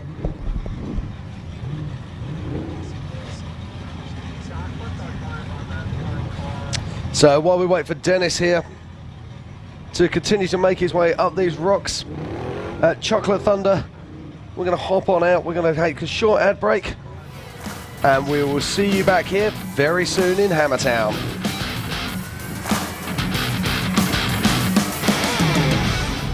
Renowned worldwide for reliability, the ARB air locker is a must-have for off-road drivers, including rock crawlers, overlanders, and racers. With over 100 applications, ARB air lockers gives your vehicle the traction you need to tackle virtually any challenge with the flip of a switch.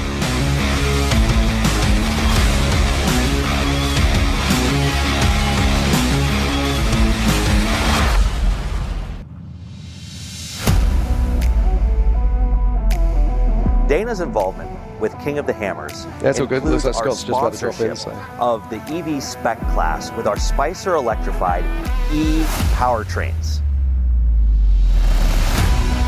Dana is here not only to invest in the next generation, but also to provide the next step of technology that's needed to race in the desert using electric technology.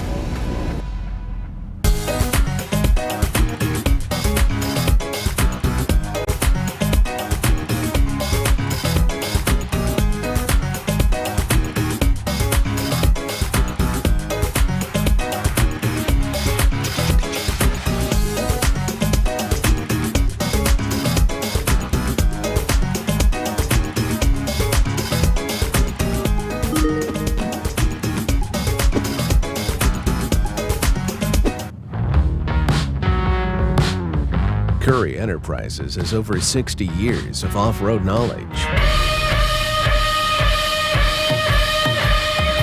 the harsh deserts of Baja to the extreme rocks of King of the Hammers to the Jeeps we drive every day, Curry has the right axle set up to fit your needs. Curry Enterprises. Passion for performance.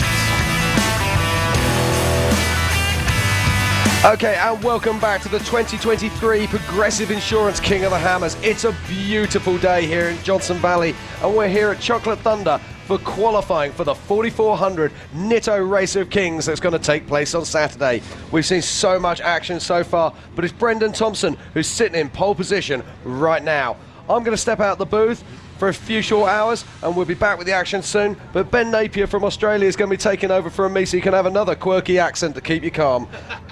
See you all soon. Well, welcome in here, Ben, and we are both actually stepping out of the booth. I'm going to have Scott Rain come in and take over my spot. You guys are going to have a blast. We have lots of racers still coming up. It's been fun so far. We got some recovery that's going on there. So you guys have a blast. Scott, Ben, it's all yours. Thanks, Pam. Great show this morning. I really enjoyed listening to you and Jim run us through these qualifiers. We've had some great action this morning. Brendan Thompson's run was phenomenal. Hunter Miller, Rusty Byler, Casey Gilbert. We saw some great action, and it's been a really great morning of qualifying.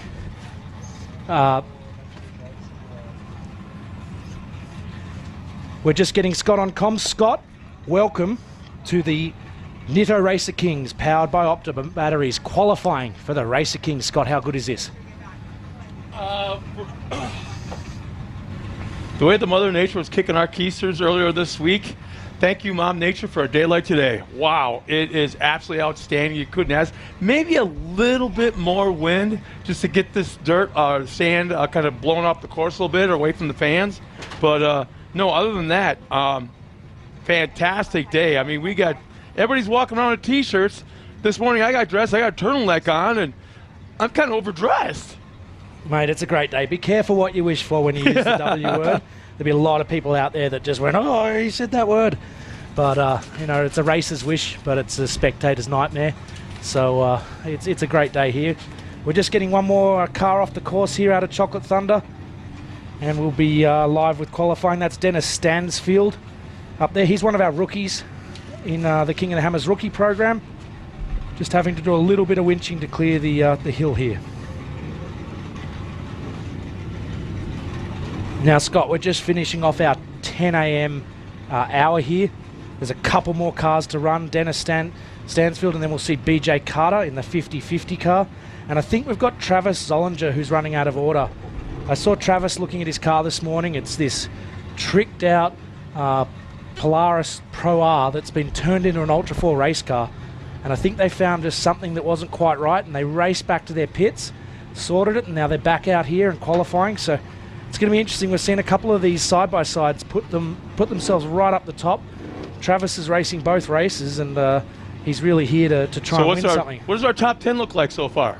So our top 10 today, in first place, 2 minutes 33.8, is Brendan Thompson. He's followed by Hunter Miller, 2 minutes 34. Then we've got Rusty Byler, the King's dad, 2 minutes 41. Casey Gilbert, 2 minutes 42. Casey's just stepped up from the Everyman Challenge into Race of Kings, and he's put it right up there. Darian Gomez, the King's son, 2 minutes 43. Kyle Cheney in another side-by-side, 2 minutes 44. Ron Prindle in that old Jason Shearer car that's been around for years. Really cool car, 2 minutes 49. Robert Leibel, 2 minutes 50. Justin Wicks. Justin's been competing with us for years. He's 2 minutes 53. Casey Curry in that trophy tractor. Trophy Jeep. Yeah. That's actually Nick Nelson's old Jimmy's car that's been through a huge amount of rebuilds. I was looking at it this morning. That thing is really cool. Lots of new stuff that Casey and his team have put on that. So it's got 74-wheel portals on the front of it now. It's completely changed, and he threw down, and he rounds out our top 10 at the moment. So we've got, what was it, 2 UTVs in the top 10? Or two UTVs at the moment in the top 10. Let's see how we go. Up on screen as well, we've got the next 11. Pip Justice, my mate from Australia, he's thrown down. He's out in the Rufus Racing Jimmy's buggy, and he's thrown down for 11th place. That's a great finish for Pip. Josh Smith in the 1948, number 12. James Mahoney, who I think is a local here. This is his backyard, in 13th. John Webster, 14th. John Hall, 15th. 16th is Christian Basie. 17th is Chris Hicks.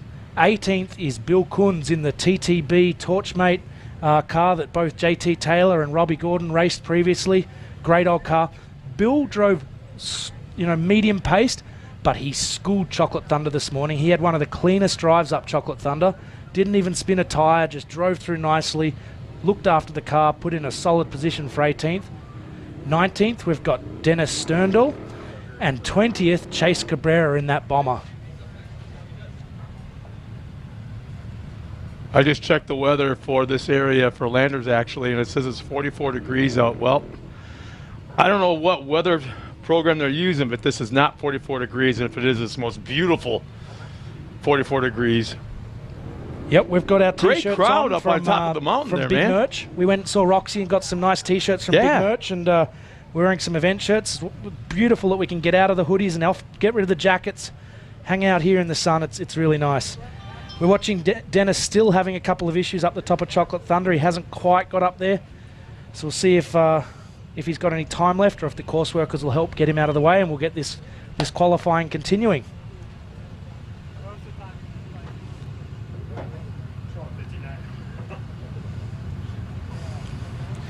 We have a huge couple of hours coming up in the Nitto Racer Kings powered by Optima batteries qualifying. We've got some big names in the next couple of hours, and then that's all leading up to our power hour at 2 o'clock, where we've got the biggest names. Bailey Campbell, Waylon Campbell, Marcus Gomez, and then all the Kings. It's going to be cool.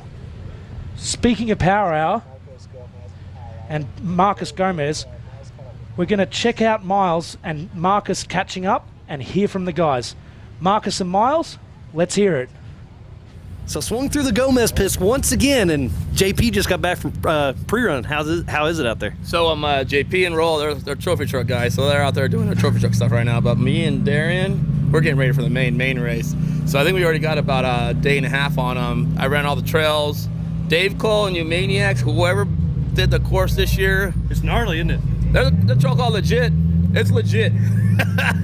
We all messed around with that. Thor's hammer's pretty good. I one-shotted it yesterday. We'll see how that goes. But we got Crystal 2 over here, incognito, so everyone knows. This is the pre-runner.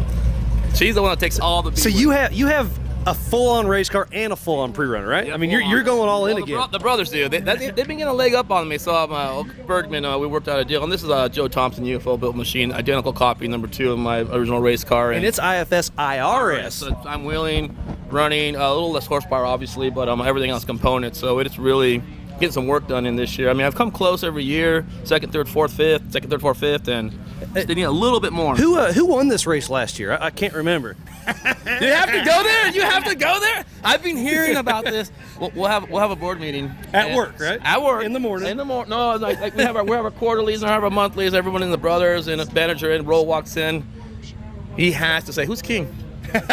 Me and JP are just looking there like, all right, just wait until that was 300. It's been 358 days I've been listening to that shit. not that you're counting or anything. Oh right? no, I'm not counting it. We got 7 more days. I gotta change. I have to change that. Well, yeah, you guys are always. I mean, the Gomez brothers, the whole team. You guys come in full force and listen to last. You're here having fun, and that's what it's all about. We got to give it. I mean, our crew literally have given us some machines that they've been the preps have been phenomenal. Even on our pre-runners, the race cars. I mean, we're still doing some small adjustments still on the main race cars, suspension. So I had to get out there. I mean, I won't say anything. My race car is a desert car, but it's getting tuned for rocks this year. That's what I'm talking about. I want to be, I don't know, maybe top 20, top 30 in the desert, but I need to be number 1 in the rocks.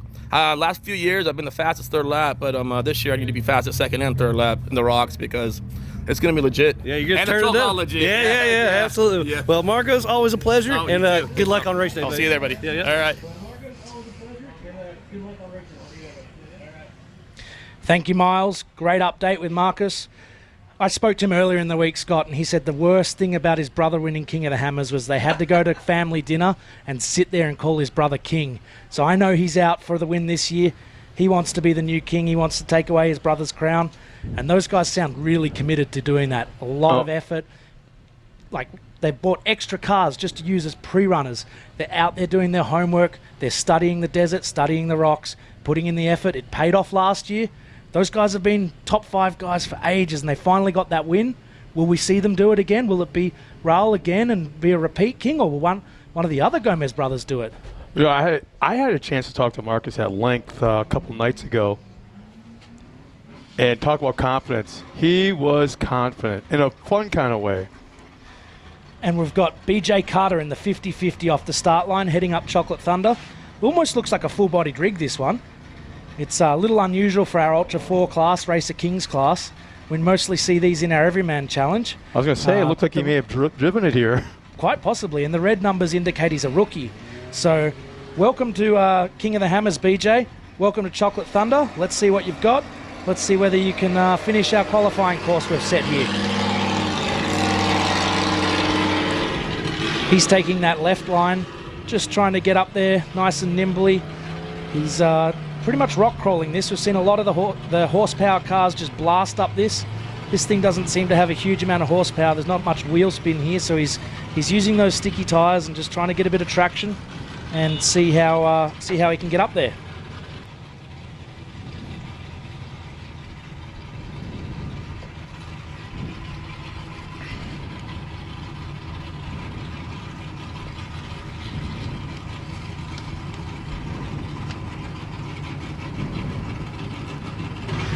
BJ still struggling at the top of Chocolate Thunder. This is really tricky, this climb, and it requires commitment. Getting that right line, holding the car a bit higher so you don't get stuck on that rock under his right tyre, and he's got it. That's a well climbed. He pretty much crawled that. Nice and easy on the car, saving the car for the race. And he's out the top of Chocolate Thunder, so I'm sure he'll be making his way around.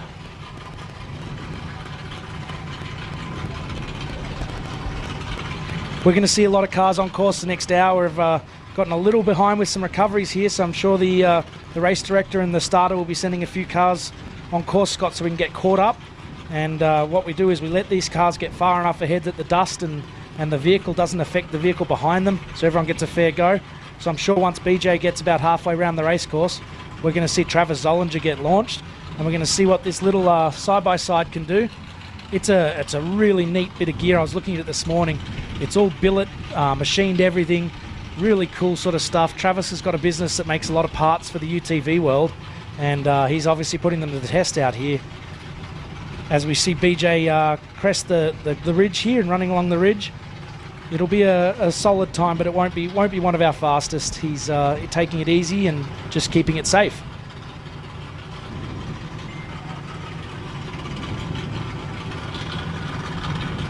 Yeah, BJ Carter is his chassis is a Carter-built chassis, running an LS7, Atlas, King, BFG, Battleborn, and Carbo seats are his sponsors.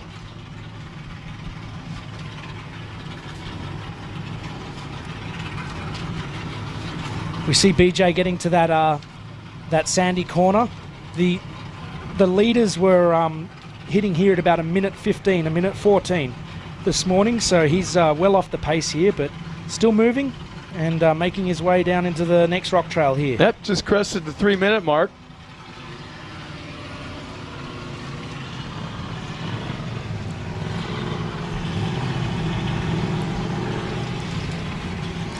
And we've just had the number 20 of Travis Zollinger take off. He's out of Nibley, Utah. Zollinger Racing Products. He's in a Polaris Pro R that's been heavily customized for the 4400 race. His first Ultra 4 race was the Nationals in 2017. He was the Ultra 4 Western Champion 2018-19 and the National Champion in 2019 as well. And he won the Mint 400 in 2020 as well as the UTV World Championship. So this guy is a seasoned competitor. He's made easy work at Chocolate Thunder there, blasted that Polaris Pro R up Chocolate Thunder, and he's headed out and chasing down BJ on our course. BJ's at Horsepower Hill now, Scott. Has he got the horsepower to get up here? Yes, he does. That's great, because yesterday we saw a lot of our limited guys get stuck on that hill, so good to see him clearing there. And he'll be coming back into idle issues pretty soon. Hopefully we see him heading back down to our finish here.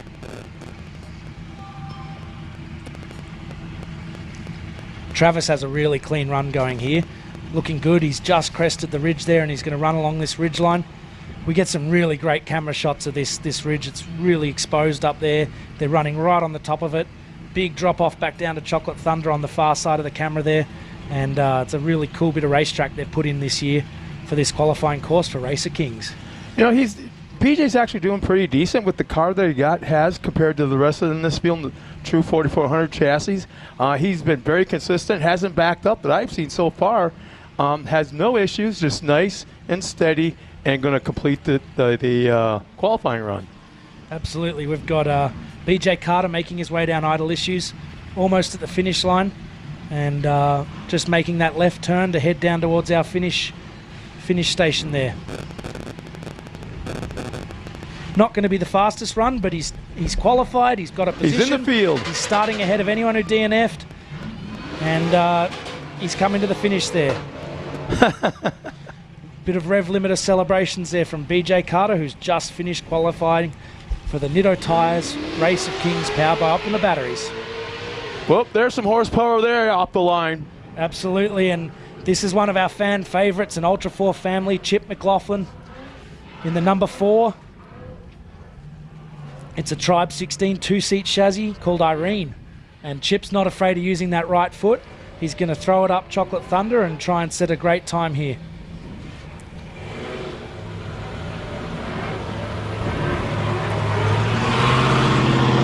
Travis Zollinger's up Horsepower Hill. He's heading through the next valley there, and we'll see him into idle issues pretty soon. Chip's having a couple issues though on Chocolate Thunder there. Well, he's not wasting any time coming down idle issues. There's no doubt about that. Yeah, Travis is pushing that UTV.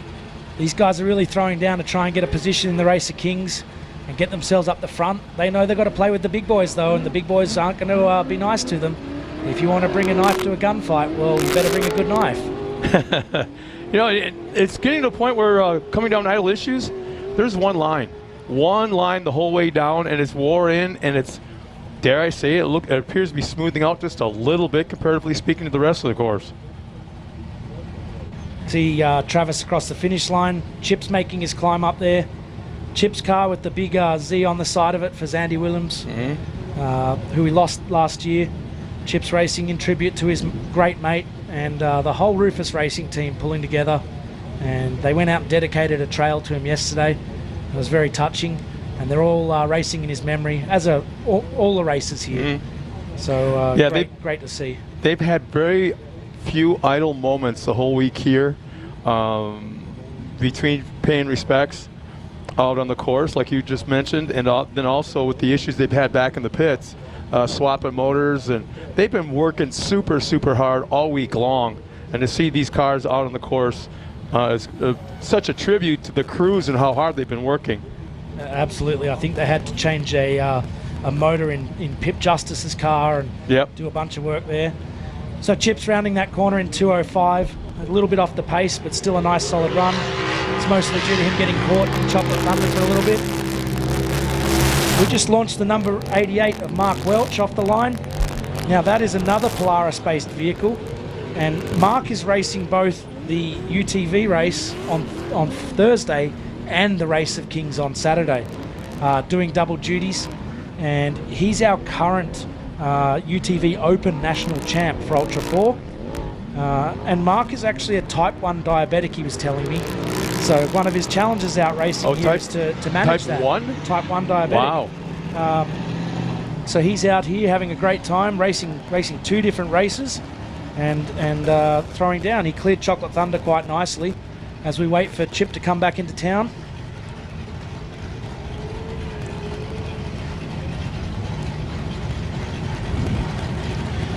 Mark's up on the ridge. Chip's coming into idle issues. Mark is just flying along that ridge.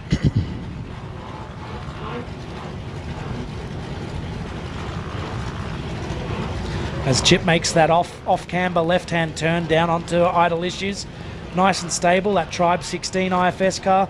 They've run this one for several years and made a bunch of improvements to it over the years. And Chip's really racing to win this year. And let's get unofficial time for Chip McLaughlin. If you've got our start list at home, you might have you realise that we missed Bailey Cole. He told me earlier, unfortunately he won't be racing today because he blew a motor up pre-running yesterday. He was doing 90 mile an hour, and unfortunately the motor didn't last. They've sourced another one, a 427 Dart motor. It's being installed right now. But his teammate has just launched off the start line from Monkey with a Knife. Just trying to get a number, Brian Reed. Number 416, and that is Jason Shearer's King of the Hammers winning car that Brian's racing. Brian actually let Bailey race his old car, which is the one that we saw famously hanging from the helicopter when it was getting recovered. So Bailey's racing the helicopter recovery car, and Brian's racing Jason Shearer's winning car, because Jason has a new car this year, which is very exciting. Well, just a moment ago, Chip McLaughlin crossed the line in a 3:40.3, which will put him unofficially currently in 26th position in qualifying. Absolutely. But right now, we have Mark Welch on a flyer. He's at 2:22 coming into idle issues. This is going to be a good time. I don't think it's quite good enough to put him to the top of the leaderboard, but he's going to be right there. Probably sub 3 minutes. It's going to put him right up the top there. Oh, easily sub 3 minutes. Wow. He's about to cross our finish line. Yep, he's on the ground. 247.23. I think that was unofficially 8th. Top 10 qualifying for Mark Welch in that 88. We've got exceptional job this early. A bunch of UTVs pushing into our top 10. Lots still to happen though, Scott. I expect them to get pushed backwards. There's some fast cars to come. And then we've still got Power Hour. So it's going to be a big throwdown today. They're going to be pushing these cars across this ridgeline at amazing speeds. And we're going to see some really fast times. Brian Reed still making good progress in that Monkey with a Knife entry. As we've launched Chad Hunt into Chocolate Thunder, he's driving that left line. Chad's from Plymouth, Indiana, sponsored by Brannick Motorsports, and he's got a pretty nice new-looking Miller Motorsports chassis. I was having a look at it down there, parked in staging, very clean. He's just struggling up the top of Chocolate Thunder, but he's just cleared the climb now.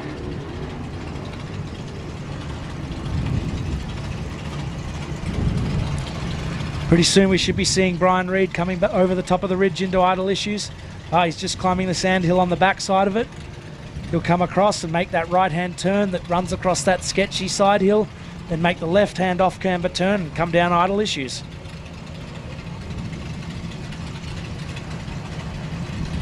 Chad Hunt is just smashing up that hill. Full throttle assault, letting that car eat. These Miller Motorsports cars are really clean and built for this sort of stuff. Look at just carry those front wheels. Yeah, Brian Reed's very close to not making it under the 33-minute mark. Very close. Might be right at the 3-minute mark, in fact. But a solid run. He's got a good starting position for Saturday's race. And he didn't break the car. Yeah, so that's exactly, great to see.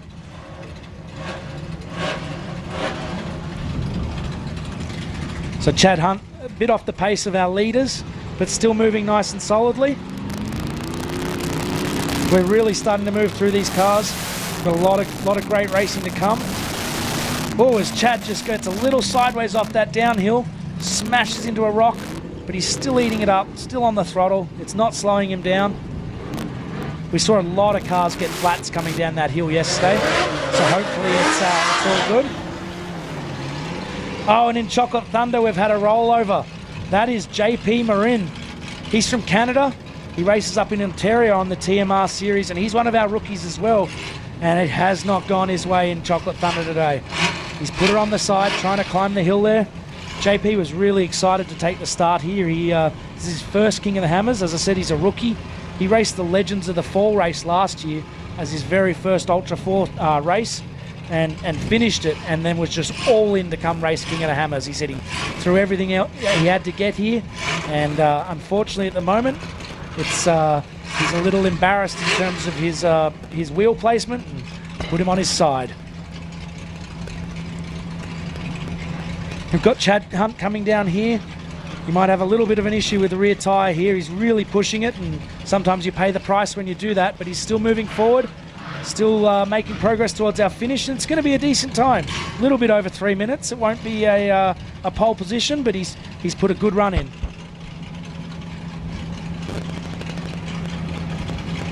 And it looks like the course workers are going to help JP get himself out of there and keep us going. And that's a shame. Those guys have come all the way from Canada. They've put so much effort in, and you know, this course can be brutal and racing can be brutal, and this is what happens. I'm sure he'll get it back on its wheels. He'll be starting at the back of the pack on Saturday in our Nitto Race of Kings powered by Optima batteries, and he'll still take the start. Now let's check out what happened. I think we've got some great footage of the rollover and what happened to JP. Just an awkward reverse, and the back right tyre just dropped into that hole and sent him over. What bad luck. Unfortunately, that's a climb you've just got to be so committed on.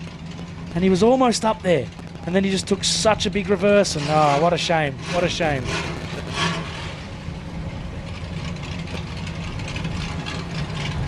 You know, in his defense, we've seen a lot of rookies in this position.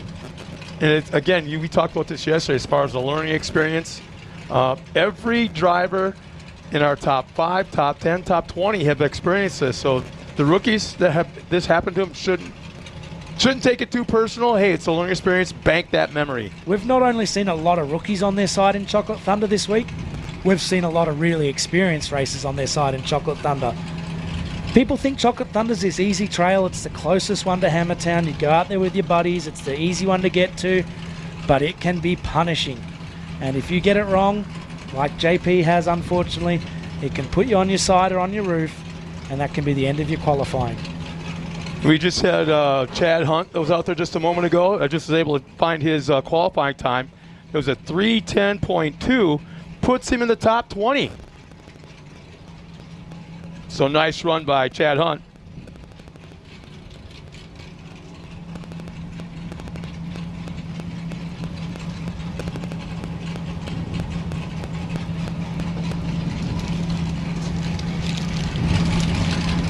Now as our Warn and Factor 55 recovery team get JP back onto his wheels, we have a great number of cars staging down here.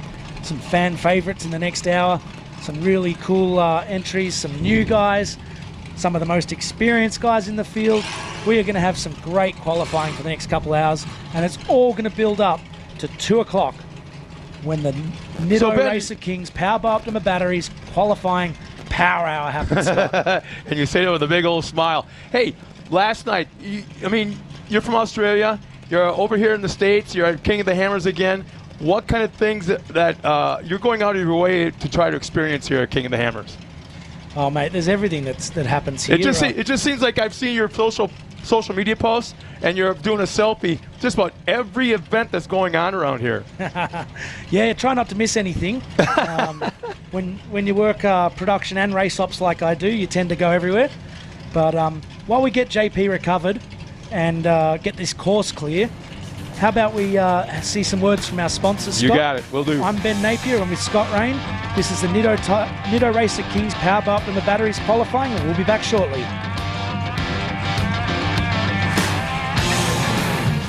Built for those who answer the call. This is the all-new, get it done, Nitto Recon Grappler. A true all-terrain for the job site or the campsite. Recon Grappler stands out as the new standard for all-terrain light truck tires.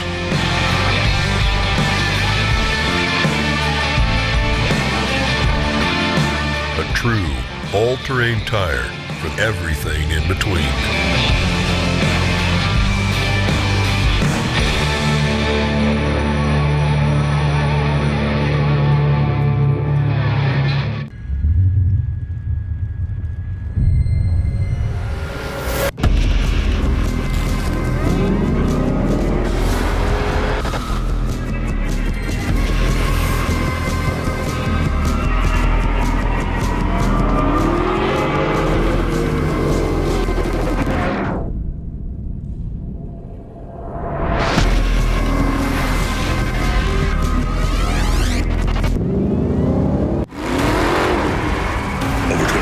Of off-road racing dominance.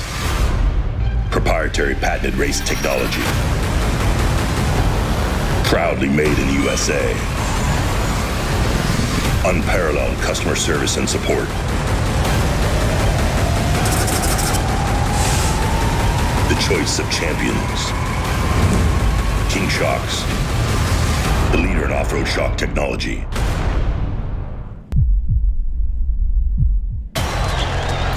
All right, Chase, number 23, it's 2023. This championship's yours. Let's show these guys what's up. Easy, boys. It's not over yet. Big dog still gotta eat. Whatever you say, big dog. Seriously? These fools think I'm fried? They know the deal.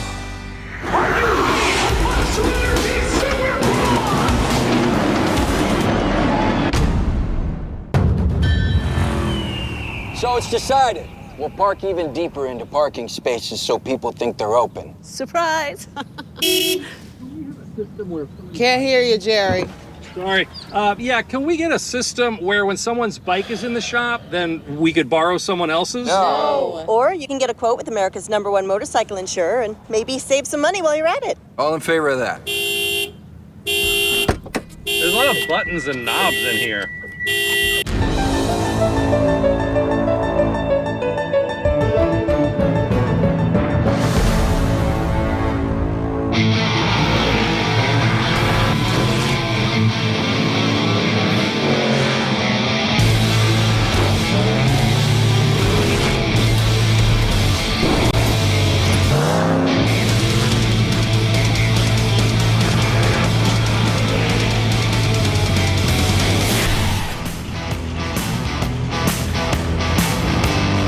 And welcome back to the 2023 Progressive King of the Hammers, powered by Optima Batteries.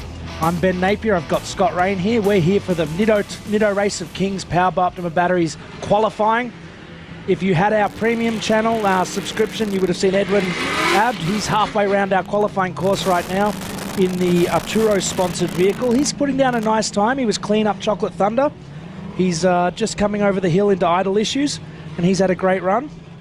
And we've got another one of our really long-term competitors sitting on the starting line, or he's just up into Chocolate Thunder now, the 4434 of Kevin Yoder. So we've got 2 cars on course as Edward makes his way down idle issues. And Kevin's just trying that pinch line. He's gone to the right. And Kevin Yoder, wow, that is a name in Ultra 4 and King of the Hammers. If you don't know who Kevin Yoder is, he's been around since almost the beginning. Kevin has been racing for 16 years at King of the Hammers without missing a single race. He only missed the OG race, which he was so devastated that he didn't race that race. And he's always been in a red car with big Pitbull tyres. He's a privateer. He told me this set of tyres is on their 3rd race at King of the Hammers. So just a moment ago, Edwin Ab crossed the line with a time of 3:09.8. Top 20 qualifier, 16th in position as of right now. For nice work, Edwin Ab. Nice, clean drive. Kevin's driving a car that was built in 2011. So she's an old one and she's still holding together. And, you know, he's been competing here since almost the beginning. And we've just seen Guy Miller take off. He's in the Chasing Time 4464 car. Co-driver Keith Nichols. And he's just made it out of Chocolate Thunder nice and cleanly. That was a nice climb there from Guy. And he'll be heading up our ridge as Kevin comes off the ridge. He's carrying a pretty decent amount of speed heading down. Just approaching the 2-minute mark as of right now. Yeah, the speeds are only going to get faster and faster today as we get closer to power hour. And I think we're going to see some of these cars later in the day just absolutely fly across the hill there. There's a couple of nice rollers that you can do quite a nice jump along that ridgeline, and I'm sure we're going to see Lauren and Shannon and Shearer do some amazing speeds across the top of here.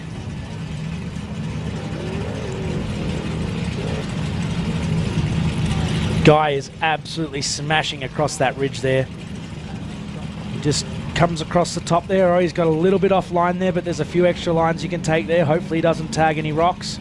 He's coming into the sand turn there as Kevin Yoder heads for the second valley. He'll be coming into idle issues pretty shortly. Oh, Guy's just run a little wide down there in that bottom screen. That sandy corner there is really deep. You've got to watch out that you don't drag your diffs around it or lose steering. And he's just gone wide, unfortunately. We should be seeing Kevin Yoder into idle issues pretty soon. Lots of action here. Lots of action at the 2023 Nitto Racer Kings qualifying that we're having right now.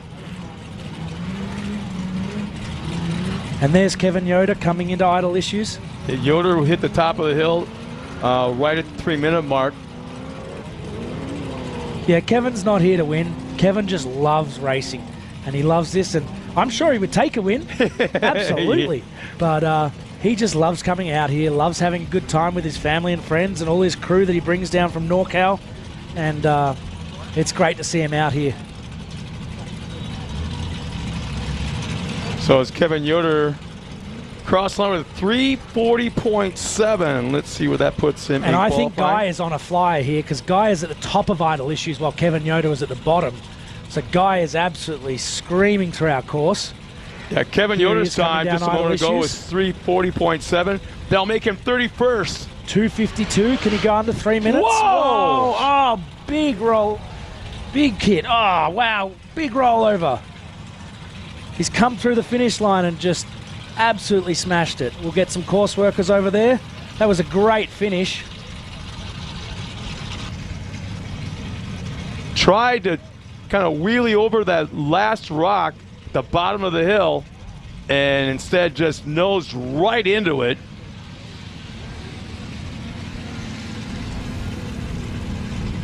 But it did hit the front bumper. It didn't appear to, the rock appeared to hit any other components besides that front bumper. So hopefully we can get him up on all four once again and actually watch him drive away from that.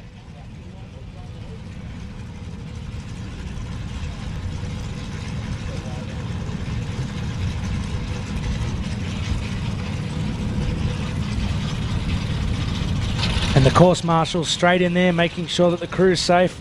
They'll get them out of the car and get everything sorted, and we'll get back on with qualifying very shortly. Did we get a time for Guy Scott? Because that was an absolute screamer of a run.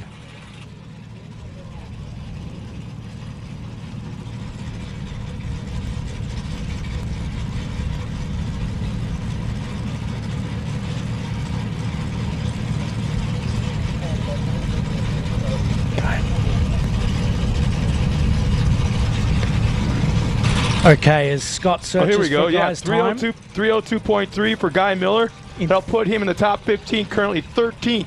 In 13th. I think our crew have a replay of this. He smashed through that way, finish. really? Should we see it? We got I think to we see should. this. Let's see that Absolutely. again.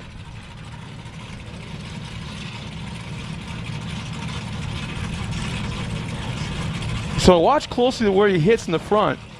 It doesn't appear, because he's already nosing it, so hopefully it'll hit the bumper instead of the front case on the axle.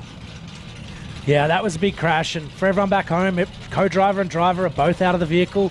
They're wandering around and just getting some recovery done, so everyone's okay. And good thing is he's outside the car and walking around going, oh, crap. And the crazy thing is, he rolled after the finish line. Yeah, that was all because after the line. The finish line is about a car length above that drop-off. So he was really throwing down, though. He wanted the best time there, and he really pushed his car, and unfortunately, that one just got a bit unlucky. Well, you're going to like what we're going to see in just a moment. Next car on course should be Brian McVeigh in the 55. I'm sorry, in the 270. But right behind him, Mel Wade. Yeah, I know you like to call that name out more than a few times while racing. And Scott, while we get this course clear and get ready to go again, we're going to hear from some of our sponsors. This is the Nitto Race of Kings, powered by Optima Batteries. Qualifying, we'll be back. PCI Race Radios, the leader in off-road communications since 1972. Our equipment was developed for racing in Baja, perfected for enjoying the weekend with family and friends. Stay in touch with our track stereo intercoms, two-way radios, satellite communications, helmets and headsets. Find new adventures with GPS. Breathe clean air with Race Air Fresh Air Systems. PCI has the highest quality communications, navigation, and safety equipment, backed by the best support in the industry. Find us at hundreds of events each year, supporting our equipment on site and providing the PCI Weatherman Relay.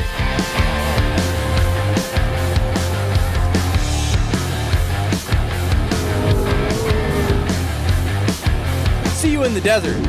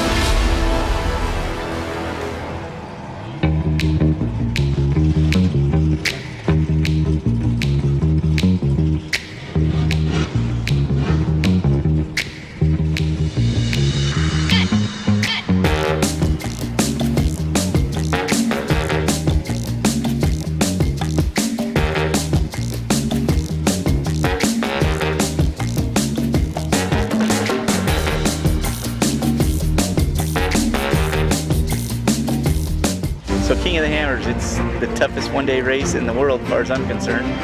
When you need your winch, that's the only thing that matters. It's about getting to the finish line first. It doesn't matter how you do it.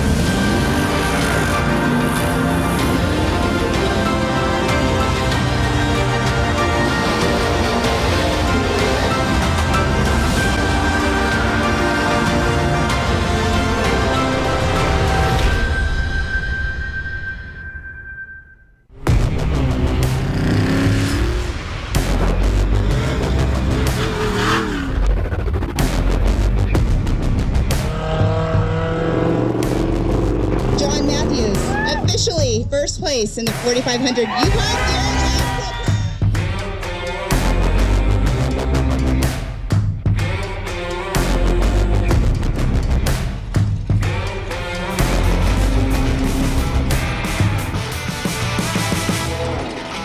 And welcome back to the action. We're live from Chocolate Thunder. Brian McVeigh is attacking our course. He just schooled Chocolate Thunder, had a really nice drive up there, and he's heading up for the ridge and heading onto our qualifying course. If you want to follow the action all the time, make sure to get to kingofthehammers.com/live and become a member.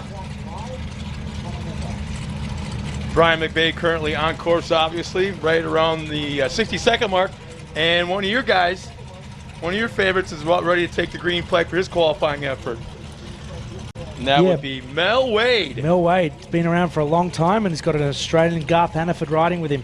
But Brian McVeigh, he is in a really cool car, built by a really good buddy of mine, Adam Woodley, at Wide Open Designs. I really like this thing. He's got a big motor in it, and sponsored by Diddy's Big Block. Jeff Ginter built the motor. He's brand new on some Mickey Thompson tyres that he's out here running for the first time. And he's from St. Clairsville in Ohio. He's come all the way out here to race this Wide Open Design car, and look at him eating up this course. Even through the deep sandy ruts, plowing right through it. Yeah, that sand section's nice cool out there. Nice time going, man.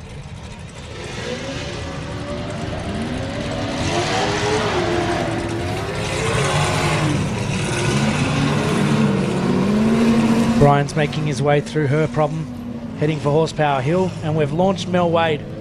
Now Mel, he's running Waylon Campbell's old two-seat car that he purchased off the Campbells.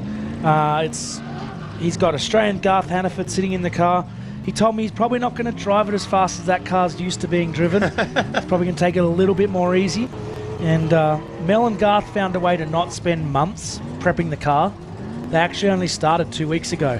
So that means you can't take months to prep the car if you only start 2 weeks before the race. But they've done a great prep on it. They've done a lot of pre-running. They're both really experienced. Garth comes across from Australia to help Mel get this car ready. And Mel's been out here for years racing the red Nitto Jeep. And he's stepped up to that two-seat IFS Campbell car. And I'm sure he's having a laugh going up that hill because it's probably a lot faster and a lot more comfortable than his old Jeep that he used to race.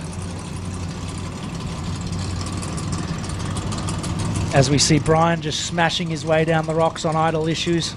Well, for a second there, I thought we were going to see a sub 3 minute mark, but it'll be close, but it'll be over 3 minutes, obviously. It slipped a little. Hopefully he's got a bit of control coming down this last section as he approaches our finish. We don't want to see any more issues here. He does launch off there pretty good too, though, but keeps it on four wheels, and nice solid one from Brian McVeigh. I think 3 minutes 20. Yep, 3 minutes, 20 seconds. 20.9 seconds, it'll put him 24th. As we see Mel Wade making his way across the top. That car doesn't look like it's running at full pace there, or otherwise Mel's just being really nice to it. And, I know he wants to finish qualifying, so he's probably taking it a little bit easier, but I think we'll see some Campbell cars run a lot faster than this later in the day. Yeah, here's the thing about Mel. He sees the big picture. Like you said, this is a newer car for him. I don't want to do anything crazy just in qualifying. We got a whole week. We got a big race on Saturday. Let's get in the field solidly before the race on Saturday. Absolutely. No, Mel's been racing for a long time. He's got a lot of racing knowledge, and he's a very smart competitor. So, yeah, he will be saving that car and just making sure he learns it as well. He might not have even driven it really fast before. This is probably his first time in this car at speed in race conditions. So, yeah, just taking it easy, keeping all the tyres alive, and keeping the car together.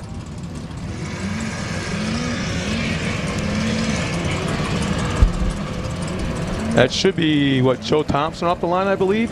Mr. UFO himself, Mr. Joe Thompson. This is the guy that builds such a large number of cars in the field.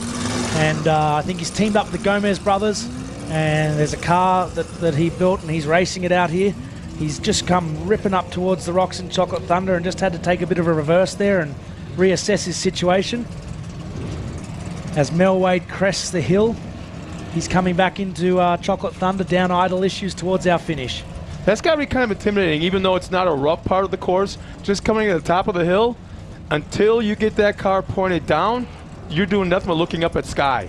Absolutely. You don't know where the other side is. And then when you point it down, you've got to get it pulled up and turned hard right, because we're just bringing these competitors just slightly down this road and then turning them hard back into idle issues. And it's a bit of a sketchy spot, and you've got to have your wits about you. So they've done it cleanly. Mel's blasting off down the end of the qualifying course. Let's see whether he gets the finish. There we go.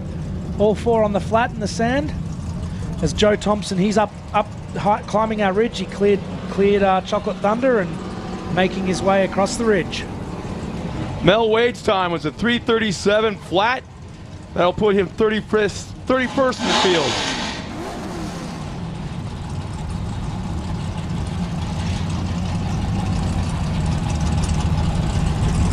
There you see Joe Thompson on course. Not a bad pace, not overly quick, but nice and steady across that ridge. Yeah, he's making that UFO car work. Joe does all the design and development for the UFO cars, and he's a real space engineer style designer. He comes up with some really, really cool stuff, and it's really cool to see him out testing his own stuff, just like Randy Slauson races his own stuff, and Shannon Campbell races his own stuff. Here's Joe Thompson racing his own design car out here at King of the Hammers this year. And staged on the line, we've got the 221 of Cody Miller. We've got another UTV here, ready to qualify for the Nitto Race of Kings. That'll be throwing it up against our standard 4400 competitors. Here's another side-by-side, a Can-Am. And Cody's put it up there. Now, he got to qualify 2 days ago, so he has run this qualifying course at pace. But I bet you this car is very differently set up from the one that he'll be racing in the Can-Am UTV Hammers Championship. This will have bigger tyres, bigger setup. They can run a lot different things. They have to have a different fuel cell and a few other things to meet the Ultra 4400 tech as well. So, you know, he probably has 2 or 3 different cars out here this week, because I think he raced the Toyo Desert Challenge on Saturday and Sunday as well. Yep. So it's a slightly different setup that you need for each of those. So Cody and his team, you know, I'm sure they've done their homework. They've bought a vehicle out here more suited for 4400 racing, and we've seen them very competitive in the past, and they've taken it to the more historical Ultra 4 cars and 4400 cars. Cody launches off that ridge. Whole car airborne on the ridge there, as Joe Thompson's coming down towards the finish in Idle Issues, making those turns through the S-bends there. Man, I think he ran the same mile per hour all the way down Idle Issue. Not slow, not fast, but nice and steady. Yeah, he was pushing down there.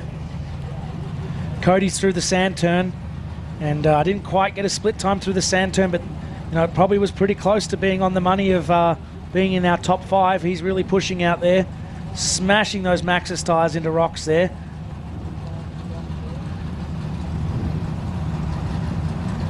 Cody's out of Greenville, Texas with the Miller Brothers Racing Team.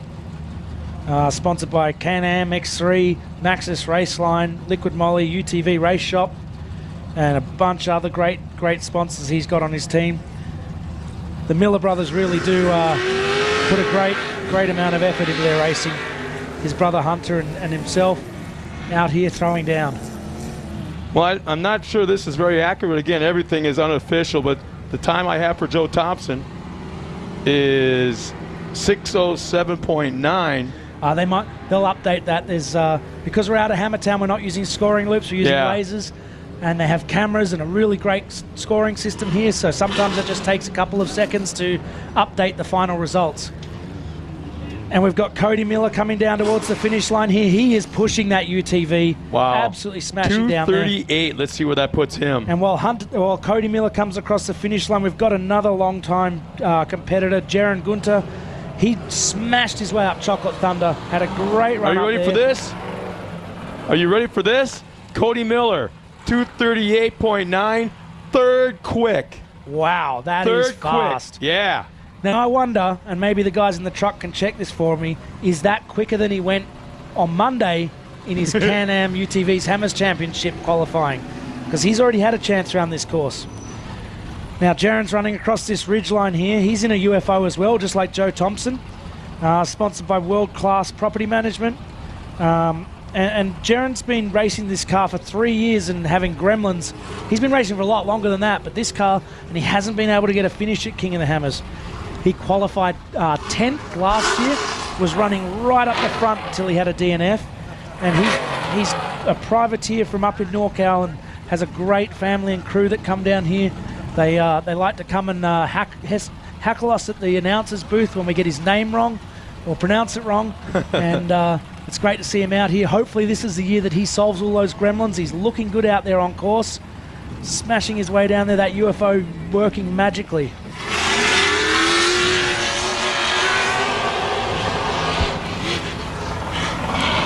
I want to say it was Greg Adler. We've got someone running out of order because this morning he had a media commitment. This is Mr. Brian Crofts in the number 9 Campbell car. He just took the start into Chocolate Thunder, and we know Brian's going to be trying to set a blistering time. He's been right up the top of our qualifying several times in a row, and he'll be really smashing it. Oh, but disaster for Jaron. He's stopped out the back there. He hasn't quite made it up the hill to Idle Issues. We'll see if we can get a better camera angle and see what's gone wrong. Oh, he's got it moving again. Brilliant. Maybe it just came out of gear, something just a bit unusual with the shifter. He's over into Idle Issues, still moving strong. I'm sure he'll still get a nice finish as well. Jaron looks like he's going to have a nice qualifying. Yeah. Possibly sub 3. And Brian Crofts in the bottom right there. He's really ripping along that hill, jumping that Campbell chassis across the ridge there. As Jaron Gunter launches over the finish line. 2:59, 14th. Not quite as good as last year, but a solid run. He'll be happy with that. It'll push a little bit with power hour, but good to finish there. Yeah, like you said, 2:59.1 for Jaron Gunter. 14th quick. 14th in the top 15. There we go. As Brian Crofts tears up our course here. He is on a mission. He wants a top spot. I'm sure he has a bit of a bet with his wife, Bailey Campbell, to see who can qualify the fastest. And but Brian's the guy that doesn't really care about today. He's out here for Saturday. He wants that king as well. He's done a lot of homework over the last few years, put a lot of effort in, runs his own program, but also works in with the Campbells, and it's a great program he puts forward, and he's just smashing up Horsepower Hill. Look at him go. I glance at the car, I glance at the clock. I glance at the car, I glance at the clock. I mean, this is going to be good. Yeah, this time is a screamer. 2 minutes at the top of Idle Issues. Into the downhill he comes. He is pushing. Coming down, turning in, launching off that drop-off there. He is absolutely flying. Dude, we could have a new quick time. We could have a new quick time. Wow, just launched off there. This is going to be an amazing time. 2:27.9. He has blistered the field by almost 6 full seconds. New fast qualifier, Brian Crofts in the number 9. That is going to take some beating. That was an absolute ripper of a qualifying lap. Well done, Brian. He was smooth, he was fast, he kept it together. He went flying out the finish gate, didn't even look back. That was a great run. And now, Ben, now we got a visual of what it looks like when they're fast. So when we see this again next time, we have something to gauge off of. And now we have one of our other long-term competitors, Greg Adler, Mr. ORW. He's out there in this car with his co-driver Kirby, one of my good mates. This is actually another really old and historic car in the field. This is the old Trail Gear IFS car that Matt Messner used to campaign. Really? It's been cut apart, changed, It doesn't even rebuilt. look like it. Now it's got a Bronco body on it. Greg is throwing it up that hill there, absolutely smashing his way up the climb towards our ridge. I'm sure he's going for a top spot. He's been racing this race a long time. He knows what it takes to do well here.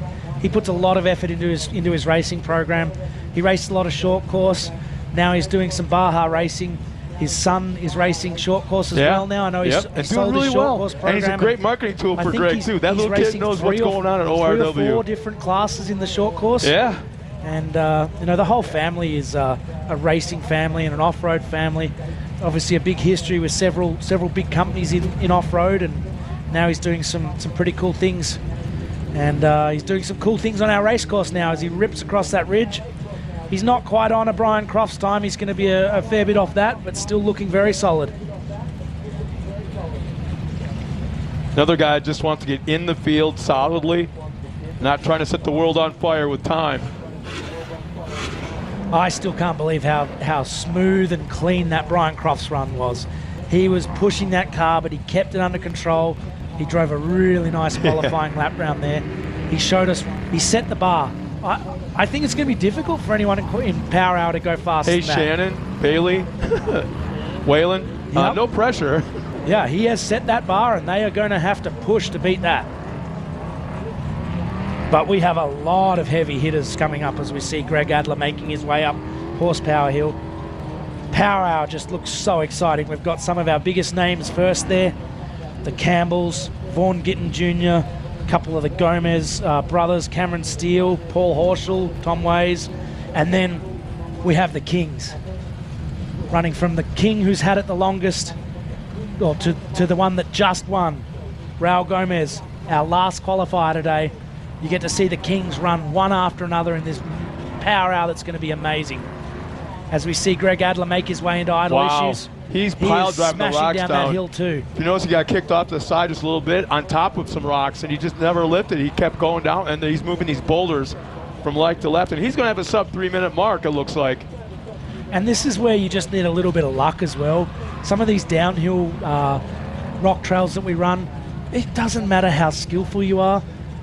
You can get a bad bounce, and it doesn't matter how quick you drive.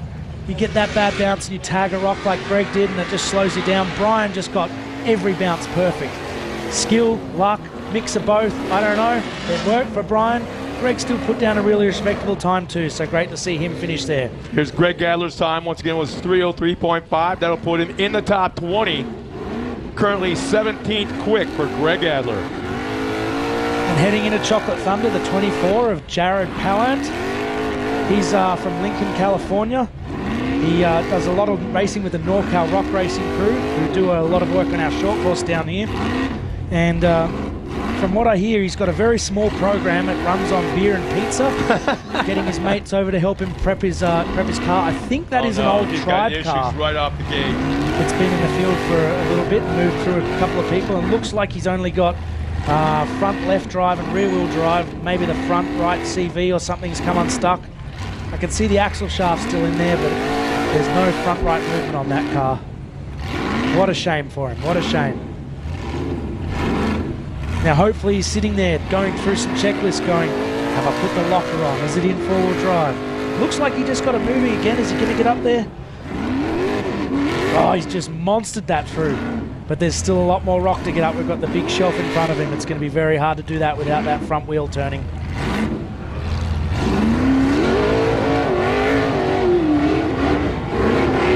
But he's not giving up.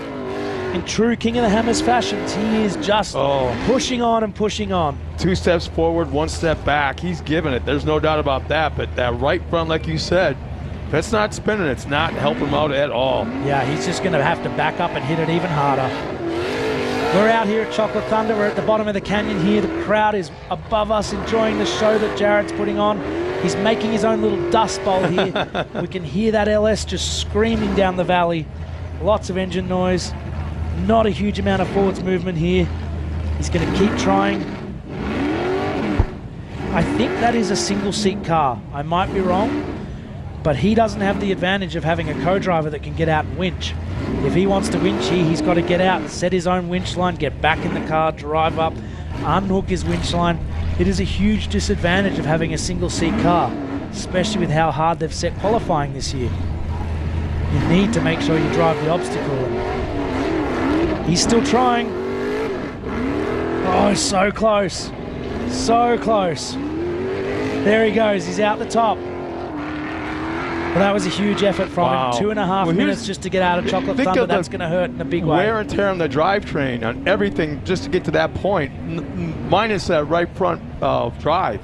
Absolutely, and this is the car that you've got to race in our huge 3-lap race on Saturday. And you know, some of the top teams, they'll essentially pretty much change a drivetrain.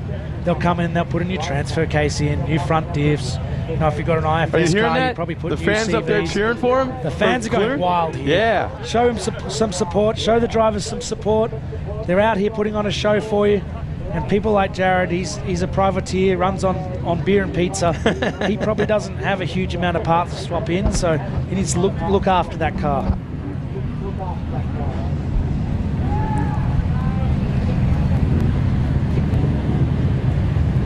He's making his way across the ridge and down towards the sand here. Looking nice and smooth across the ridge. As I said, it's not going to be an earth-shattering time. That amount of time he got stuck in Chocolate Thunder is just going to kill his top qualifying dreams, but still moving, still progressing towards our finish. He's about halfway around the course now.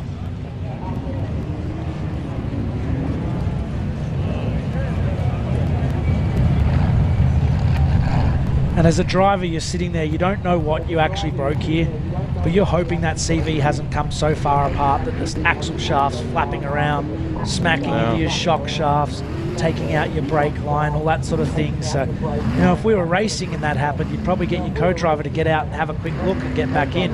But qualifying, there is no time to stop. You need to go, go, go. You are setting that time. You don't get to get out and see what's wrong, because if you do, you're going to be right at the bottom.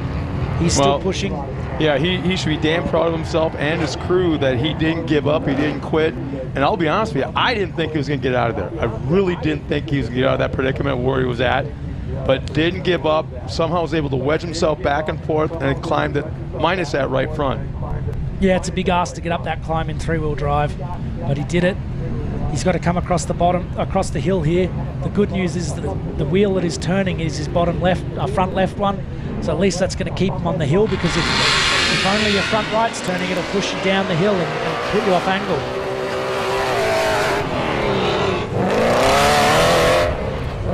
We've got another competitor off the start line as Jared comes down to our finish line here at qualifying. And this is Mr. Sam Collins in the number 32. This is a crowd favourite. This is one of my favourite looking Ultra 4 cars, King of the Hammers cars. Jared's he's over 5 minutes. It's going to be about a 5:20-ish. He's come through our finish line, but Sam Collins, this is one of the coolest cars I think out on the course, Scott. They call it the Ultra 49 Ford, and it's a 1949 Ford FB. He came 17th last year, but it has a Cody motor, 5-litre Cody motor. It just screams. And Sam built this thing, and it's got that retro rat rod looking sort of thing, but it's full full King of the Hammers car underneath it. Legitimate suspension, runs through the desert like nothing else, and he's here to compete here. He's not at a car show. He doesn't mind rock rashing this thing.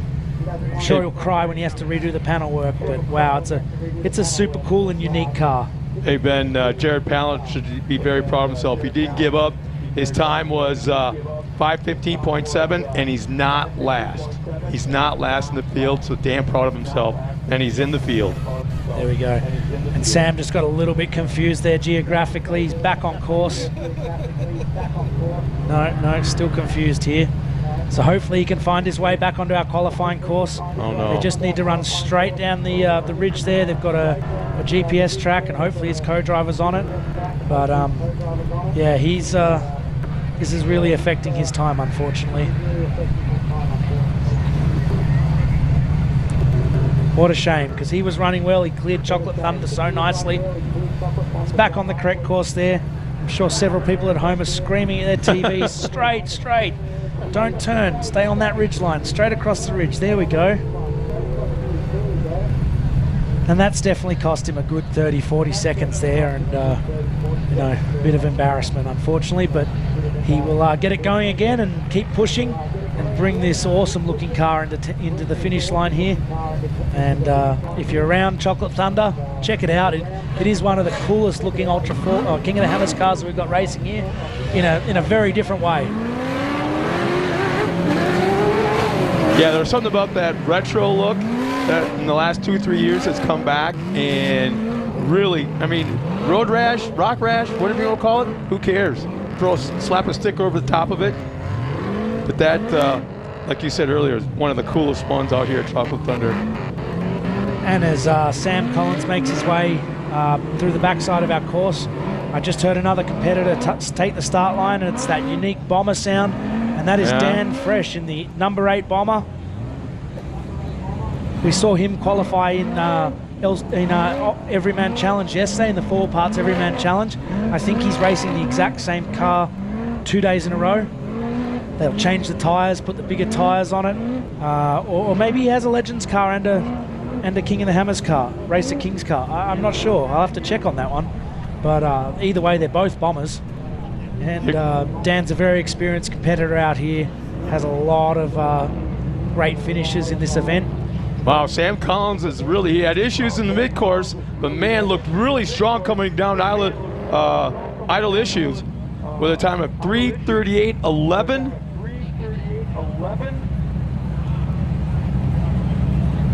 Yeah, solid time there. Yeah, that'll put him 36 in the lineup as of right now. 3:38.11 for Sam Collins, 36 in the line. And now we're watching Dan Fresh. So we have a bit over 100 competitors in this event. So he's in the top third at the moment, or just behind the top third. So, disappointing with getting a little lost up there, but he's held it together and come into the finish nice and strong. As Dan Fresh punishes that bomber across the top of this hill. Look at it work. Look how nimble that suspension is. These cars are very light. The suspension in these solid action cars just dances across the top. You're exactly right.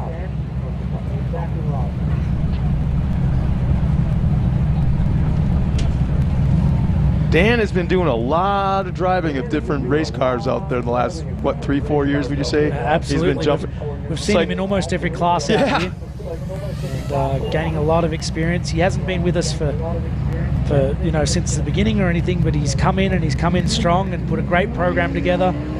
And he's had some great partners over the years, and he's still racing in these bombers and doing great.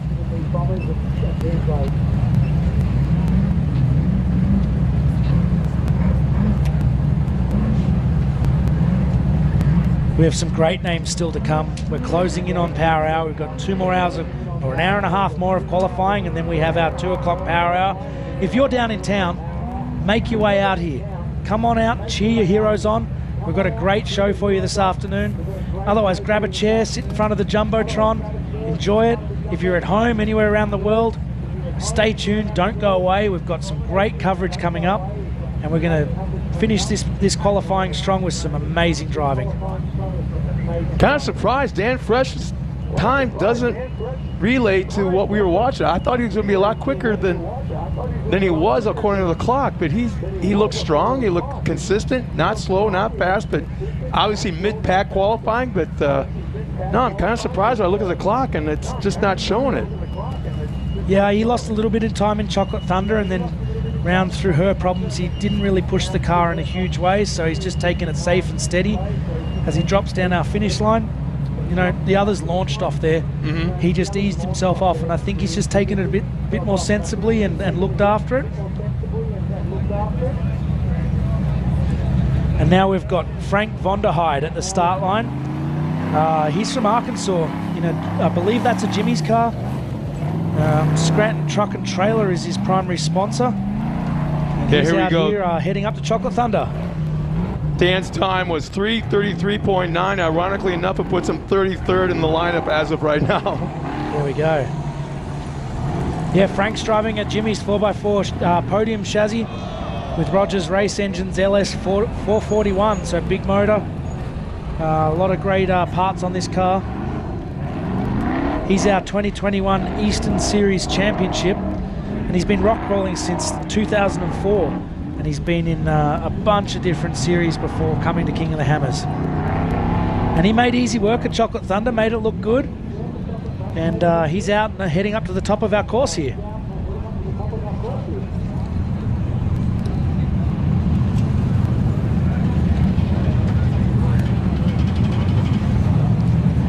And this is where he has to be careful, because we've seen so many competitors do so well in Chocolate Thunder only to tag a rock on this climb up to the hill. It's so scratchy, there's so many big rocks that can damage your tyres, rip a wheel off. And he's piloted his car up that hill nicely, and now he'll be running across our high-speed ridgeline.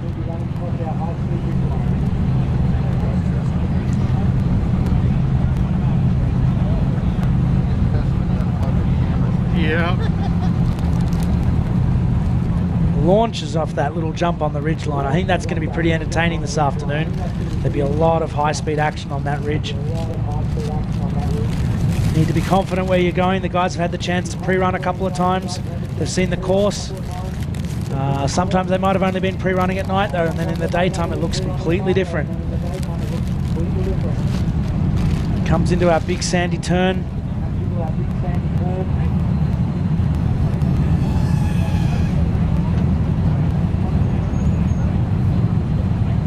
Back into this rock boulder field here, heading down to her problem. He's pushing this car quite nicely, keeping it under control, but you can see he's bouncing off a few things, so he's not taking it easy.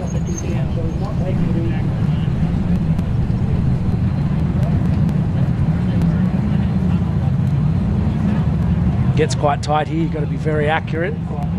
Make sure you don't hit any of those big ones. Yeah, it looks like there's a little scar on that left rear. Yeah, that left rear's definitely hit something, and same with the front left. So you've got to be careful of your tyres out here. You can lose a lot of time and also a lot of ability of the vehicle. If you've got a front tyre, it's very hard to side hill across the top of idle issues and make that turn down. So you have to be careful. Here comes Frank, cresting the top of idle issues. Not going to be one of our fastest times of the day, but it's going to be solid still.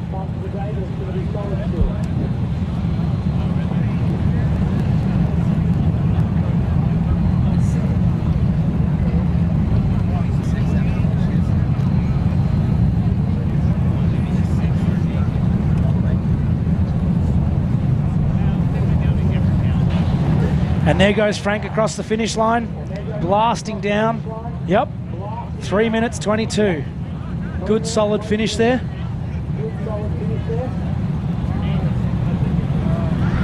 And we've got the number 72 of Hunter Sparrow staged here, about to head off the start line. Now Hunter and his wife Kimberly race this event. They share the driving. Kimberly drives the EMC and Hunter drives the Race of Kings event.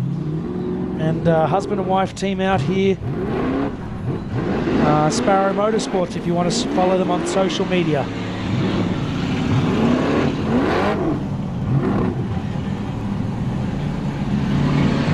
A name that you like to mention quite a bit on race day, or anytime that 4400s are on the course.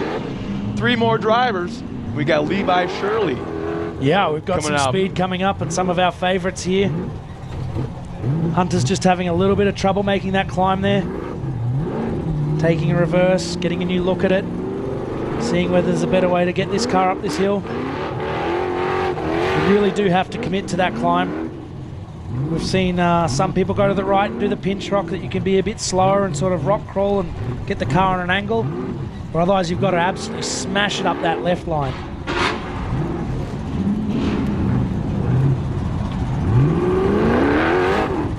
He's up halfway. He's just got one more climb to go.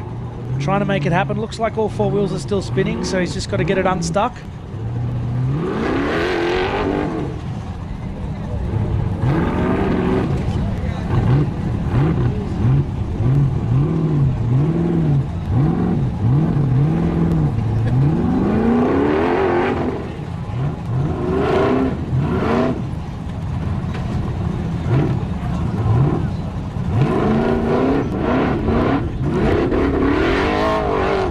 And Hunter's almost up there. One more attack at it. There he goes. I think he got up there in that one. Yep. Up and out of the rocks. Cost him a bit of time. 1 minute 43 is his progress time, so that definitely hurt him a bit. He'll be a bit upset about that, but still a lot of course to go and can make up time out here on this ridge. It's a good thing they're going down Chocolate Thunder on race day. I don't think this course would handle going up again all day long. Yes, but they have to go up idle issues. So what's the trade-off? Because that looks pretty difficult to me too. So yeah, there's going to be some interesting lines being made, that's for sure.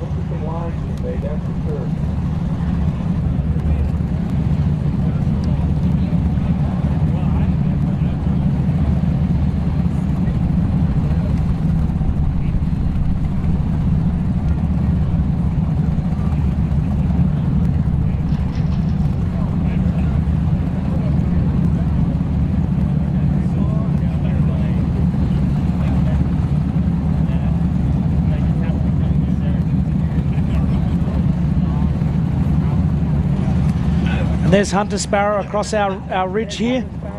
Amazing views back to Hammertown. It's a great little bit of course there. Really love racing along the top here.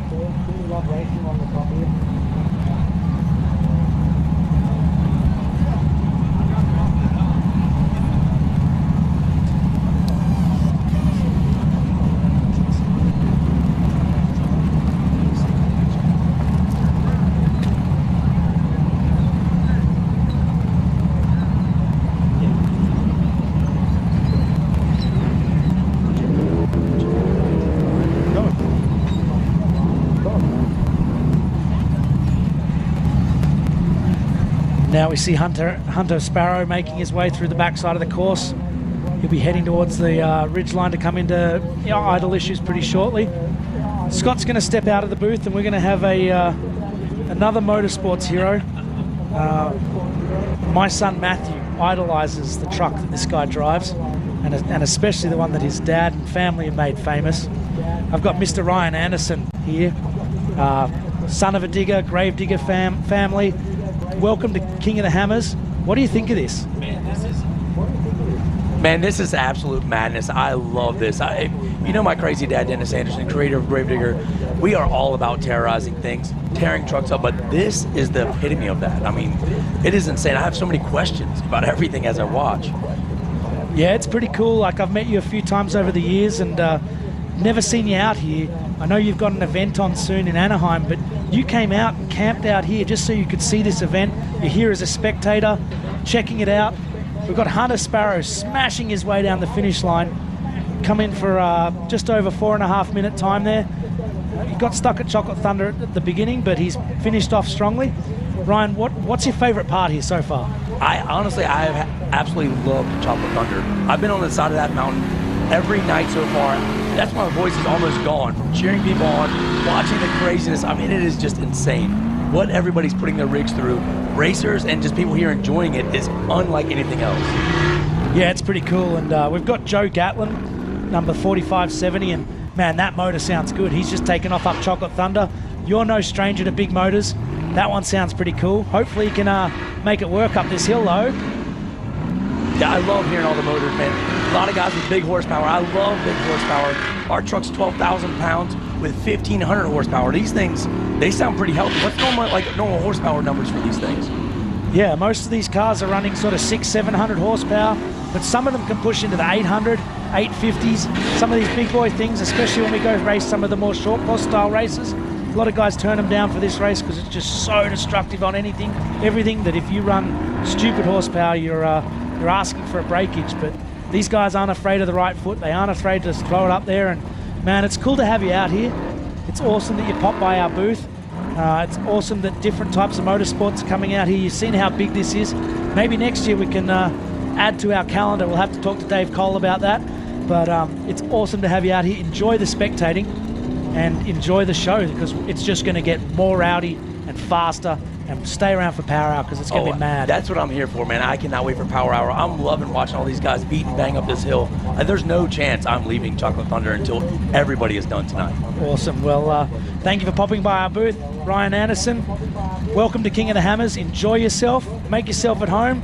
It's good to have you as part of the family. Absolutely, man. Thank you guys for having me. I love the event. I cannot get enough of it. No worries. Thanks, mate. We'll get Scott in here.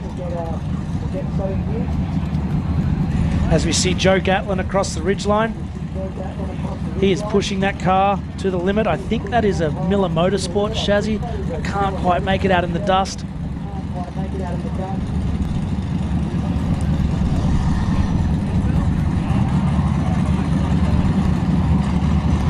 And you can see the crowd starting to build.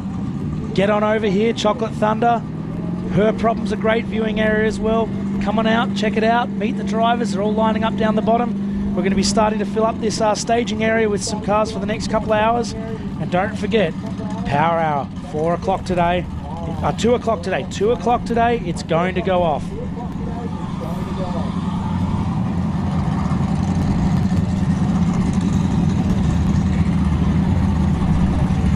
Joe's making his way down Her Problems, heading towards Horsepower Hill. And you can see all the spectators out there watching. There's plenty of places to watch this. Grab your spectator map, look at where you can go. Stay behind the fences, be safe, please, people, and enjoy the show.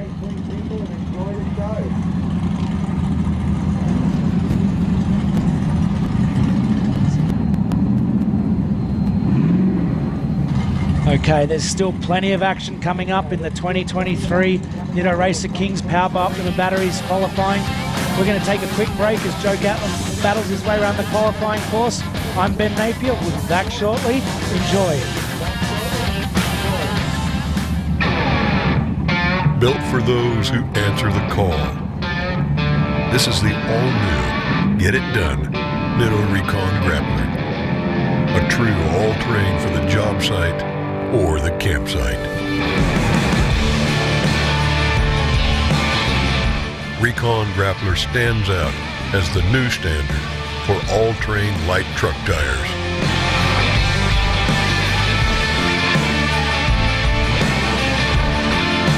A true all-terrain tire with everything in between.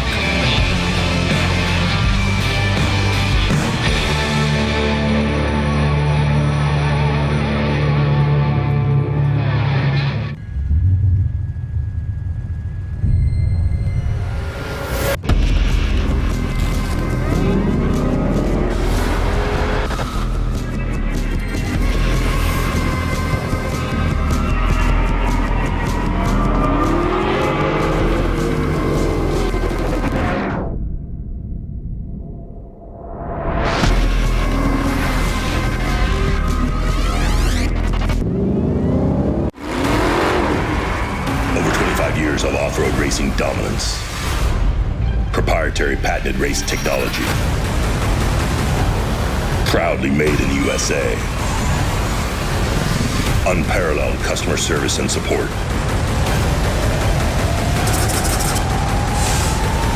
The choice of champions. King Shocks.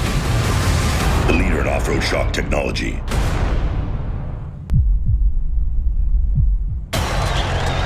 All right, Chase, number 23, it's 2023. This championship's yours. Let's show these guys what's up. Easy, boys. It's not over yet. Big dog still gotta eat. Whatever you say, big dog. Seriously? These fools think I'm pride? They know the deal.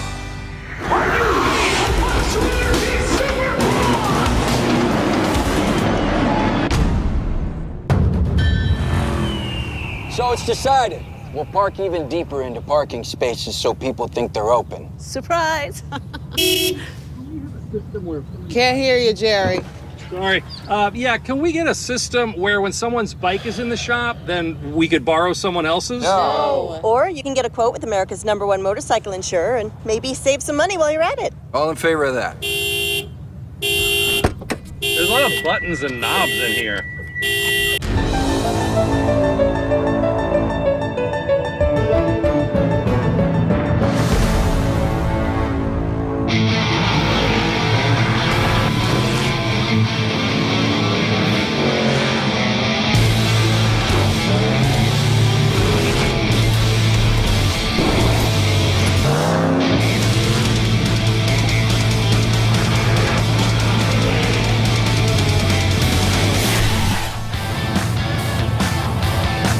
Welcome back to the 2023 Nitto Race of Kings, powered by Optima Batteries. We are in qualifying hour, 12 o'clock hour.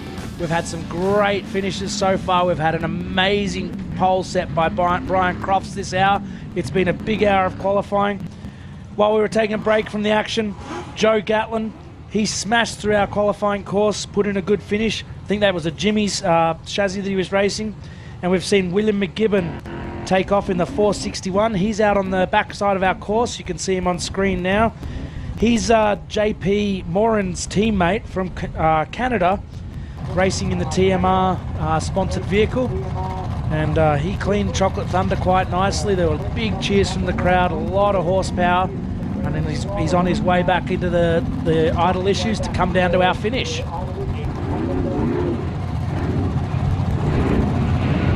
And he's running the red numbers of a rookie, so this must be his first King of the Hammers. Makes them really recognisable with those red numbers on their race cars, and awesome to have him as part of our King of the Hammers rookie program. Oh no. And boom, oh, that was a big hit. No. Just nose straight into that. Looks like he's got no forwards or reverse at the moment. Not sure if it's just popped something out of gear or... Less than 100 feet from the... What a shame. Line. Oh, man. What a shame. Hop. He's still working on it. Hopefully he can get this thing free. Oh, lots of smoke and noise. Lots of dirt flying everywhere. The crowd is screaming. Williams got it going again, heading towards our finish line. And he got it through the finish. Oh, that was lucky. I thought he was in trouble there because there was no movement for a while. But he just smashed it down to that finish line. Scott will get us a time in a minute, and we're going to go live with our next competitor, Tom Gilpin from SEI Racing. Tom's heading up our Chocolate Thunder qualifier, and let's see what he's got with this climb.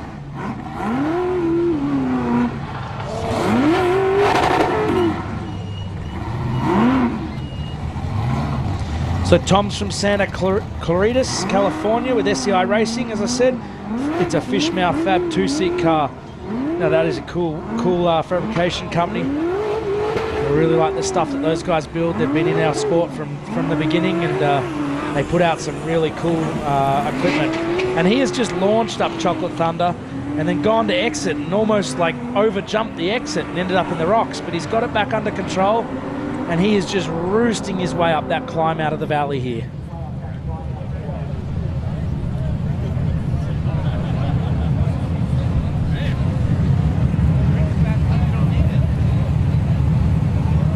Almost looks like that car isn't pulling 100% in the front wheels the way that dirt's coming just off the rear. Hopefully he doesn't have an issue, but he's up on the ridgeline now, and we'll see him take some speed and see how fast he can get this thing running across the ridge.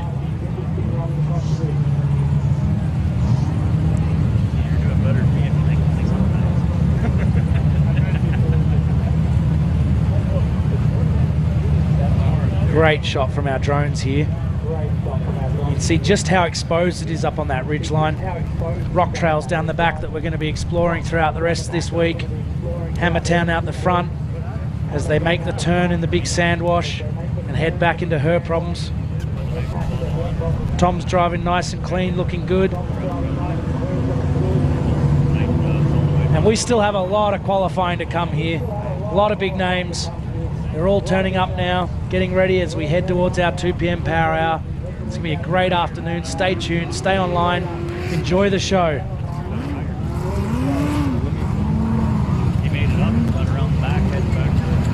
Tom's around the back on her problems, making clean work of that rock section, heading towards Horsepower Hill. Really important you clean through this tight little pinch area. There's not many options. You've got to keep it clean, keep your tires inflated, and then plant your foot up this sand. Make sure you get all the way to the top.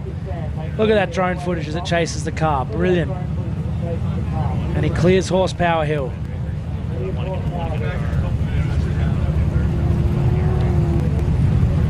He's got one more valley to run, then we'll see him come into idle issues. Should be climbing that hill now and about to crest the hill into idle issues. There he is. Now he's getting onto that side hill section, then he'll turn hard left, come off the drop off. Just rocks that big boulder. Got away with it, I think. And through our S's, turning down towards the finish line, and that's the finish gate right there that he just crossed through. And he's out onto the sand wash and going back to Hammertown. Well done, Tom.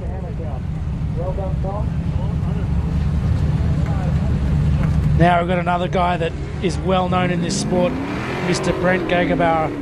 Brent's been racing for a long time with us, 4 parts, great sponsor of the event, sponsor of the Everyman Challenge. Brent's been out here racing for several years. He's really committed to this sport, helps us hugely, and it's great to have him and his team racing with us this year. Brent's had some hard luck at this event. It's a tough event. Brent's had some issues over the years, but he's also a really competitive driver, puts a lot of time into it, really loves being out here. He's just on that far side of Chocolate Thunder, just getting a little caught up. I think this is a Trent Fab IFS car that he's racing. Although he has a crew that does a lot of work to it themselves and changes a lot of things on it. He's had it for a few years now and starting to really get it working. He just backs up and just takes a slightly different line there, and this time it's pretty much worked for him. He's almost at the top. Got a little bit tippy there. It's a long way down from up there, so you want to get it right. Otherwise you'll do a big backflip like we saw this morning. And there he goes. Out the top of Chocolate Thunder, nice and clean. Well done, Brent. Let's see him head up and attack our ridgeline next.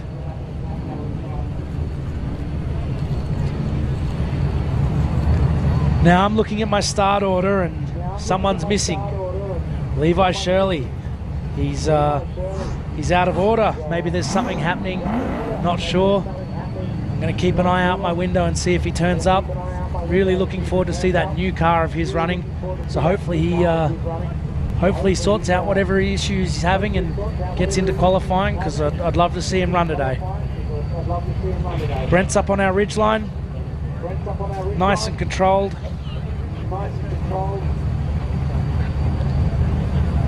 Picking his way through these helmet-sized rocks that litter this ridgeline, coming back down onto the other side towards the sand turn.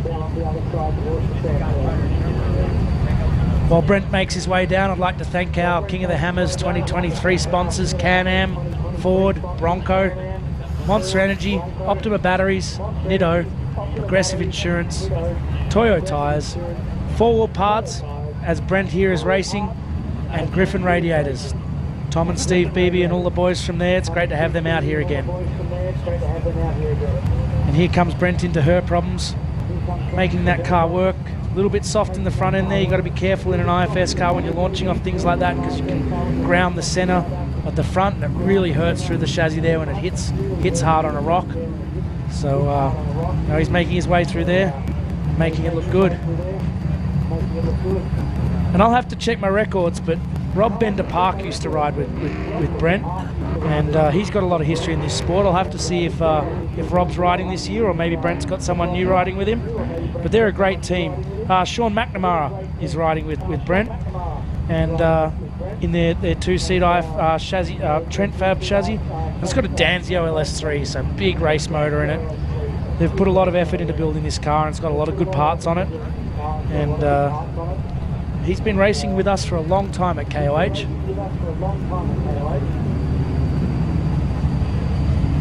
Brent's coming into idle issues, taking our side hill, then he'll turn down.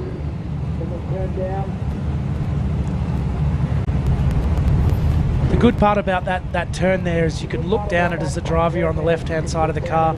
Look down, you're well spotted. Turn in there, heading down towards the S-turn. What's amazing about this driver right here, right? Wild man, soft guy. And he's a white-collar executive during the week, and comes out here and just tears it. And then put the helmet on him and all hell breaks loose. Absolutely.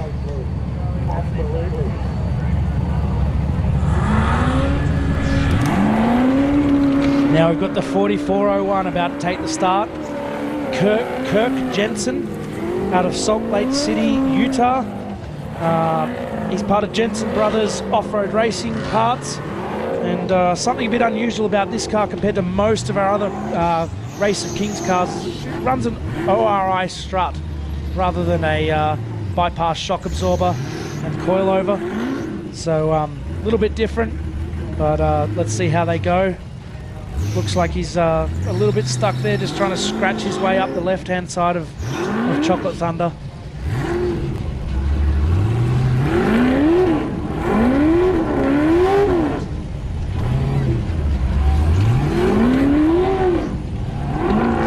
Russell Jensen riding with him. They did their first Ultra 4 race at Nationals in 2021. And this is Andrew McLaughlin's old car. So this car's been around for a bit. Cool to see it back out racing. And their dad, Mark, actually started ORI struts. So they probably have a contract with him that requires them to run their dad's struts, I would think. So good luck out here. Let's see what they can do. At the moment, they're a little bit stuck. I'm not seeing the right-hand front tyre turning there, so either they've got axle or locker issues. Looks like it's going again now, though, so hopefully they can get it moving.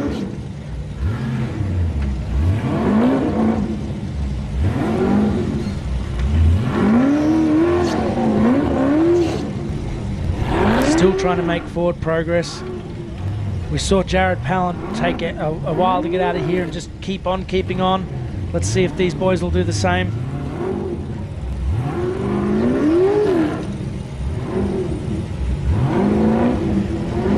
Again, we've got Kirk and Russell Jensen on our qualifying course in the 4401. It's a Jimmy's 4x4 two-seat chassis. Has a CBM LS7 and Turbo 400. running those ORI struts.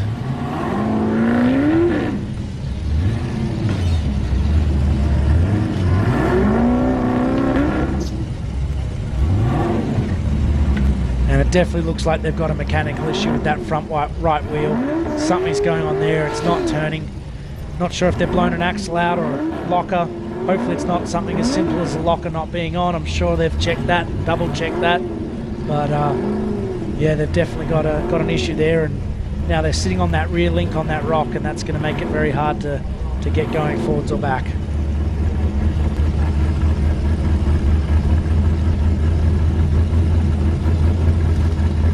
And when you're racing like this is where you've got to make a quick decision. You know, you're not going to move, you're just tearing things up. Get that winch out, get moving, keep on course, because the more time you waste, the further back the order you slip. These guys need to be jumping out pretty quickly and getting this winch hooked up if they're going to try and finish our course here. We've got the recovery worker there, so that strap is provided for every competitor. They can hook on. It's in the same position. The competitor has to hook onto it, and then they can use it to self-recover themselves. If they self-recover themselves, they can stay in qualifying. If the recovery crew have to step in, touch the car, move the car, pull the car around, that's the end of your qualifying. You are done. So these guys have to self-recover. They can use our fixed tow points. It just ensures everyone's got the same tow point. It's nice and safe. We're not going to pull anything down the hill on top of anyone, and try and keep this qualifying course moving for you all who are watching around the world. And the other thing is I found interesting is the fact that once you spend all this time trying to winch out of a problem or a situation, your co-driver jumps out of the way and you take off. You don't have to, I mean, they can get in the car, I guess, if they want, but why waste the time? They have to be fully belted in before you can take off, so just step aside, let your driver go. Yeah, and it takes a couple of minutes to get belted back in, and we always ensure for safety that our teams are belted in properly, helmets on. So for this type of qualifying where, it's pretty easy to get around without a co-driver, a lot of the guys will elect to leave their co-driver behind and make him walk home, and we encourage that because it's nice and safe for them as well.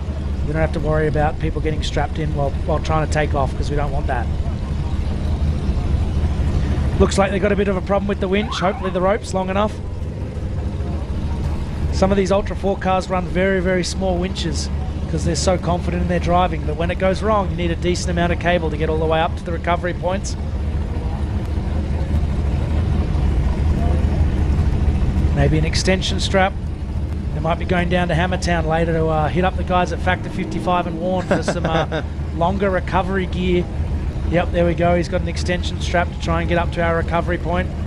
Well, the driver and teams, they don't like to winch. They don't like to do that kind of thing. But right now, the guys from Factor 55 are looking down going, yeah, okay, show them what we got, guys. Yeah, hello, Justin and the crew down there. I'm sure they're watching on the live stream.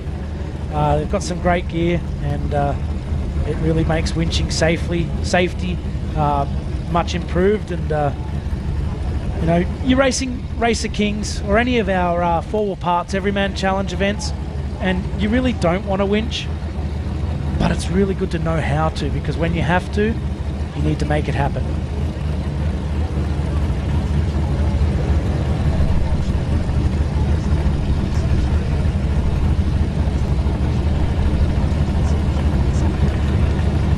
Okay, and as the Jensen brothers do their recovery here and try and get back onto course, don't forget, coming up soon, Power Hour, 2 o'clock. All the big names in Power Hour. It's going to be great. We've got Bailey Campbell, Waylon Campbell, Cameron Steele, Brent Harrell, Paul Horschel, Paul Wolf, Lauren Healy, and then one of my favorites, Jason Shearer. He's coming up in the part of when the Kings run. Let's hear from Jason Shearer. He's got a few things for us. Take it away, Jason. Hey, I'm Jason Scherer. I'm a 3-time winner at King of the Hammers. I'm driving the number 76, and we're out pre-running, getting ready for the 2023 King of the Hammers, which is something I'm super excited about and can't wait to get out here. So the King of the Hammers is touted as the toughest one-day race in America. There's a lot of different elements of it that make it tough, but we have rock crawling trails that are some of the hardest in the world, some of the toughest sections of desert that combine them. They're really big washes, big holes, nothing but gnarly all the way through, which makes it one of the toughest 250-mile races you could ever imagine. getting to go out and drive the new car. This is our second time testing. The first time we only made it about 12 miles, so we had some bugs, and it's been really fun to work through them and try to get everything sorted. Find a way to take this King of the Hammers race and find a way to build more of a trophy truck style, but for the rocks. And so this is sort of the meddling of two different sports coming together into one and finding a way to make all those balances work out, because there's no perfect setup, it's all a compromise, and everybody here that's racing it has their own vision of what would work best. When it comes to race day, you find out who's right every time. This is the fastest car I've ever driven, and I'm ready for this race right now. Like, bring it on tomorrow, let's go.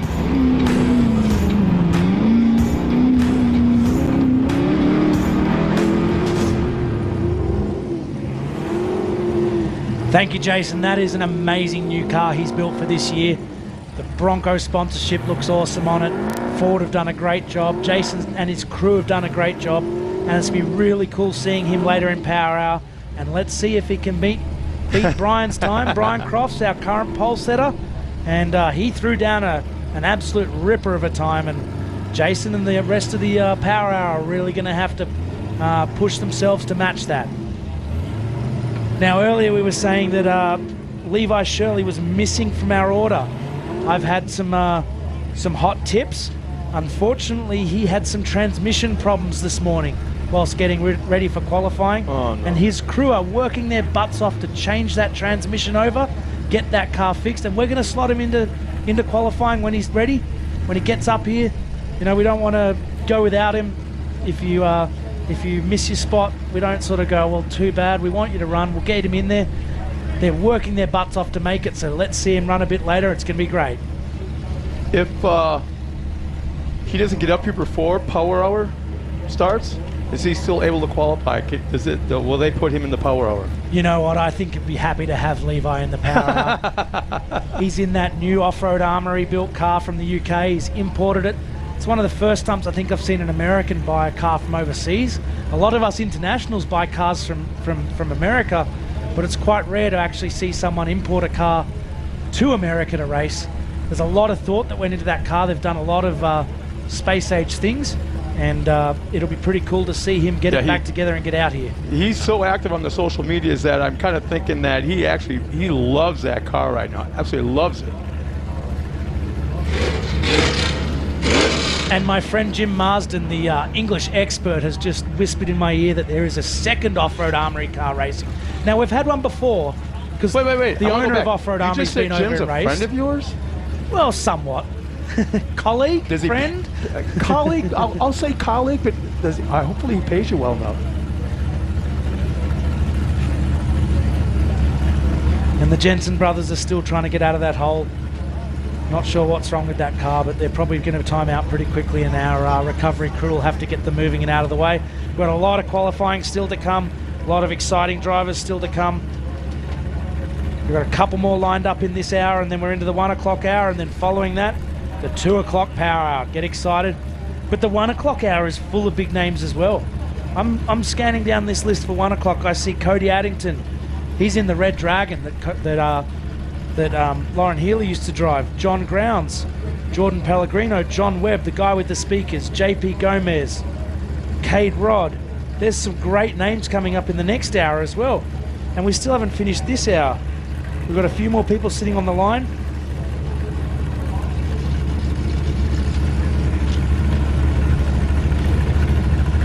We've got someone with significant Ultra 4 history, Mr. Travis Carpenter, lined up. I think he's going next. It's great to see him back and racing. I'm sure he's brought his crew out here. And while we wait for the Jensen brothers to get recovered here, let's check out some words from our sponsor. I'm Ben Napier. This is Scott Rain. We're live at Chocolate Thunder. We'll see you soon.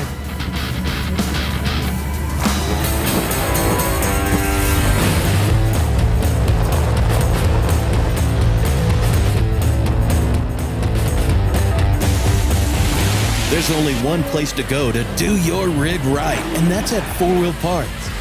Now is the time for bigger tires and larger wheels. Now is the time to lift your Jeep at 4WP.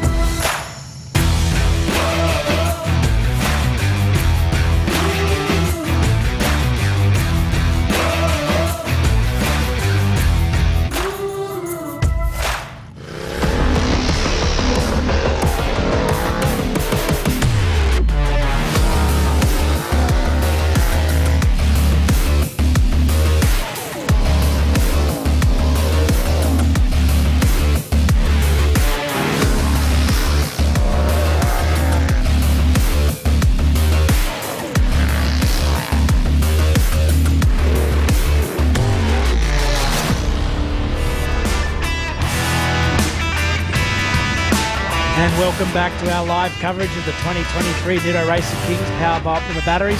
I'm Ben Napier, I'm joined by Scott Rain. We are live here from Chocolate Thunder for qualifying. We've just got a slight course hold. We're still trying to get these guys out of the hole. They're almost there. We're going to get back live with qualifying very shortly. A lot coming up this afternoon. It is so critical that these guys push themselves for qualifying. It's going to be a dusty long race, lots of rocks, and these guys are really going to push this afternoon to get that top qualifying spot. We've seen Brian Crofts throw down 2 minutes 27.9. That is just a crazy time. He was smooth, he was clean, but at the same time he pushed that car, that Campbell car, to the max. Brendan Thompson set an early time, 2 minutes 33. Then we've got Hunter Miller and Cody Miller, the brothers, third and fourth currently. 2 UTVs right up in our top starting area. Here's the interesting part. They didn't look that fast. They really didn't, but nice and smooth.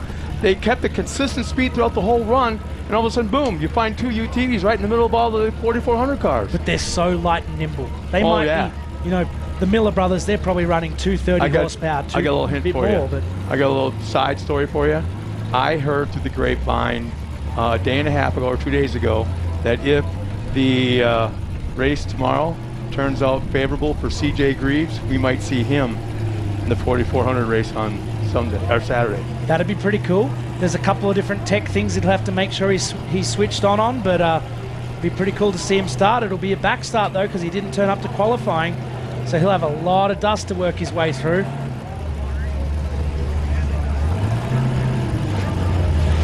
As we see the Jensen brothers pulled up that last little bit of the Chocolate Thunder climb, we'll get them out of the way. Travis Carpenter staged on the start line from NorCal. Travis has been racing Ultra 4 for as long as I can remember. He stepped away for a few years, had some time off, and now he's back with a vengeance, a brand new car. Looks great out there, staged on the start line. I'm sure they're going to be throwing down.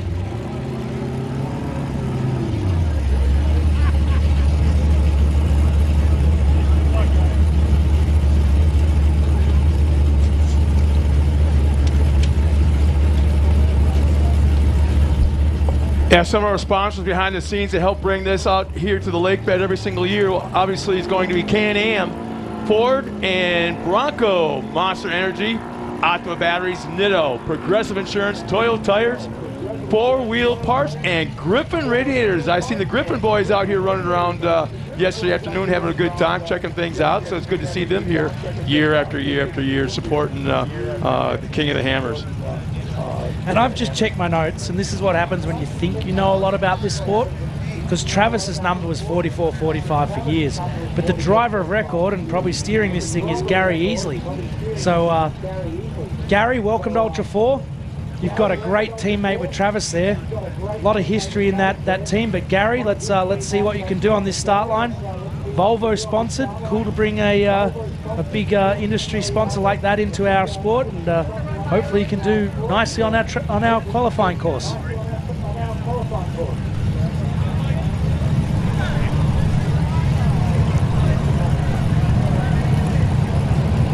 It's amazing how one car or one incident somewhere out on that course in those rocks can bring everything to a screeching halt. But then you got to think about it this way. This is all for safety, keeping the drivers, the crews, but basically the course workers in the safest conditions possible and nobody getting hurt. So sometimes you just got to do what you got to do.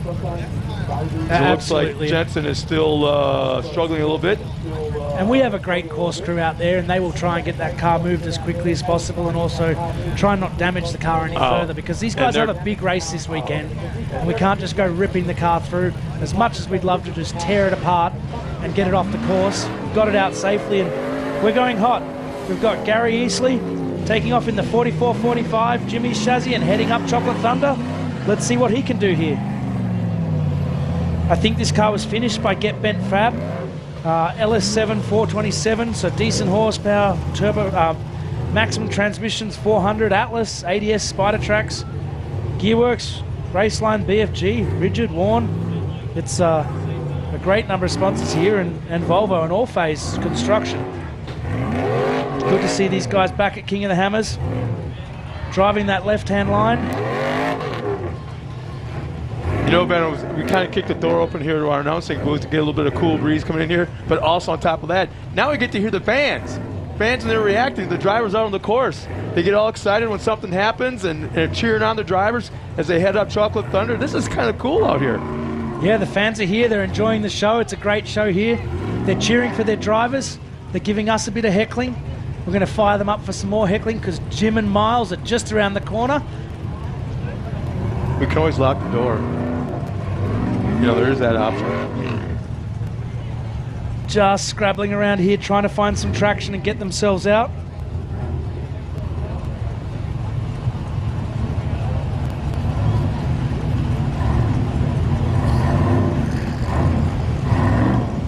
The next couple drivers in line, ready to tackle Chocolate Thunder. Eric Merriman in the number 4215. We got Chris Branton right behind him in the 4046. And then starting right around 1 o'clock will be Derek Starr in the 992 and Brent Moffitt in the 992 along with Cody Addington. Yeah, I'm looking forward to see Cody run. 5th car in line to take the green flag. 5 cars from now. Always a great competitor. Won the national race a couple of years ago. Threw down and just, you know, come out of the shadows. He bought Lauren's car and just couldn't quite make it work. And then he came out to that nationals race and just absolutely had a great race and showed what sort of driver he really is.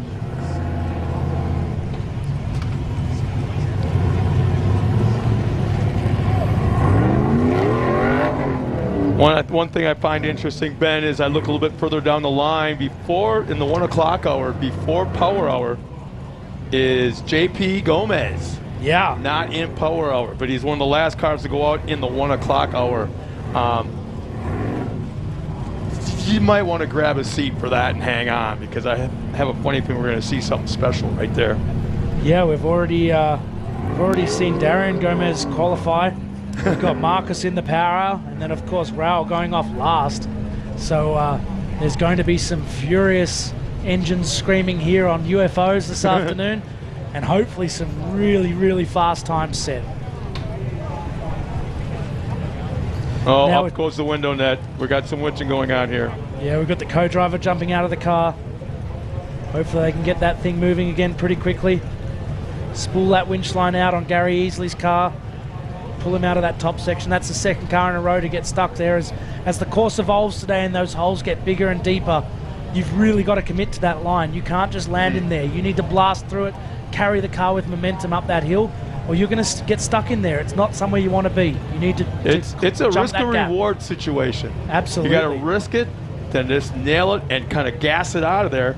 All or nothing. So it's a big time risk and reward situation right there in that spot. Again, some of the sponsors behind the scenes that helped put on this event: Amsoil, Drive 16, CA Technology, Spider Tracks, KMC Wheels, Laser Nut, PCI Race Radios, SDHQ is the company behind the rookie program, and Curry Enterprises, Brannick Motorsports, Yukon Gear and Axle, Holly, EFI, King Shocks, VP Race Fuels, and Warren Factor 55. Hey, Ben, we haven't talked about it for a while. I'm not sure if you and I talked about it all this morning. Let's hit up the kind of update the SDHQ rookie program. What was that all about? Yeah, the rookie program's a great program that King of the Hammers put on. Help these guys get into our family. You can see them with their red numbers on the cars. We've seen a couple of them qualifying today. I think we've got most of the rookies through already. The names in the rest of the list look pretty experienced. But if you see a red number, you know it's a rookie, and give them a cheers. Now, whilst Gary gets himself unstuck here, I'm going to head off. It's been a great day. It's been a lot of fun commentating and bringing the action to you guys at home. We've got a new crew stepping in for the next couple hours and to round out Power Hour. I'm going to hand over to Miles. He's back in here. It's been a great time with you, Scott. It's been a great time with everyone at home. I hope you guys enjoy the show. It's going to get better and better. Enjoy the afternoon. This is Ben Napier, and this has been the Nitto Race of Kings, powered by Optima Batteries qualifying. Well, it's good working with you, Ben, and I'm going to step aside. If we can get this guy off his cell phone, I don't know what he finds so interesting on there, but I'm going to step aside, hand it off to Jim Marsden, and the dreamy vibes and the tones of Jim Marsden from the UK. Welcome back to Chocolate Thunder, Jimmy. Well, thank you, Ben and Scott, what a great show. I've been watching off and on all day long, and it just has been a great show. It's been so much fun to watch, and it's only going to get better. This is the 2023 Progressive Insurance King of the Hammers, powered by Optima Batteries. I am Miles Hasquist, alongside my good buddy, Jim Marsden. We're about to kick this off. Good afternoon, Miles. It's so good to be here. What a wonderful field of vehicles we've got coming up this afternoon. Thank you very much to Scott Wren and to Ben Napier for holding the fort and doing a fantastic job bringing us qualifying live from Chocolate Thunder this afternoon. So Miles, we're just waiting for a recovery at the moment on course. What do we got to look forward to later this afternoon? We've got everything to look forward to this afternoon. It's going to be a great show. Up next should be Eric Miramon with his son Brecken Miramon riding shotgun as they're still trying to get Gary Easley off that worn Factor 55 winch spot. Yeah, Eric Miramon's been racing with us for a very long time, and a very experienced driver here at Ultra 4 and at King of the Hammers.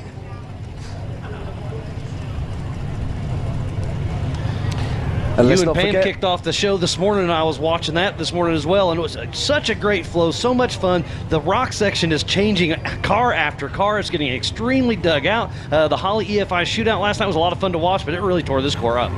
Yeah, we keep saying it. That's the big thing about off-road racing. The course is constantly changing. It's not like when you race on a dirt track or race on tarmac where it's always the same every single corner. Here, in the dirt, it changes. Every car makes the course different, and our drivers have to deal with that.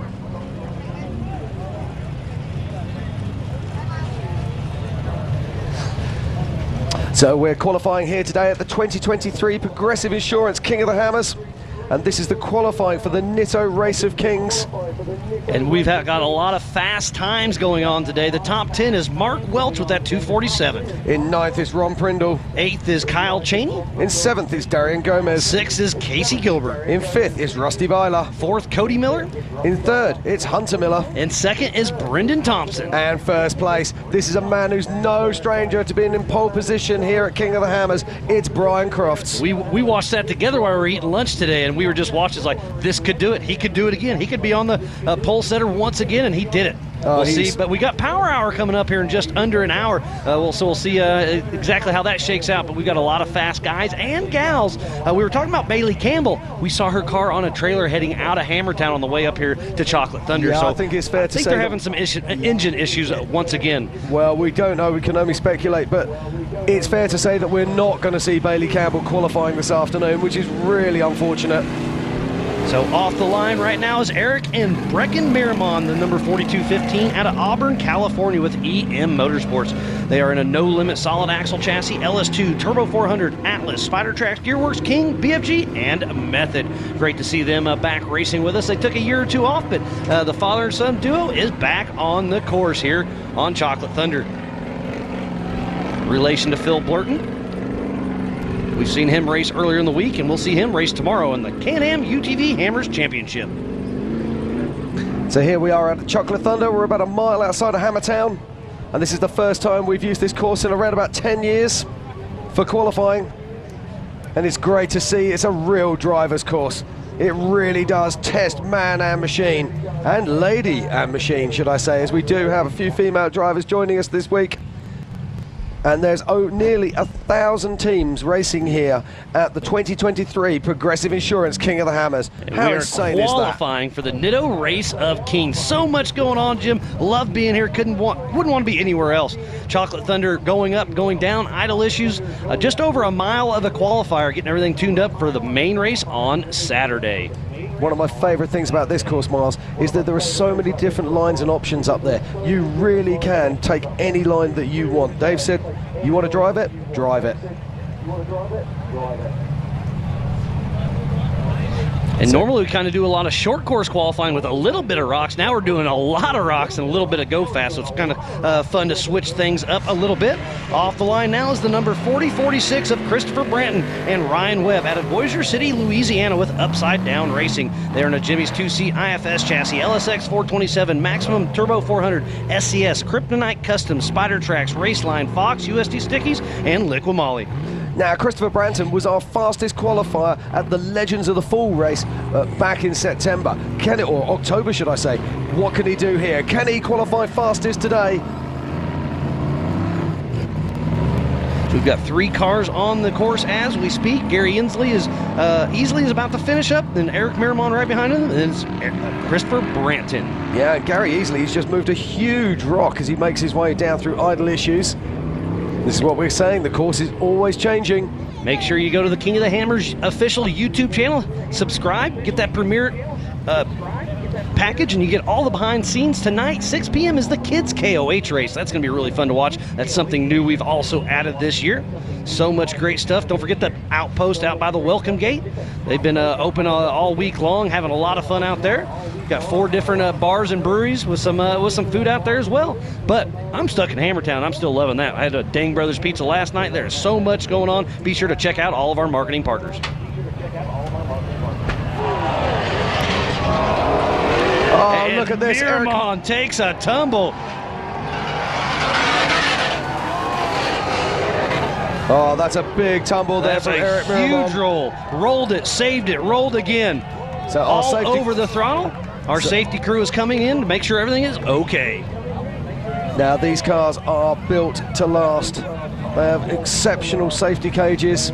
They have to pass scrutineering and technical, and we'll just be making sure that everybody is all okay. As Christopher Branton making his way through the course. And Christopher Branton will receive a red flag very soon and will be stopped on course. Tough break for Eric and Brecken Miramon. But the safety crew is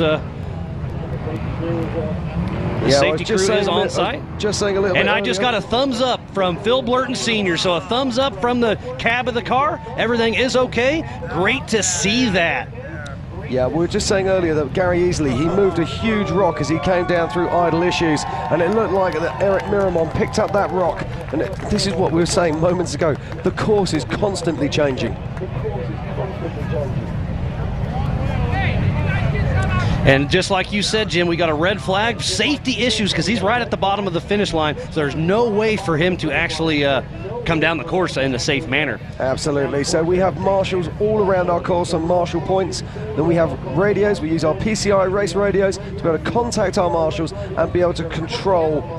And I think we got a great replay coming up for you. Hammer King Production and the whole team does an amazing job. So let's check out Eric Miramon. Now just watch this as he comes down into idle issue. Oh, that was the second roll. He was still full throttle assault. You know, when in doubt, throttle out. Wow, what a huge tumble. Let's see it one more time. Just catches that rock with the right front. And takes her for a ride. That was actually the second roll. There was actually a roll before that one that instigated all of this. But let's talk about safety, Jim. You see how tough of a tumble that was. Big thumbs up from the drivers. These cars are built stout. That's why we have safety in place. It is indeed. No, all of these cars have to pass very strict safety criteria. And we're just going to see the whole roll now right from the start. You see, he comes two down. Separate rolls. And look at that rock. Yeah, carried the front end. Carried the front end, took him away from where he wanted to be, and it all happened so fast. He saved it, and then flicked it back off again. Wow. I mean, he was out of control for 6 seconds or so. That was absolutely insane. Yeah, I can see the driver and the co-driver. The co-driver is out of the car. I can see Eric Miramon now. He looks absolutely fine, and that tells you the strength of these cars. And the father and son duo, Eric and Brecken Miramon, are okay. The car looks like it took a pretty good hit. Hopefully, they can get it back, and everything's going to be okay. But look at the tube on that passenger side. It's now this down is a little bit. This is the crazy thing. Okay, we are on Wednesday today, and so therefore they actually have time to get this car repaired and ready for the main race. It will have to pass through scrutineering. It will have to go through technical safety to make sure it's okay. But there is still a possibility that they will be ready to race come Saturday. Yeah, it's awesome to see that happen. So let's go through the field. The number one qualifier right now is Brian Crofts. In second place is Brendan Thompson. Sitting in the third, IFS UFO, is Hunter Miller in his Can-Am. In 4th place is his brother, Cody Miller, also in a Can-Am. 5th place, straight axle Miller chassis, Rusty Blyler. And 6th place, just behind him in another straight axle Miller chassis, is Casey Gilbert. 7th in a UFO single seat IFS, Darian Gomez. And 8th in another Can-Am, it's Kyle Cheney. A single seat IFS, numbered in that 9th spot, Ron Prindle. And in 10th place, it's Mark Welsh. Another UTV? Another UTV. So how many UTVs? I think there's 5 in the top 10 so far. 3, 4. Wow, that's impressive. Quite impressive. And then in 11th, another UTV, Robert Lee Bull. Then in 12th is Justin Wicks. 13th is Casey Curry. In 14th, it's the Australian Pip Justice. 15th, Jaron Gunter. Then in 16th, it's Guy Miller. 17th, Greg Adler. 18th is Josh Smith. 19th, Tom Gilpin. And in 20th, unbelievably, is Eric Miramon, who we've just seen roll across the line. He rolled across the line, exactly. but he went across the line, so that is absolutely, everything is obviously unofficial until we dot our I's and cross our T's, but that's what it's looking like for now. I had to question myself there when I first read it. I was like, Eric Miramon? And of course, he still crossed the line. He made it across, and 21st is James Mahoney. And a finish is a finish, Miles. Absolutely. And 22nd is Brian Reed. 23rd, Edwin Knapp. In 24th is Chad Hunt. 25th is John Webster. In 26th is John Hall. 27th goes to Christian Bosse. In 28th is Chris Hicks. 29th, Bill Coons. And in 30th place is Bragg McVeigh. I believe we have just over 100 competitors qualifying today for the 2023 Progressive Insurance King of the Hammers, powered by Optima Batteries. This is the qualifier for the Nitto Race of Kings. And 31st is Dennis Sterndal. In 32nd is Frank Vonderheide. 33rd, Chase Caprara. In 34th is Travis Zollinger. 35th, Aaron Smith. In 36th is Dan Fresh. 37th, Brian Caprara. In 38th, it's Mel Wade. 39th is Kevin Porterfield. And in 40th is Sam Collins. 41st is Cole Johnson. In 42nd, crowd favourite Chip McLaughlin. 43rd, Kevin Yoder. In 4th is Brent Gogerberger. 45th is Rick Lavezzo. 46th is William McGibbon. 47th is Matt Neiman. 48th is Joe Gatlin. 49th, Patrick Beckwith. And in 50th position is Jordan Townsend. Worth noting, at 50th place is still running a time of 4 minutes and 30, which is no mean feat on this course. So great times there from our crews. Now we've still got a full day, or a lot more action still here to come this afternoon. Let's not forget, this is the 2023 Progressive Insurance King of the Hammers, and we are here for the Nitto Race of Kings qualifying as we look now at 3-time king Shannon Campbell. Watching the course, seeing everything unfold right in front of him. And of course he qualified just a couple days in the Can-Am UTV qualifier. And he will be qualifying this afternoon in Power Hour, along with all our other kings. But who's it going to be this year, Miles? Who is it that's going to be able to take that checkered flag on Saturday afternoon? There's 20 to 30 names that you could call there. So much technology in all these cars, so many amazing drivers. I mean, we are at the top of the game going on right here. So let's give a huge shout out to Can-Am, Ford, Bronco, Monster Energy, Optima Batteries, Nitto, Progressive, Toyo, 4-Wheel Parts, and Griffin Race Radiators. Yeah. And it looks like we're back in action again. It looks like that's Derek Starr, the 992, off the line now. Is Derek Starr and Connor Starr out of Georgetown, Ontario in the 992 with Hollywood Racing. Making a great, and then he flops her over. Tough break for him. He's in a front yard fab solid axle chassis, Nash LS3 Zero Gravity 6L80, Atlas, Dana 80 Rockwells, Nitto, Raceline, ADS, Industrial Hydraulic and Machine, TMR, and Motive Media. Great to see some of our Canadian. And right now, none of those things are helping. Yeah, they're upside down. No traction when you're under the roof. But I did have to chuckle when you just mentioned zero gravity, because that's exactly what we've seen. That's a good one, Jim. I like it. So the course is definitely proving to be tough today. Yeah, you saw him there. He did actually take an absolutely fantastic line, but we saw it a little bit earlier. When they come off of there, they really want to be starting to turn left, when actually to save the roll, they need to be turning right. And it's so easy to make a mistake. Right, while we're here, let's thank the people who support the sport. Can-Am, Ford, Bronco, Monster Energy, Optima Batteries, Nitto Tires, Progressive Insurance, Toyo Tires, 4-Wheel Parts, and Griffin Radiators. Curry Enterprises, Brannick Motorsports, Yukon Gear and Axle, Holley EFI, King Shocks, VP Racing Fuels, Warren Factor 55. AMSOIL, Tribe 16, CA Technologies, Spider Tracks, KMC Wheels, Laser Nut, PCI Race Radios, and SDHQ Rookie Program. So please support who supports the sport. Thank you to all these amazing marketing partners. And it sounds like we're going to have another replay to see what happened to Derek and Connor Starr. Had a great run going early, bouncing right through there on the left side. Got a little slideways, but then hung on to it, hit the rock just on the right spot, wrong spot, and flipped her on over.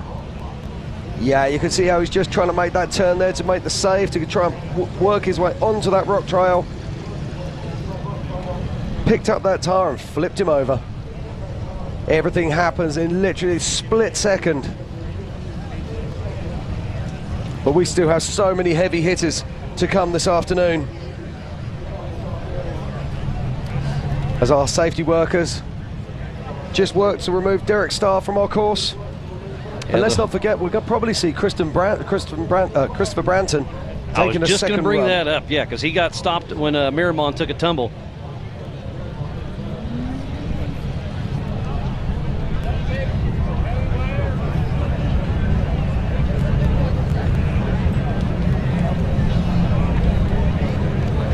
So much exciting things going on today.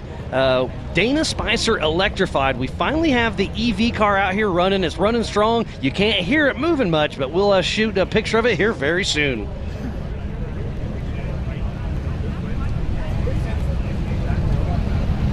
So while we have a little recovery going on with Warren Factor 55, we're going to take a quick break and be right back after this.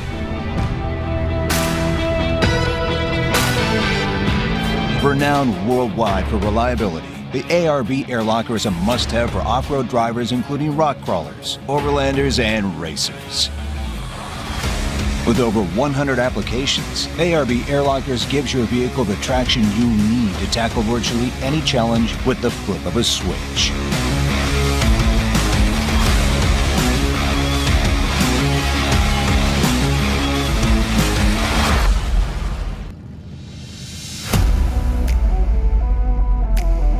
Dana's involvement with King of the Hammers includes our sponsorship of the EV spec class with our Spicer electrified e-powertrains. Dana is here not only to invest in the next generation, but also to provide the next step of technology that's needed to race in the desert using electric technology.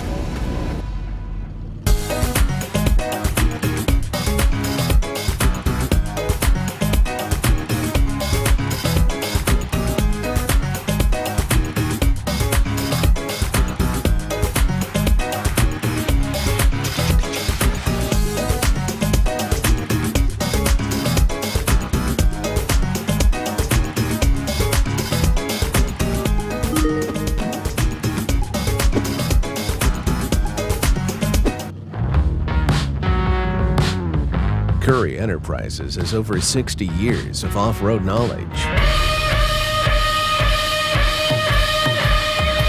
the harsh deserts of Baja to the extreme rocks of King of the Hammers to the Jeeps we drive every day, Curry has the right axle set up to fit your needs. Curry Enterprises, passion for performance. Welcome back, world, to the 2023 Progressive Insurance King of the Hammers, powered by Optima Batteries. We are qualifying for the Nitto Race of Kings. The star car is being recovered as we speak, and here in a little bit we'll have a special deal that Ryan Cobb, the engineer for Hypercraft, is going to cruise around in the EV car here in just a little bit.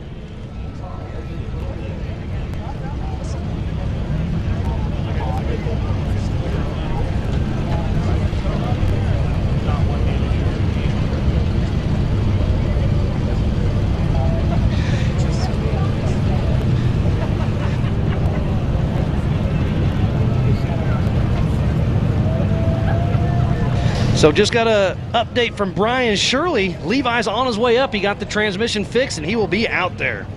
He'll be up here qualifying here in just a little bit.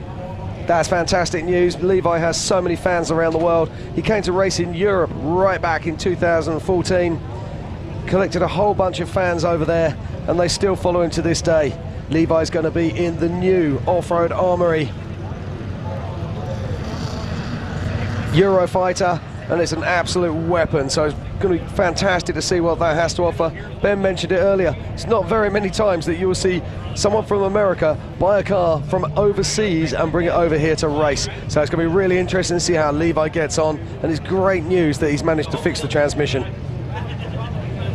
But when you come to Hammertown, that's a normal kind of thing. Seeing so many people this weekend fixing transmissions, replacing engines, as we're now looking. This was our... So that's our fastest qualifier of the day, Mr. Brian Cross, doing a little rerun here while we get Derek and Connor Starr off the course. But this is Brian Cross with his blistering speed of a 2:27 earlier this morning. Yeah, and he takes that left line. He made it look so easy. Sub 14 seconds to clear the rocks on my stopwatch earlier. And just look at that huge leap across the ridgeline. No mercy is given to the rocks by Brian. He hits everything in a full throttle assault. This isn't his first time being the pole setter, so he likes to go fast early on. But Miles, the question is, can he make the car live? That's the question. Exactly, but not just that, but have we got someone else out there who can better that time? We got... Okay, the race action's about to continue here at the 2023 Progressive Insurance King of the Hammers, and we're qualifying for the Nitto Race of Kings. We're all more than halfway through this field of vehicles now. Let's not forget at 2 p.m. or maybe just a little after, we will have Power Hour. And all the kings and all the big hitters. People are tuned in all over the world. We have Caleb Thompson with Ultra 4 New Zealand tuned in, as Brent Moffitt and Dave Johnson in the 401 out of Quanah, Oklahoma with Catch This Racing. He's in a part of our rookie program. He's in a Jimmy's chassis called April Fools. This is Derek West's old car. It's supercharged LS3. That runs a TH400, a Hero transfer case, Spider Trax axles, Raceline wheels, Radflow shock absorbers, and it's a hell of a really nice car. Yeah, come get you some Mickey Thompson and Raceline wheels. Lots of action out on course. You can see the dust is hanging heavy on those rocks. And I am getting confirmation, Jim. Bailey Campbell did lose an engine, so she's on her way back to Arizona, where Waylon Campbell has spent some time this year to get that thing rebuilt. So tough break for the Campbells, but they are not going to quit. They're going to adapt and overcome and make it happen.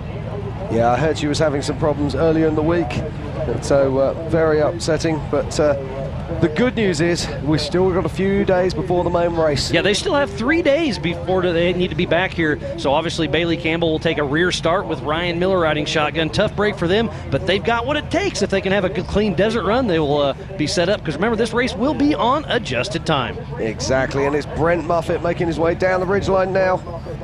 Putting together a fairly good time here. Not too shabby at all. Looks like he might be around that sort of 3-minute mark, but he's got to take care. Oh, getting it all out of shape as he starts to make his turn into her problem. Just looking at the split clock there, he's around about 20 seconds off pace right now. But this is his first time ever racing at King of the Hammers. Absolutely. Again, he's part of that rookie program, thanks to SDHQ and the Hammer King production. And I hear some horsepower taking off. That has got to be Cody Addington, number 888, out of Forest Hill, California, with ADD Racing. He's in the Jimmy's Red Dragon chassis, single seat IFS, turnkey LS7, Gearworks Turbo 400, Atlas, Spider Trax, Yukon, King, Nitto, Vision, Lasernut, Wheelwood, Parts Mike, Custom Splice, Factor 55, and PCI. He started, you remember this one, this is the little black Toyota that could back in the day, running, just chasing a dream. So he is a true everyman challenge, and he's started in the stock class, worked his way up to a real name here in the 4400 Nitto Race of Kings.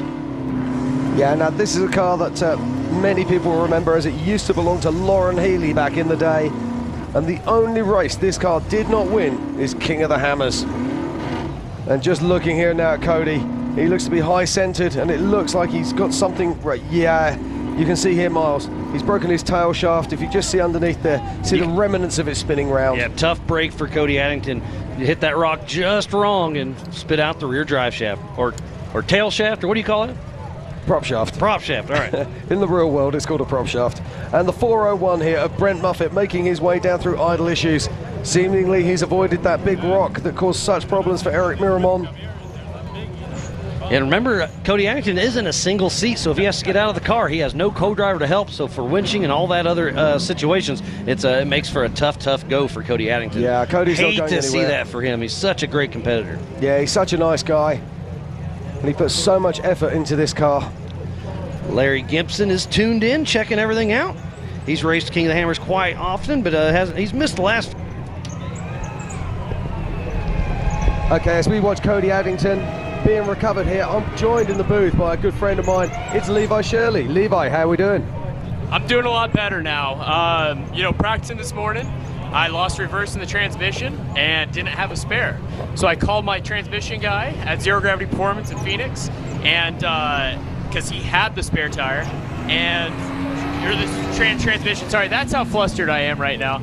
And he drove 100 mile an hour here all the way here. We got it put in the car, and now I can qualify, but I was very unsure about 12 o'clock today. Wow, I'm sure he wasn't doing 100 mile an hour. I'm sure he was staying inside the speed limits, but that's fantastic news. But it just goes to show how this everybody involved in this sport wants to support everybody here and make sure you stay on the racetrack. Yeah, absolutely. And like I said, no fault to the transmission guy. We are absolutely hell on these things. So it is what it is. I appreciate their support, their loyalty, and the fact they were able to send a guy out. So, man, couldn't ask for a better transmission partner. Fantastic. Well, we're really excited to see this car on track. It's a brand new car. Tell us a little bit about it. Yeah, so this is a brand new car. One thing that's unique about it, it was not built here in the U.S. It was built in the UK. I partnered up with Rob Butler at Off-Road Armory in 2019, and well, we go back way prior to that because I raced in Europe for quite a few years. And we started developing and designing this car, and I finally got it in July of this past year, and we've been just kind of working out the bugs, and yeah, it's a pretty unique car. One thing that's cool about it, it's a supercharged LT5 crate motor. It puts about 600 horse to the rear tires, 480E, single-speed transfer case, huge King 4.0 shocks, massive 4.0 Spider Trax axles in it. Man, it's just like it's built with the best of the best parts. It is also an amazingly different looking car. It really does stand out from the field, doesn't it? Yeah, man, the slope nose is what's really, really unique about it. It looks fast sitting still, and if you know Off-Road Armory, you know that he loves to design his cars with a unique look, and he nailed it. Absolutely. Well, we're very excited to see it on track here this afternoon. Good luck and happy hunting. Thanks, Jim. That it will be.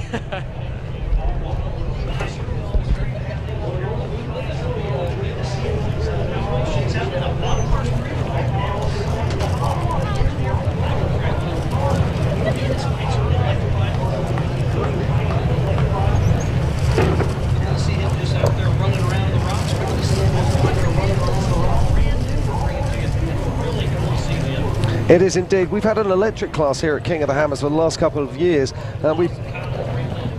Exactly. And let's be honest, electric cars are kind of the future these days. We've got so many on our roads. See lots of electric pickup trucks driving around out here at Hammertown this year.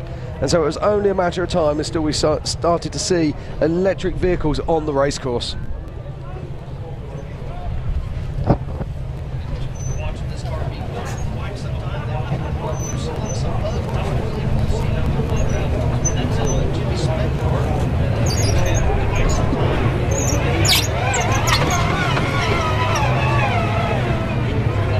Yeah, I've driven that. I raced that car in 2014 during the spec class days. Good fun vehicle to drive. Heavy, but very strong.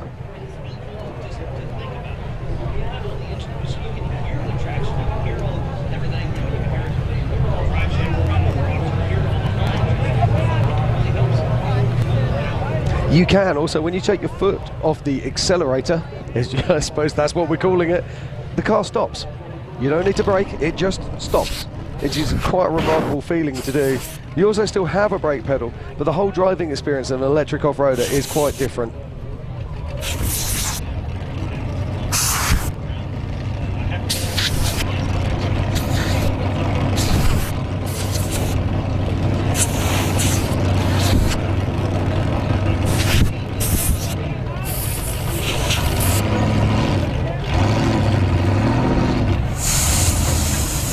And we still got so much more action here to come at the 2023 Progressive Insurance King of the Hammers, qualifying for the Nitto Race of Kings. We've already seen so many fast times here today. Let's have a quick look at our top 10. In 10th position, we have Mark Welsh. In 9th is Ron Brindle. In 8th is Carl Cheney. In 7th is Darian Gomez. In 6th is Casey Gilbert. In 4th is Cody Miller. In 2nd is Brendan Thompson. Now just let's have a look at this top 10, because I find this absolutely amazing. We've got so many different types of vehicles inside of this top 10, able to get within literally seconds of each other. We've got IFS cars, we've also got UTVs, we've got solid axle cars. It's quite amazing, the difference in technology, and yet all of these vehicles are within seconds of each other on this incredibly brutal qualifying course.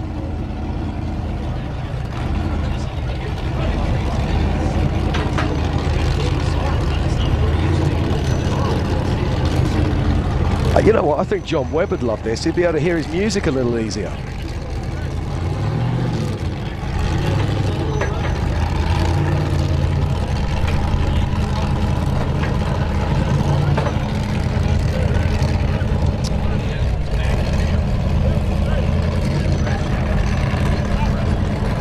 Yeah, it's banging around there. They've got to take it easy, so he has no rear wheel drive whatsoever. But he's also got to take care here because he needs to save the front wheel drive so that he's actually still able to race later this week. Yeah, it is a yeah.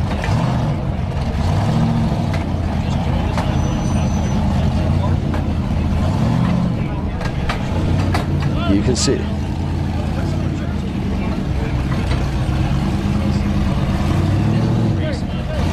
You can actually see on the drive shaft what's happened. He's probably hit it, it's dented, and then what it does, it candy twists it and then throws itself to pieces.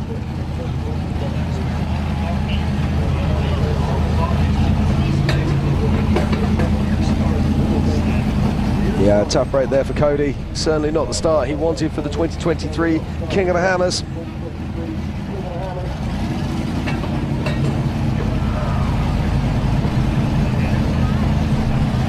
Lots of people question, why do we have rear engine cars, why do we have front engine cars, etc, etc. The reason a lot of people go to a rear engine car is so they can actually protect that rear drive shaft that we just saw Cody damage. So they'll offset the differentials to one side so it's protected by one of the link arms, whereas on Cody's car it's very exposed in the center of the drive line at the bottom of the car. And here is a man who's going to be running this course for the second time today. This is Christopher Branton. He was our fastest qualifier at Legends of the Fall back in October. And his run was stopped after Eric Miramon had that massive roll down idle issues.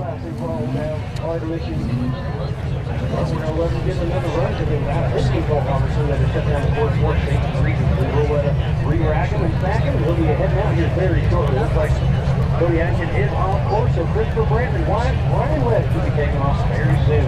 The number 4046 at a Blazer 6 Analytics upside down racing. In the 2-seat IFS cab, the LSX 427, Maximum Turbo 400, STS, Footline Custom, Spider Track, Raceline Wheels, Fox, USD Stickers, Liquid Molly, Diddy Big Rock Race Shop, T-Bomb, DRI. But the one thing that strikes you about this car is those USD sticky tyres.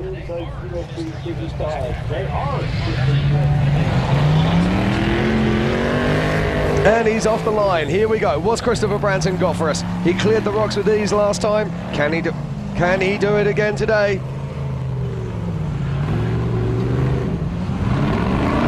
He takes that harder right line.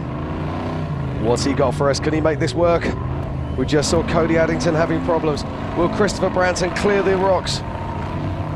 He's through the first part, he's through the second part, he's on the rocks, and he's onto the goat trails.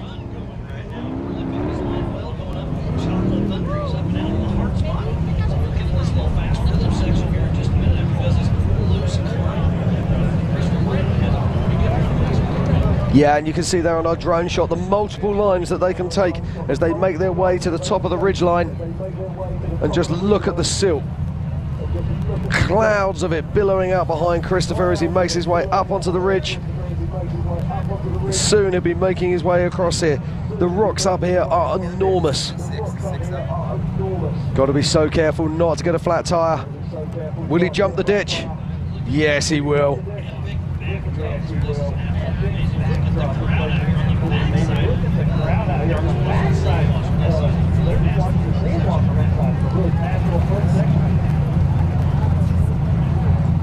So Christopher Branton, he is on a good pace here. He's around about 6 seconds off of lead pace, but that's still very impressive indeed for what is a very big car. Making his way down through her problem.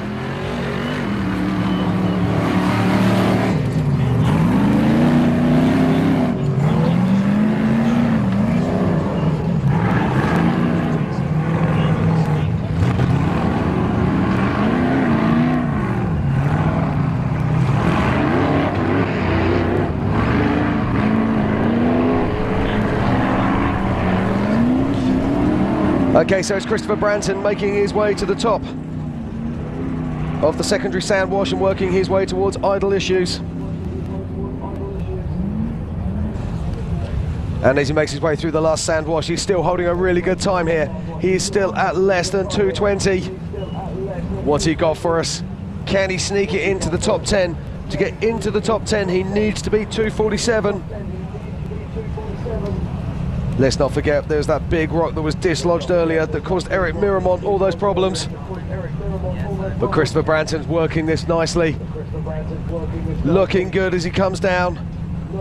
Clock still ticking and he passes the checkered flag to take a time, and it's a 2:41. That puts him into 6th position overall. Fantastic run there for Christopher Branton. Now we see on shot right now, it is Tad Dowker in the 906. He's around about 11 to 12 seconds off race pace at the moment. But still looking good as he makes his way down the wash towards her problem.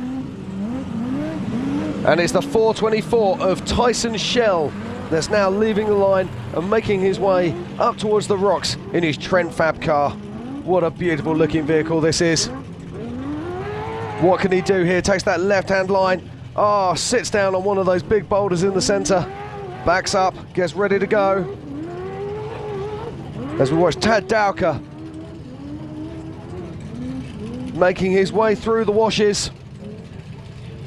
And look at the size of those rocks. You really get an understanding for them now is when you see them. And Tad's laying down a good time here. Coming out to the top of the wash. Probably going to be something in the round about the top 20. As we've got Tyson Shell, bottom right of our screen. Making his way up the goat trails towards the ridge line.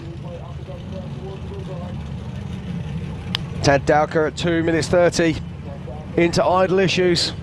He's going to be around about that 3-minute mark, I would imagine. Let's see what he can do. It's a controlled crash landing as you pick your way down. Got to be careful. Oh, you just see it pitch there slightly. It's a solid axle vehicle for Tad Dowker.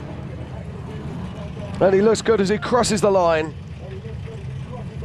Looks like he's made his way up into 14th, so he picks up some time there with a 2:55. So a great solid run there from Tad Dowker. Now on screen is Tyson Shell. Tyson's running around about 23 to 24 seconds off pace at the moment with our current leaders, but still looking good. Look at that Trent Fab car. It's absolutely awesome. And in the bottom of our screen right now, it's John Grounds from Proving Grounds Racing, driving a Miller Pro chassis, and he's approaching the rocks. Now, John Grounds has been racing with us for a number of years. Moved up into 4,400. Let's see what he's got. Has he cleared the rocks? Yes, oh, he does a great big wheel stand there, but he keeps it together on all 4 wheels. Takes that right-hand line. I'm not sure he wanted to go that way, but the car was going that way, and he just stood on it and stayed in it. Tyson Shell making his way through the last of the sand washes, and he'll be turning down into idle issues. Looking likely that he's going to be about the 3 minutes 20 mark.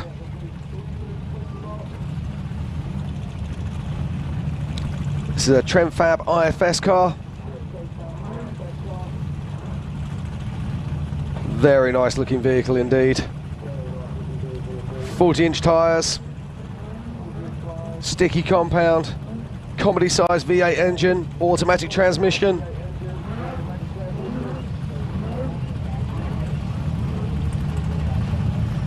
And that's the 424 of Tyson Shell crossing the line in a 3:06 and coming in 22nd position. So a solid result there as we watch John Grounds making his way down through towards her problem. Be interesting to see what sort of time John can put together here. I'm going to guess somewhere around that sort of 3 minutes 10 mark, but it looks a solid pace right now. And we've got so much more action here today at the 2023 Progressive Insurance King of the Hammers qualifying for the Nitto Race of Kings on Saturday. We have Power Hour later on this afternoon. We're scheduled for 2 p.m, but we're running a little behind, so I expect it's going to be a little bit after that. And we've got the really big hitters joining us there. And on track at the bottom of our screen right now as a firm favourite, this is Jordan Pellegrino. Jordan's driving the Unicorn. It's an IFS IRS monster of a car. What can he do here? They've been working for the last few years to try and perfect this animal. And it is an animal out in the desert, and it's absolutely savage in the rocks. What can he do? Can he break into that top 10? But right now, it's John Grounds coming through idle issues. Only a few meters more to go. Big wheel jump as he crosses the line. Great stuff there from John Grounds, and he really picked up some pace towards the end of that lap. I'm fairly sure that he will be inside the top 10, so that's an excellent run there for John Grounds. As we have Jordan Pellegrino crossing the top of the ridgeline. This car is so beautiful. Jordan Pellegrino's dad, Tony Pellegrino, raced here at the early King of the Hammers. I believe he came second a couple of times, never quite took top dog. But this Pellegrino dynasty still continues.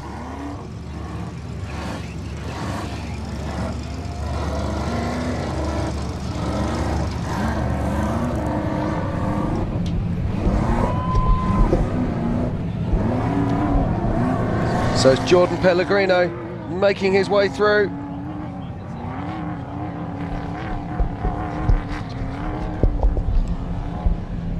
So Jordan Pellegrino, top left, John Webb, bottom right. Everything's going good so far. It's been a lot of fun for the 2023 Progressive Insurance King of the Hammers, powered by Optima batteries. We are qualifying for the Nitto Race of Kings. We've got Power Hour kicking off here in just a little bit, but we still have some more fun yet to come, Jim. We do indeed, and Jordan is looking really solid as he makes his way into idle issues.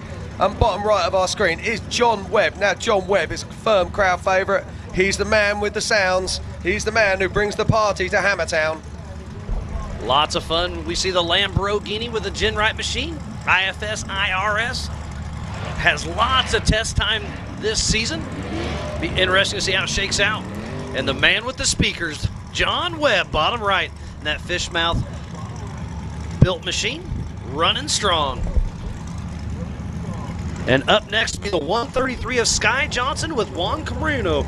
The number 133 out of Clearfield, Utah with SXOR Motorsports.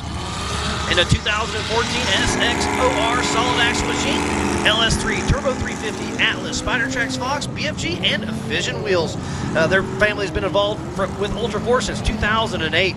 Brandon, the dad, started them out young. They are a brother team. Both brothers are racing this weekend. They do a lot of stuff. They build most of their car in-house. It's really great to see them out there running strong. And JP Gomez on the line next. This Guy Johnson, bottom right. Yeah, we're still waiting for the times to come up at the moment for Jordan Pellegrino and for John Grounds. As soon as we have them, we will relay them to you. Let's not forget we are in the middle of the Mojave Desert, and our production crew and our timing crew literally moved mountains to bring us this footage and accurate timing, so please bear with us.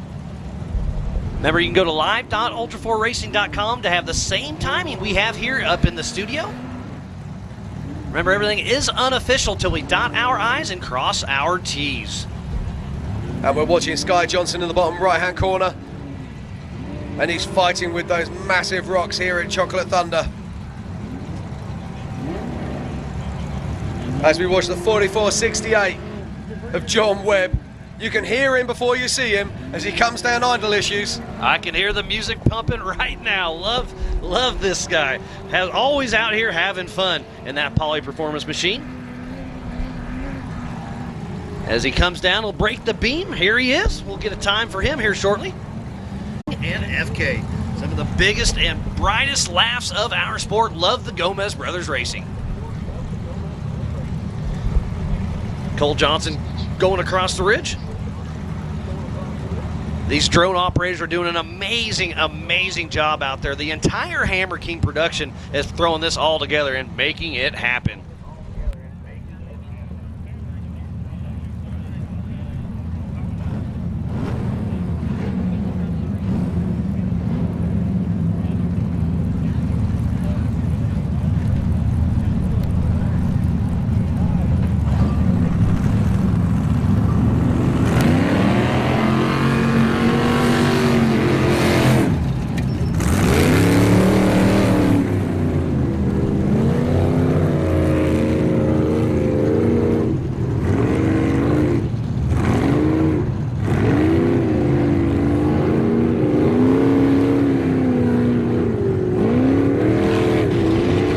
Okay, and we're getting news now that Jordan Pellegrino came in 6th position, so that's a fantastic year run for the young man. And on track now, we are watching the 2023 Progressive Insurance King of the Hammers, powered by Optima batteries. This is qualifying for the Nitto Race of Kings, and Pellegrino just got that 6th spot. What a great run as we're watching Cole Johnson top left and JP Gomez bottom right. So much fun coming. Don't forget, tomorrow morning, 8 a.m., we go live racing for the Can-Am UTV Hammers Championship. On Friday, we do the 4-Wheel Parts Everyman Challenge, and then Saturday morning, the Nitto Race of Kings, powered by Optima batteries. So much action yet to come this week. Be sure to go to the King of the Hammers official YouTube page, hit that subscribe button, follow it, get the premiere package. We got a lot of behind-the-scenes actions to show you, everybody at home. So we want to thank each and every one of you back home watching. And if you're close enough, come on out. The gate is still open. It is so much action going on here this afternoon. But right now, we're watching JP Gomez in the bottom right-hand corner of our screen.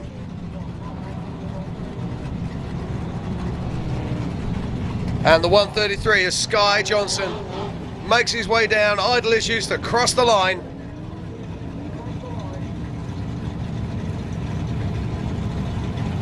JP Gomez is on an absolute charge here right now. Single seat IFS car. And as we're watching him making his way, another car thunders off the line. And that is a brand new car to Tom Pendergast and Grant Nuttall, the number 4413 out of Evergreen, Colorado. Yeah, this car that Tom Pendergrass is driving, this is the all-new Off-Road Armory vehicle IFS car coming out of the UK. Let's see what Tom can do with it.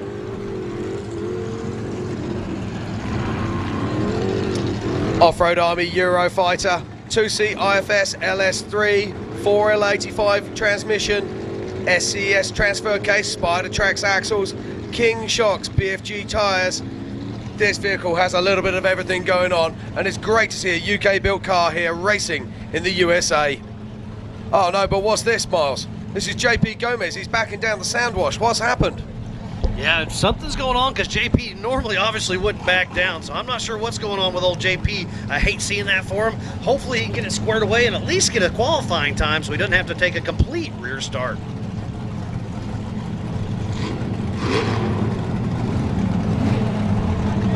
As Tom Pendergast is still pushing forward. Looks like a right front flat tire for Pendergast, so tough break for him in that brand new to him car.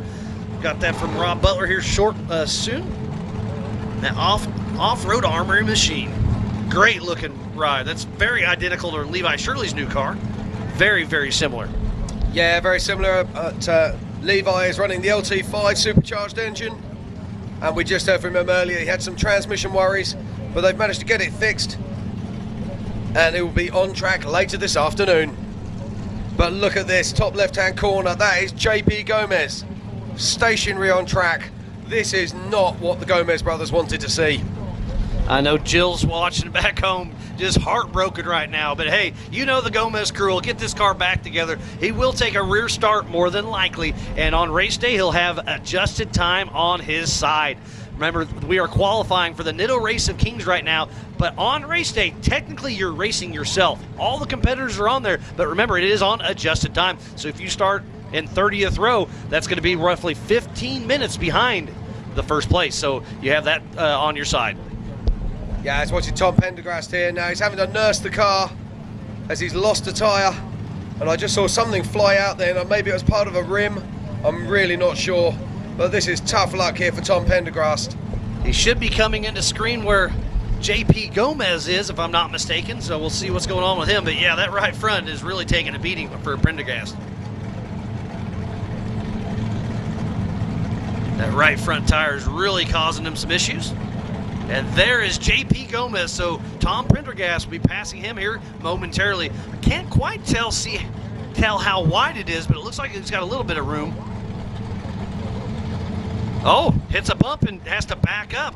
So he is in a bad spot right there.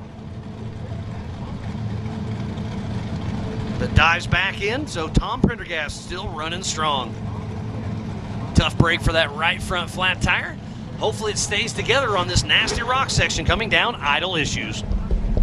Yeah, the only good news about this is it is a right-hand front and not a left-hand front on this off-camber track known as idle issues. But Tom's doing a great job here, keeping it together, doing the best he can to get down to the finish of this track. First time he's driven the car in anger. As past us goes previous king, Lauren Healy. Work his way up. Oh! Big handstand there from Tom Pendergrast. Talk about showing out right there. That was awesome. Gets on the nose, hits the gas, twirls around, and then backs across the finish line. Absolutely love it. If there's such a thing as off-road ballet, I think we've just seen it. What a great show for Pendergast, and didn't tear up the car too bad. So great job for Pendergast. I assume they're going to work on getting JP off the line just a little bit more.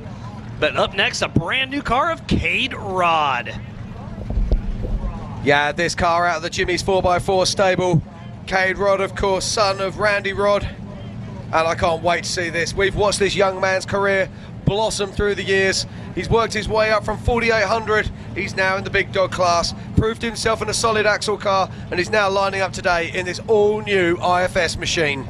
Yeah, his dad is Randy Rod, obviously Mr. Jimmy's 4x4, and like you just said, he built his own car, the 4800 car. He built it all himself, worked his way through the paces, started in 48, did well, and then put bigger tires on it, raced 4400 last season in it, and now he's built a brand new car here. It's going to be really great to see Cade Rod, number 7 out of Cortez, Colorado, with Cade Rod Racing in that brand new Jimmy's 4x4 single seat IFS machine.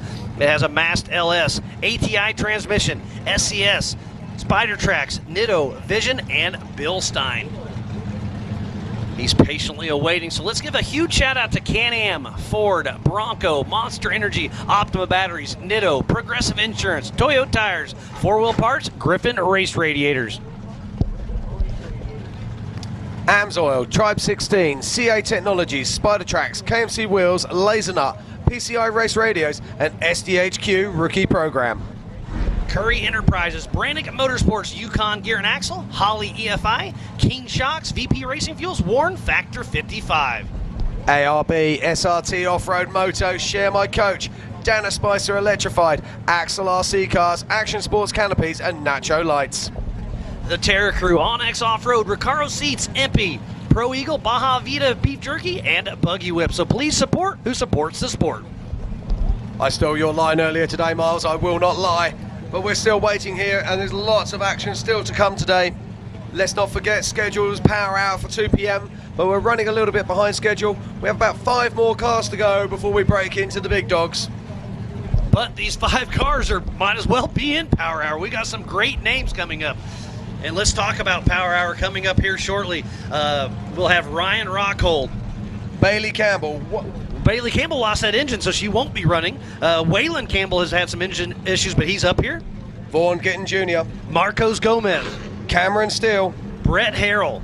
Paul Herschel. Tom Ways. Paul Wolf. Lauren Healy. Eric Miller. Shannon Campbell. Jason Shearer. Josh Blyler. Randy Slauson. And reigning king Raul Gomez rounding out the qualifying for the Nitto Race of Kings. As we're watching JP Gomez having some issues on course. Got the tow truck down there.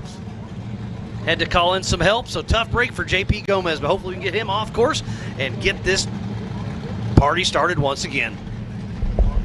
Yeah, thank you, Miles. It's been such a fantastic day of qualifying here at the 2023 Progressive Insurance King of the Hammers at the Nitto Race of Kings qualifying.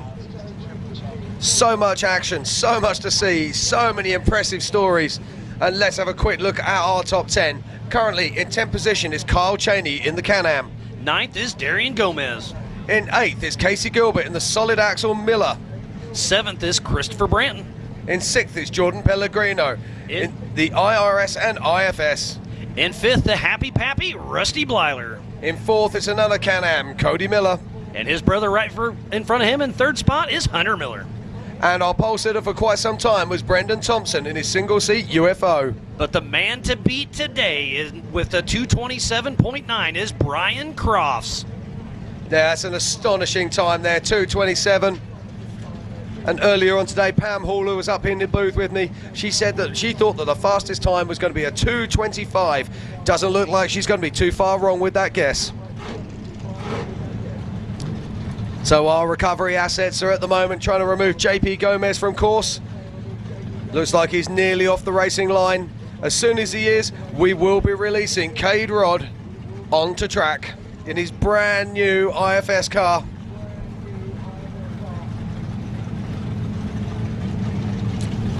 It's a perfect day for racing here in Johnson Valley. The sun is shining, the skies are blue.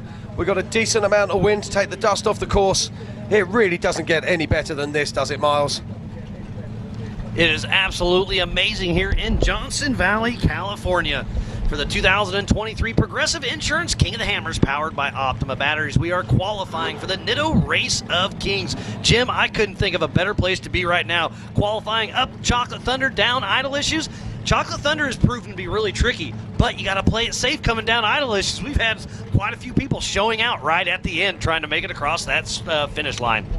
Yeah, I am beginning to wonder if some of these people are just trying to make it onto the highlight reel, and they're certainly guaranteeing that sport, that's for sure. And still we're carrying on here right now as we see JP Gomez being taken to the parking lot. It's going to be great to see Cade Rod taking off here very shortly. We'll get the course reset, make sure everything's locked down and safe to ready to go for qualifying for Mr. Cade Rod in that brand new Jimmy's single seat IFS car. And I think I hear some horsepower getting ready to take off, and there he goes. Cade Rod off. We'll see what he can do going up Chocolate Thunder. The number 7 out of Cortez, Colorado with Cade Rod Racing. We'll see what line he takes. The faster line is on the left, and he does. He's going to attempt it. Do a little side hill action, and he gets hung up, gets a little bellied out. That's a very similar spot where Cody Addington had some issues just a moment ago. Yeah, Cade Rod, of course, has been racing these hills and these trails for many years, usually in a solid axle car. Let's see what the young man can do. This is a big vehicle. It takes a lot of driving, and I don't know how much seat time he has had, but he's trying to work his way through. And you can see there that drive shaft at the back is being exposed to those massive rocks. That's right where Cody Addington had those issues earlier. Remember, Cade Rod is used to a solid axle machine. He doesn't have much seat time in this IFS car, but we really hope to see him do some good things out there. But he struggled a little bit right in the hard spot of Chocolate Thunder, trying to use some horsepower to bounce up, but there he is, bellied out once again. Yeah, it's so difficult. The dust envelopes the car The driver can't see where he wants to be. Your visor is covered in dust. You're having to wipe that clean, trying to find the line, checking all your gauges. How does the car feel? Have I got a flat tyre? What's happening? Why can't I drive this? Because you can bet your bottom dollar that he drove this every single time that he practiced it.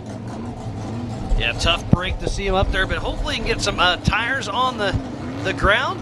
There's that turtle spinning around. Tough break for K-Rod, really struggling up there. These rocks are huge. The holes are getting bigger. It's going to be really interesting to see if anybody can bump off Brian Crofts with this course that is deteriorating. But remember, we're going up Chocolate Thunder now. During the main race, we go down Chocolate Thunder, so it'll be a whole different animal. And look at the tire spin. Yeah, it does look like poor old Cade has got himself high-centered here. Now he's got to make some decisions. He's got to wiggle those wheels side to side, see if he can find any kind of traction, and then make a decision on whether he's going to winch. Looks like I can see inside the car. I think he's taking his steering wheel off. Or is he? No, he's still messing around. Still trying to find traction where there probably is none. Yeah, you can see he just bellied out real hard there. Tough break for K-Rod. Not sure if he's waiting for recovery. Remember, he is in a single-seater, so when he gets out to winch, that is a tough break. Yeah, but he's going to have to winch if he wants to continue on the course. Let's see what he does now. Looks like he's talking to a course worker. Course worker suggesting a pull backwards. Let's see what he does. What would you do here, Miles? I would take the winch and save the car, because like you were talking about, the rear drive shaft is exposed right there, and just like Cody Addington had some issues earlier, if that drive shaft comes apart, it could really do some damage. And look at our amazing recovery crew. This is part of Ultra 4 Australia over there, and they've been working their tails off all weekend long. It's been great working with these guys and gals. We have so many volunteers flying in all over the world to make this happen, to bring you, the participant, some great racing action. So again, a huge shout out to the 200 plus volunteers we have out here making King of the Hammers happen. Absolutely, Miles, and we've got people in our teams and our marshals and our core staff from all around the world, from the UK, from all over Europe, and let's not forget we've got racers here from all around the world as well. We've got racers here from Germany, we've got racers here from Israel and so many other countries, Canada, etc. It really is a truly international event. Nearly 1,000 teams entered into different races during this week at the 2023 Progressive Insurance King of the Hammers. Yeah, it's been a great week out here. We're right in the middle of the Mojave Desert and the Hyde Desert out here, just outside of the San Bernardino Mountains, located just south of Barstow, north of Yucca Valley, 2.5 hours east of LA. Elevation is roughly 2,500 feet. It's been a great deal out here in Johnson Valley. So much fun, but while we have a little break in the action, we're going to do some more recovery, get the course ready. So we're going to take a quick break from the racing action. We'll be right back after this.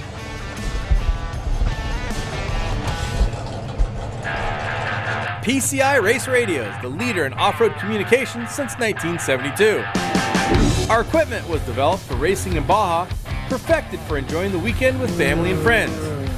Stay in touch with our track stereo intercoms, two-way radios, satellite communications, helmets and headsets. Find new adventures with GPS. Breathe clean air with Race Air Fresh Air Systems. PCI has the highest quality communications, navigation, and safety equipment, backed by the best support in the industry. Find us at hundreds of events each year, supporting our equipment on site and providing the PCI Weatherman Relay.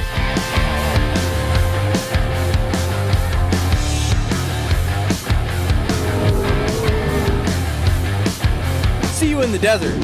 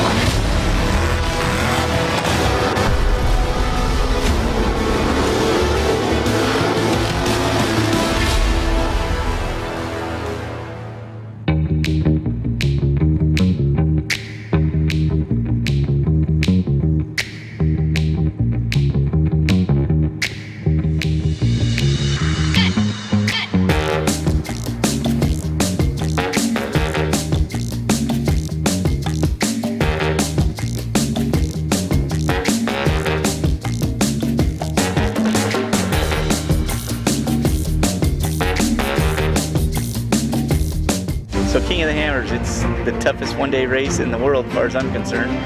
When you need your winch, that's the only thing that matters. It's about getting to the finish line first. It doesn't matter how you do it.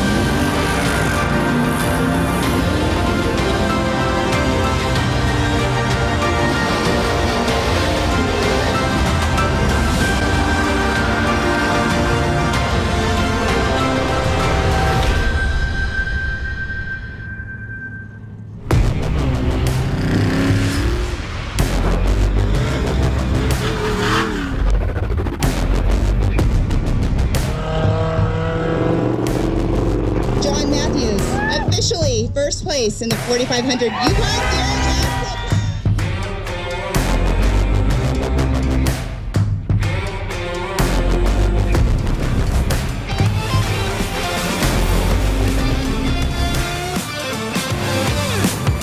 And welcome back to the 2023 Progressive Insurance King of the Hammers. I'm Jim Marsden. Alongside me is Miles Hasselquist, and we are here today for the Nitto Racer Kings qualifying up at Chocolate Thunder. Chocolate Thunder is a trail about 1 mile outside of Hammertown, and it has been absolutely epic. We've seen some real action here, and the action continues live on course. What a great race, and while we were out, Philip McJilton and Dr. Amanda Ross, number 47 out of Tuscaloosa, Alabama, with V&L Motorsports. That's a 2020 Jimmy's 4x4 48P solid axle 2-seat chassis. Schofield Performance LSX 454, Maximum Turbo 400, Hero TK, Spider Tracks, Yukon, Radflow, BFG, KMC, Vivid Lumen Industries, and Holly EFI.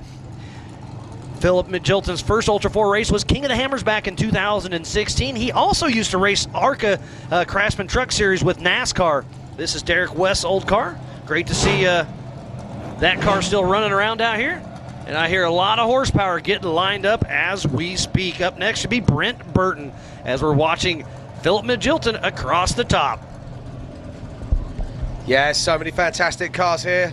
But it's Philip McJilton right now making his way down to the first right-hand turn before he heads back towards Idle Issues and Her Problem. He's around about 14 to 15 seconds off race pace at the moment, but this is still looking good for a top 10. It's a solid axle Jimmy's car.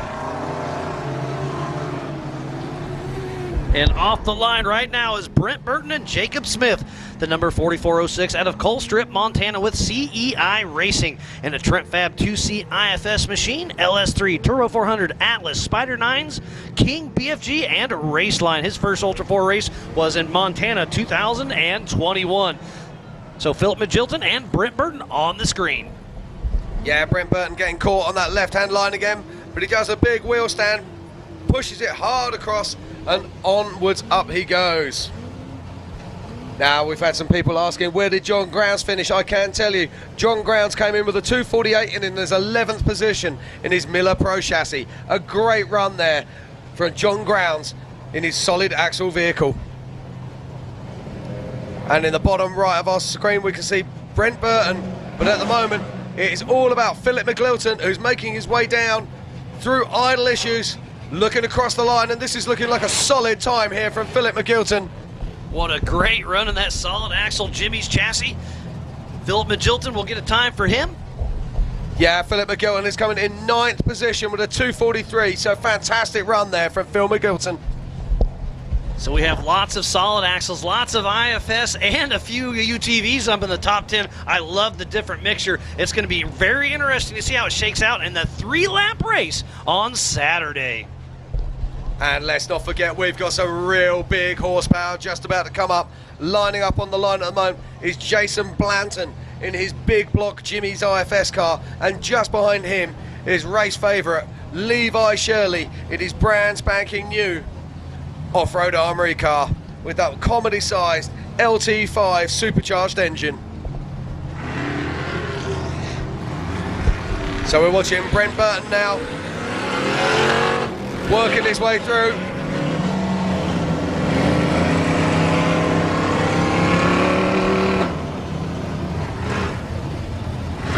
And in the bottom of our screen is Jason Blanton. Jason's been racing with us for many years. He qualified really well about 2 years ago and was our pole sitter for a long time. What can he do here today? Makes his ways up the rocks and onto the goat trails. Great to see Blanton pushing so strong with that big block going. The number 966 Jason Blanton and Kevin Kaufman out of Kirkland, Washington with Blanton Racing in a Jimmy's 4x4 IFS 2-seater. Big block 572 ran by Holly Performance. Gearworks Turbo 400, Atlas, Spider Tracks, Yukon, King, Nitto, PRP, Optima Batteries, Trail Ready, and Rugged. He's raced every King of the Hammers since 2010.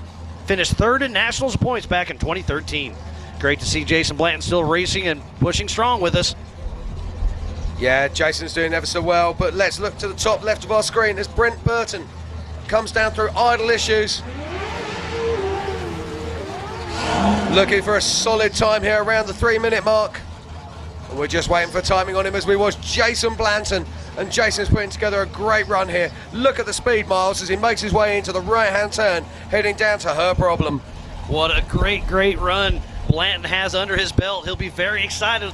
All that horsepower is being showed out right now. Up next, the last competitor before we kick off Power Hour, Mr. Levi Shirley with Corey Nassau riding shotgun, number 81 out of Dodge City, Kansas, with Lucky Dog Racing and Levi Shirley Racing. Off-Road Army Eurofighter 2C IFS, proper tuned, supercharged GM LT5, Zero Gravity 4L80, SCS TK, Spider Tracks, RCV, JE Real Drive Shafts, Method, Yokohama, King, Rugged, Willwood, Baja Designs, Giggle Pin Winch.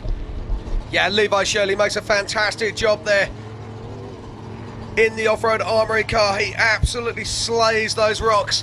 Picks his way up onto the go trail. So that's the high right line. Got to be careful here. It's off camber. But he was saying to me how stable this car is in those situations. In the top left of our screen, though, is Jason Blanton. And this is an awesome looking time here, Miles, as he comes on down through idle issues. Can he break into our top 5? Can he get number 1? It's going to be really close to see what happens. What a great show so far. Jason Blanton has an amazing run. We may have a new pole setter. It's going to be extremely close.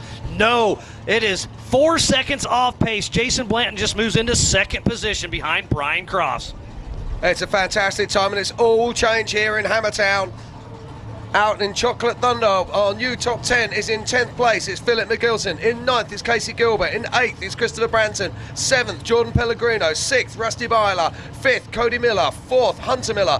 3rd, Brendan Thompson. 2nd, the man we just saw on track, Jason Blanton. But our pole sitter still right now is Brian Crofts, as we watch Levi Shirley making his way through the trails in his new car, Linda. What a great run out there. It's a lot of fun seeing Levi Shirley pushing so strong. What a great run by Jason Blanton. So Power Hour is up next. We're going to reset and really get pumped up here in just a little bit as we watch Levi Shirley from Dodge City, Kansas, still on screen running strong. And Levi is the last of our qualifiers before Power Hour. What's he got for us? Can this young man deliver on the world's biggest stage? Great to see them working so hard. They've replaced 2 transmissions, but like Levi said, he's got a great partner. They're making it happen here in Hammertown. And look at Levi. He's still pushing strong, coming in hot, coming down idle issues. Is he going to be able to bump off Brian Crofts? Time will tell. Yeah, this is a very fast time indeed. Has he got enough? Can he bring Linda down here on the speed? Look at the pace of this young man. Oh, it's a fantastic run from Levi. Let's see what scoring tells us. 3rd position, Levi Shirley be in the 2nd row. And look at this, less than a 1/10 of a second between Levi Shirley and Jason Blanton. It's all go here at Chocolate Thunder. Blink and you will miss it. Our top 3 has just changed. So to confirm, in 3rd position, it's Levi Shirley with a 231.766. In 2nd position, it's Jason Blanton with a 231.68. But 1st place right now, it's Brian Crofts. Let's go through our top 10, Miles. So in 10th position is Casey Gilbert. In 9th is Christopher Branson. Sitting in 8th spot is Jordan Pellegrino. And in 7th is the old papa himself, Rusty Byler. In 6th position, Cody Miller. In 5th is his brother, Hunter Miller. 4th position is Brendan Thompson. And we're just seeing cross the line our last qualifier before Power Hour. It's Levi Shirley. Back-to-back amazing runs. Sitting in 2nd is Jason Blanton. And still the man to beat, the man who lives for qualifying sessions, it is Brian Crofts. So much fun going on today. It's been an amazing day of qualifying for the Nitto Race of Kings. And speaking about Brian Cross, we'll take a quick peek at his run earlier to see if anybody in Power Hour can bump him off the screen. So here comes Brian Croft's run from earlier today with that 2:27. Okay, here we go. This is a Campbell chassis rear engine vehicle. And just look at the line he takes here on the left-hand side. Puts the car in the right place, picks his line, commits to it, and holds that power down. And that's the most important spot. Look at the airtime he got there as he's blasting down idle issues. That's before. That's heartbreaks, or her problem, sorry. There's a lot of fast sections out here, but Brian Cross never let up. What a great run he had. And is it going to stick during Power Hour? I don't know. It's going to be very interesting to see as now we are back to Power Hour here at Chocolate Thunder. Yeah, and we've got to change to the Power Hour. We've now got Ryan Rockhold who's going to be joining us in the lineup. And sadly, though, we are not going to be seeing Bailey Campbell as she has engine issues. So we're going to see the starting order going through. So we're going to check out some of the trucks that we have going in Power Hour.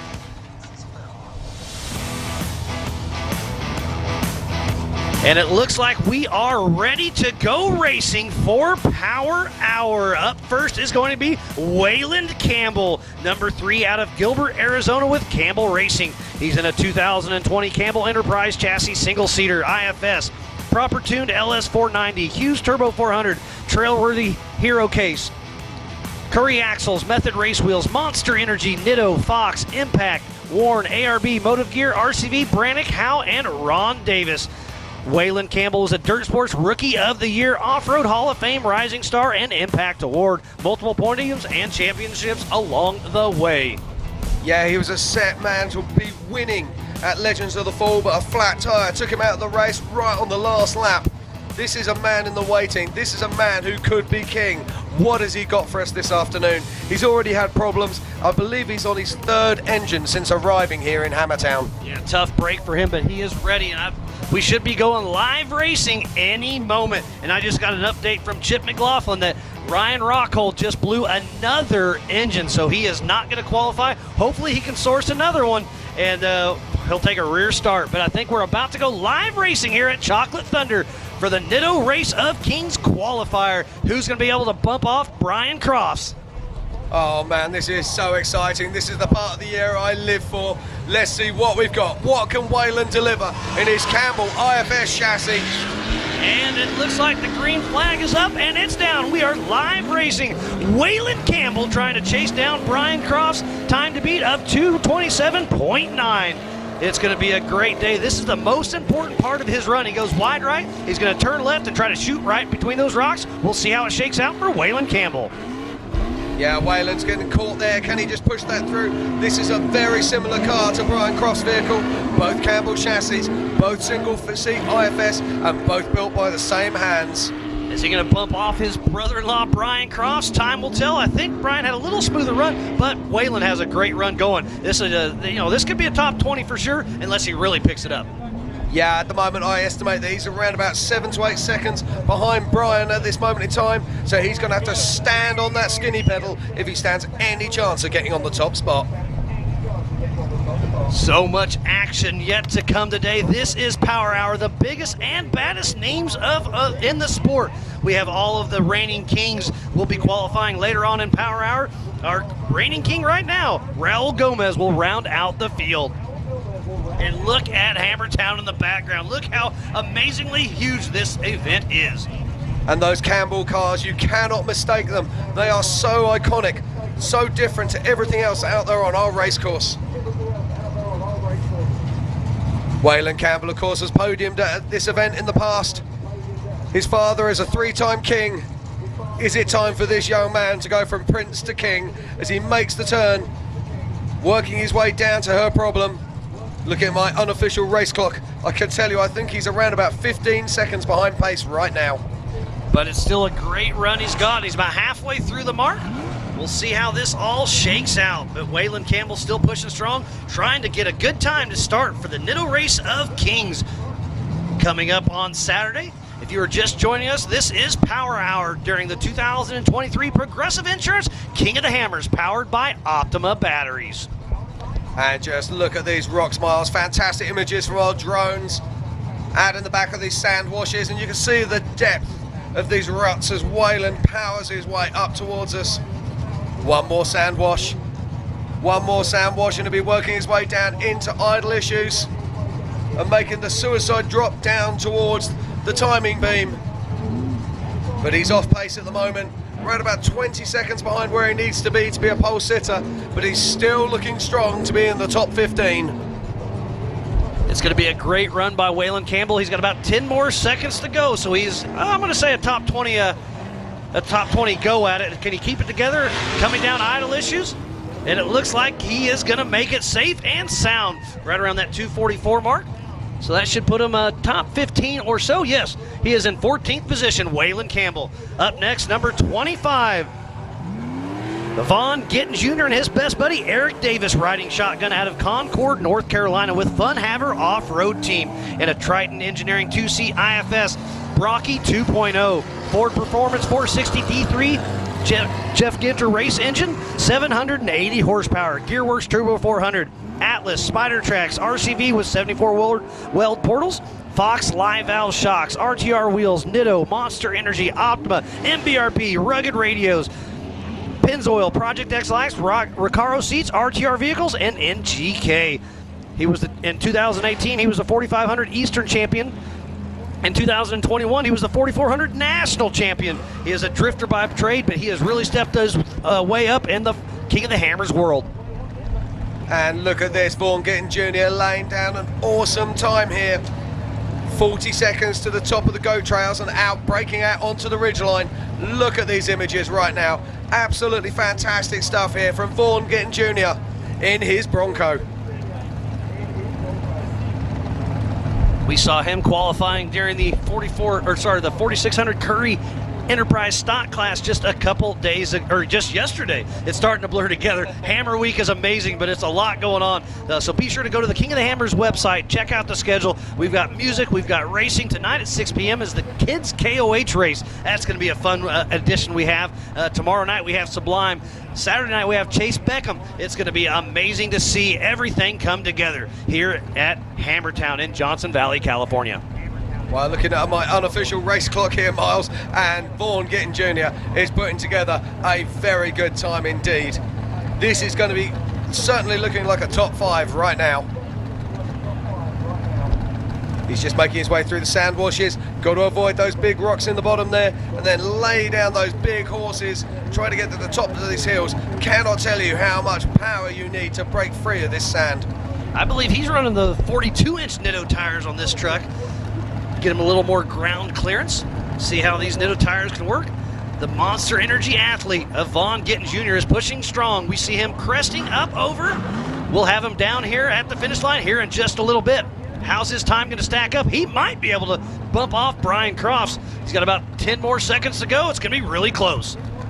Yeah, I don't think he seemed to lose a little bit of pace there, but this is going to be close. Vaughn Gittin Jr. making his way down towards the timing beam. What can he do, Miles? Can he break it? Can he take that pole position? It's going to be a top 5 run for sure. Is he going to make it in there? Waiting for our live.ultra4racing.com to update. Where is Vaughn Gittin Jr.? And taking off now is the number 86 of Marcos Gomez out of Lotus, California with Gomez Brothers Racing. He's in a UFO Joe Thompson built machine, IFS and IRS single seat machine, Barolo horsepower, ATO Turbo 400, UFO SCST case, King, Nitto, Sparco, Spider Tracks, RCV, FK, and Method race wheels. We've seen him run it strong up front multiple times. We'll see how it all shakes out.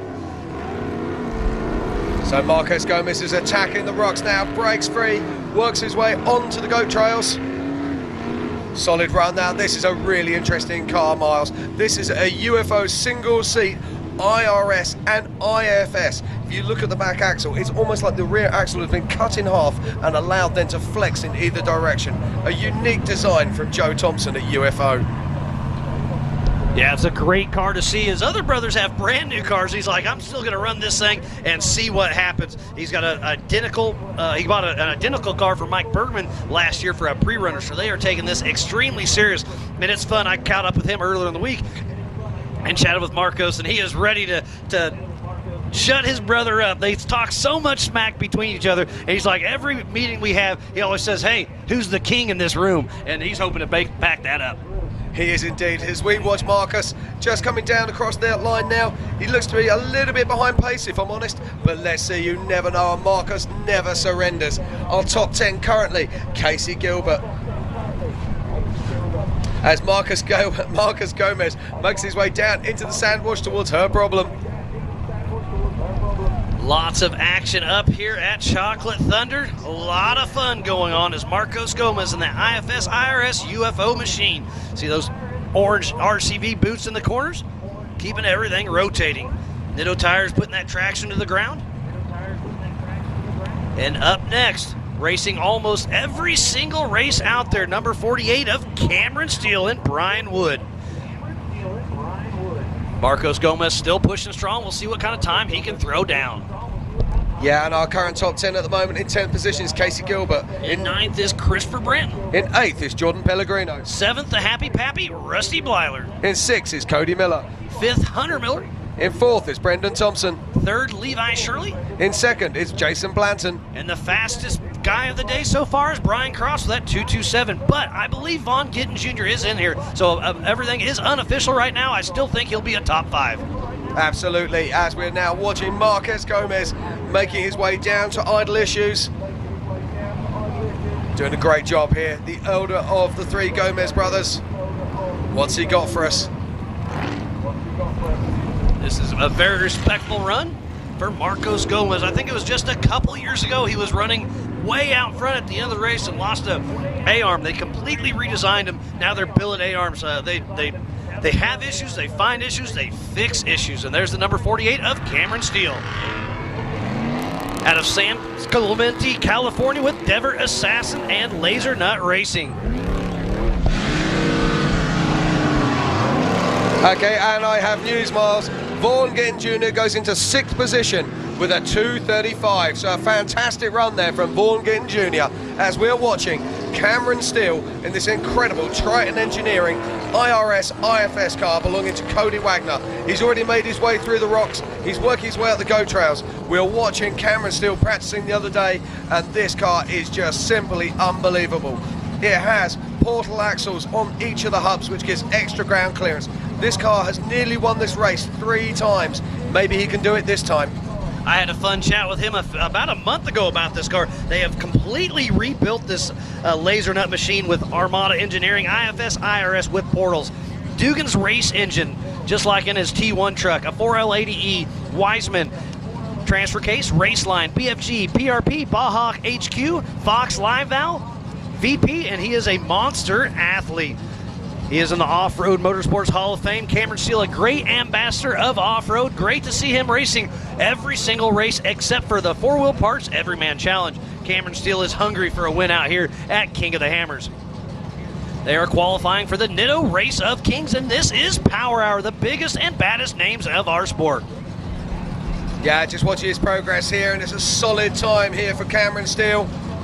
No frills, no spills, just really good race action out on that track. Another interesting thing about this car, it's one of the very few out here that has a rear winch as well.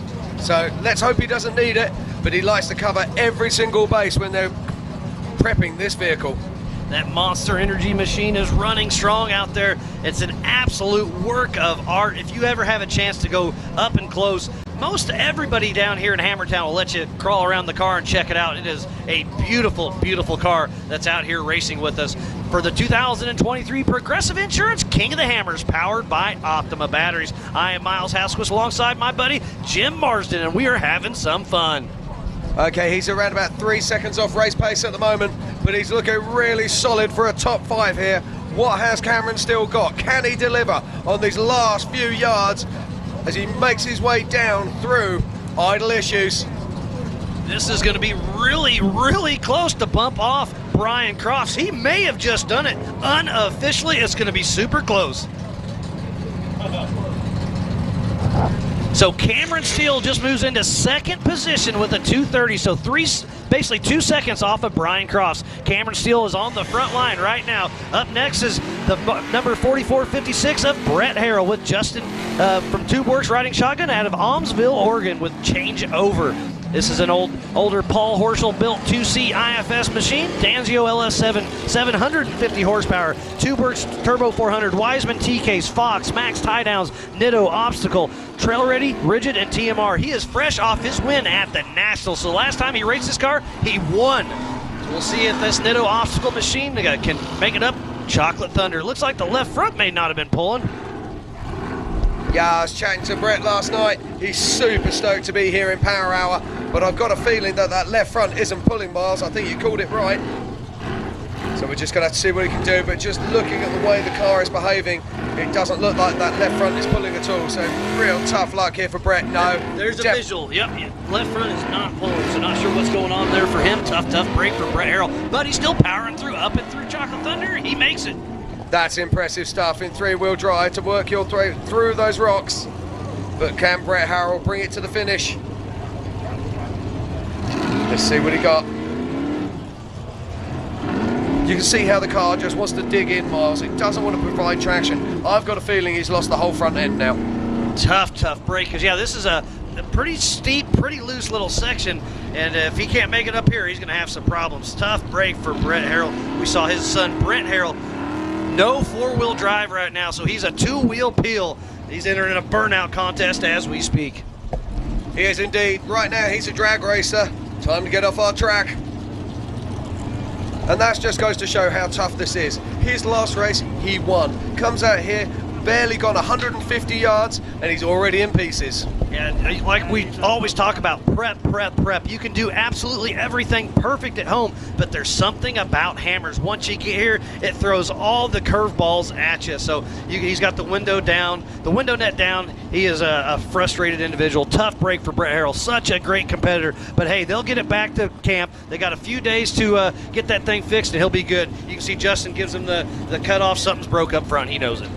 So let's run through the top 10. So in 10th position, the Lamborghini with Genrite, Jordan Pellegrino. In 9th position, it's Rusty Byler driving the Miller Pro Chassis for Big B Motorsports. In 8th position is Cody Miller in that Can-Am UTV. And splitting the two brothers is Vaughn Gittin Jr. in his Ford Bronco. And then Hunter Miller in 6th spot, another Can-Am UTV. And then in 5th position is Brendan Thompson in the single-seat IFS UFO. Sitting in 4th spot, Levi Shirley in that brand new 2-seat Eurofighter. Then in 3rd position is Jason Blanton in that huge comedy-engined Jimmy's IFS car. And then in 2nd spot, on the front row for now, is Mr. Cameron Steele in that beautiful laser nut monster machine. And then our pole sitter, still in his Campbell chassis, is Brian Crofts. This is a man who loves qualifying and is throwing it down here again today. Said to everyone in Power Hour, this is what I've got. Have you got anything for me? And right now they have not. But we've still got some big names to come. We've still got Paul Herschel. We've still got Tom Ways, Paul Wolf, Lauren Healy, Eric Miller, Shannon Campbell, Jason Shearer, Josh Byler, Randy Slauson, and last year's king, Raul Gomez. What a great Power Hour we have right now. That is an absolutely stacked field. And speaking about Power Hour, I was able to catch up with Tom Ways a few days ago. So let's see what Tom Ways has to say. So I'm here with Mr. Tom Ways. I get asked all the time, who can win this race? And I say, a current king for sure. But you know what? Your name always comes up. You've been this close. What's it going to take?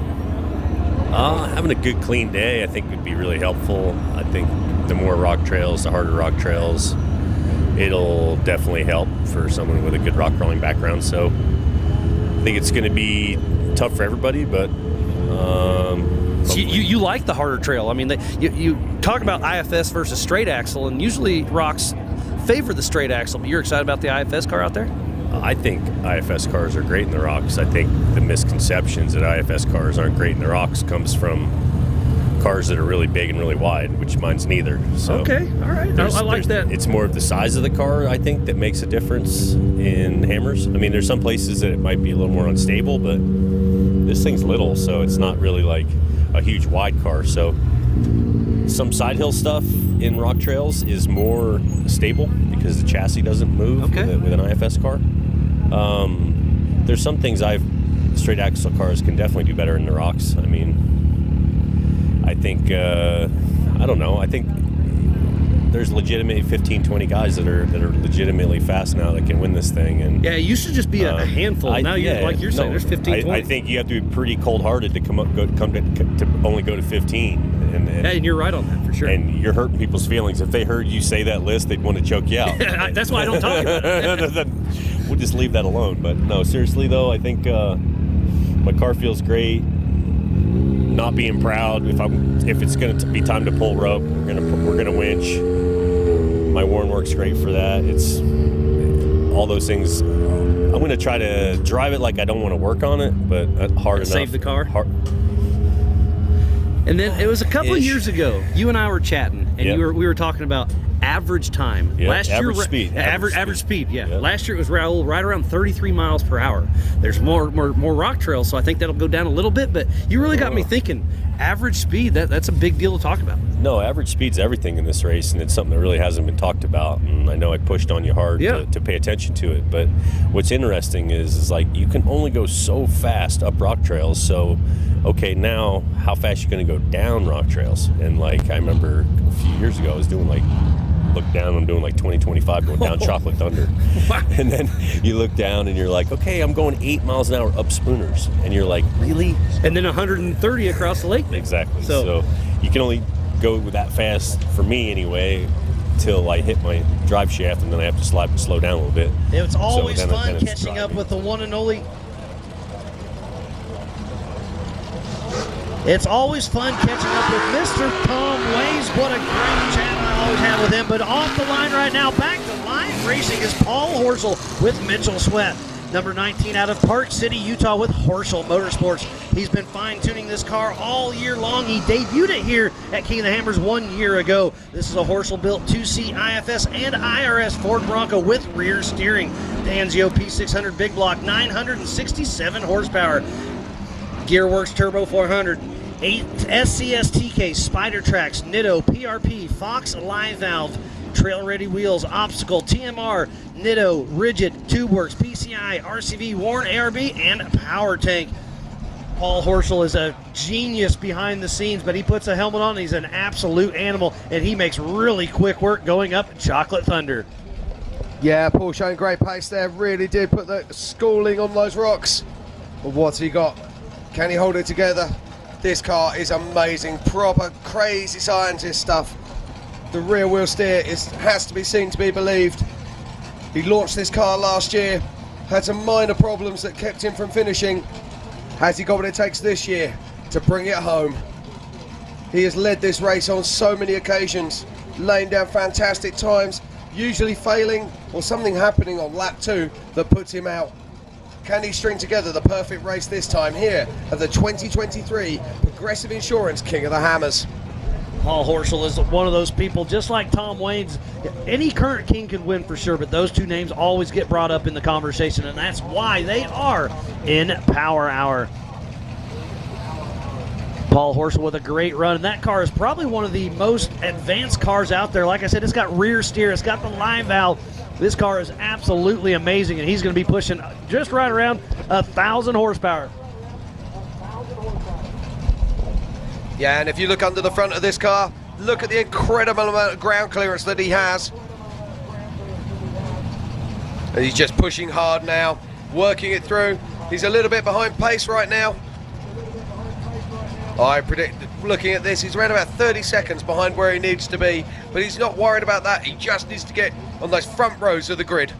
So remember, this race will be on adjusted time on Saturday. So even though if you start mid-pack, which he's going to be up front for sure, but you're racing yourself. Even though every car is on the course at the same time, you're starting 2 at a time, side by side, 30-second increments. So starting mid-pack, you'll have that time on your side as we see Paul Horsel coming down idle issues. So he'll be, I'm going to say, about that 15th to 20 spot. We'll see how it shakes out. Yeah, Mars, I think it's going to be a little bit somewhere around that. I think you are absolutely right there. But we shall see as he crosses the line. We wait to get a time for Paul Herschel.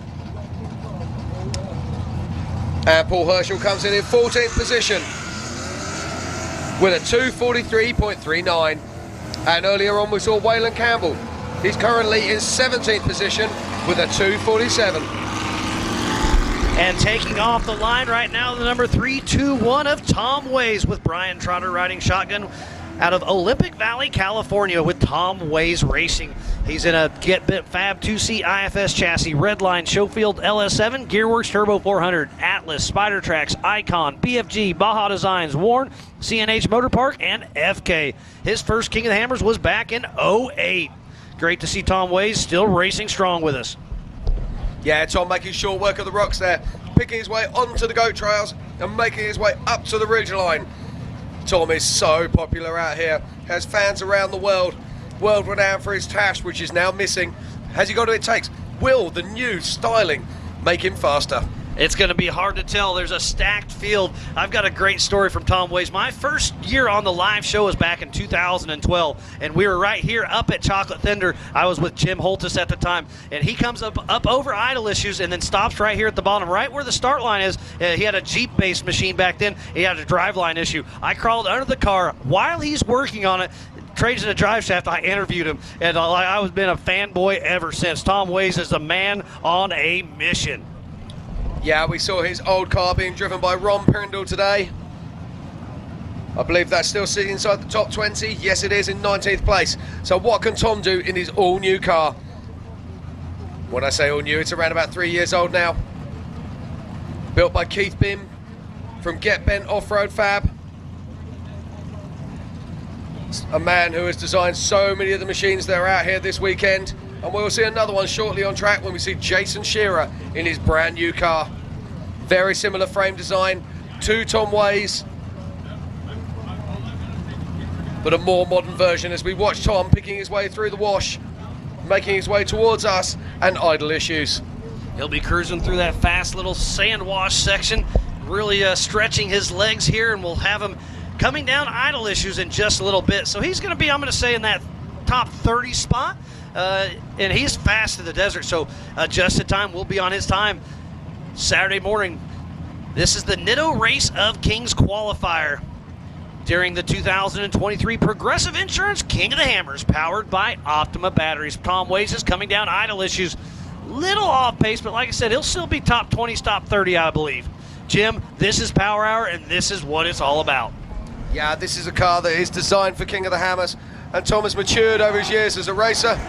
He used to be the man to beat on qualifying. Now he just likes to get in nice and safe in a good position, and we're just waiting to see where he qualifies.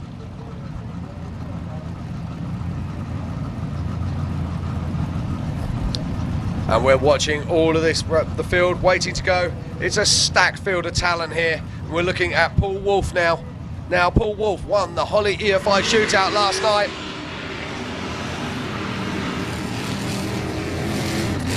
And leaving the line now is Paul Wolf. We saw him racing this track last night and he destroyed the opposition. What can he do? Tom Ways at the tricky spot in Chocolate Thunder. In a single-seat UFO, he one-shots it, makes it right up. So Paul Wolf with a new race number of 1018 out of Brighton, Illinois with Wolf Racing. And a 2018 UFO single-seat IFS LSX 434, ATO 4L80E, SCS TKs, Raceline Wheels, Nitto, Spider Tracks, Radflow, Rugged, Holly, RCV, and Brannick. His first race in the 4400 class was last year in Moab. He got first place his first time ever racing 4400. We'll see what he's got. He's the man on a mission. Yeah, Paul Wolf is winning just about everything right now. In fact, about the only thing he hasn't won in recent times is King of the Hammers. Can he do it this year? Can he do it this year? Will this be his time to shine? King of the Hammers, look at the pace of this guy as he drives this UFO single-seat IFS car across the top of the ridgeline, making his way down to the right-hand turn, heading down towards her problem. And look at the time, Miles. I think this could be really close to Brian Crofts. Brian Crofts, I know you're watching. I know you're excited. I know you're nervous. Paul Wolf is gunning for you, buddy. He is all over the throttle. Up on that ridge, he was catching some airtime, really making it happen. Paul Wolf named his race team after his daughter's birthday. I absolutely love the family affair out here. Everybody's family first. Everybody loves racing with their whole family out here enjoying King of the Hammers. Yes, Paul Wolf has put together a fantastic time. One more sand wash before he makes his way down into idle issues. And look at this pace. This is on top position pace. Can he take our pole setter Brian Crofts off the top spot? He's entering into idle issues. He's completely sideways. Hits a huge rock. Oh, Paul, hold it together. He's at less than 2 minutes as he's coming down. This is looking like a new fastest time, Miles. I think he's going to beat by 5 seconds or so. Paul Wolf is going to be the new pole setter, if I'm not mistaken. Remember, everything is unofficial, but I believe Paul Wolf just stole the lead away from Brian Crofts. We'll see. I don't have timing yet, but Paul Wolf just threw down a blistering pace. Great job for Paul Wolf. And as we wait for a time for Paul Wolf, I can tell you that Tom Way is qualified in 18th position with a 2:48. And off the line now is a man who needs no introduction. It is Lauren Healy.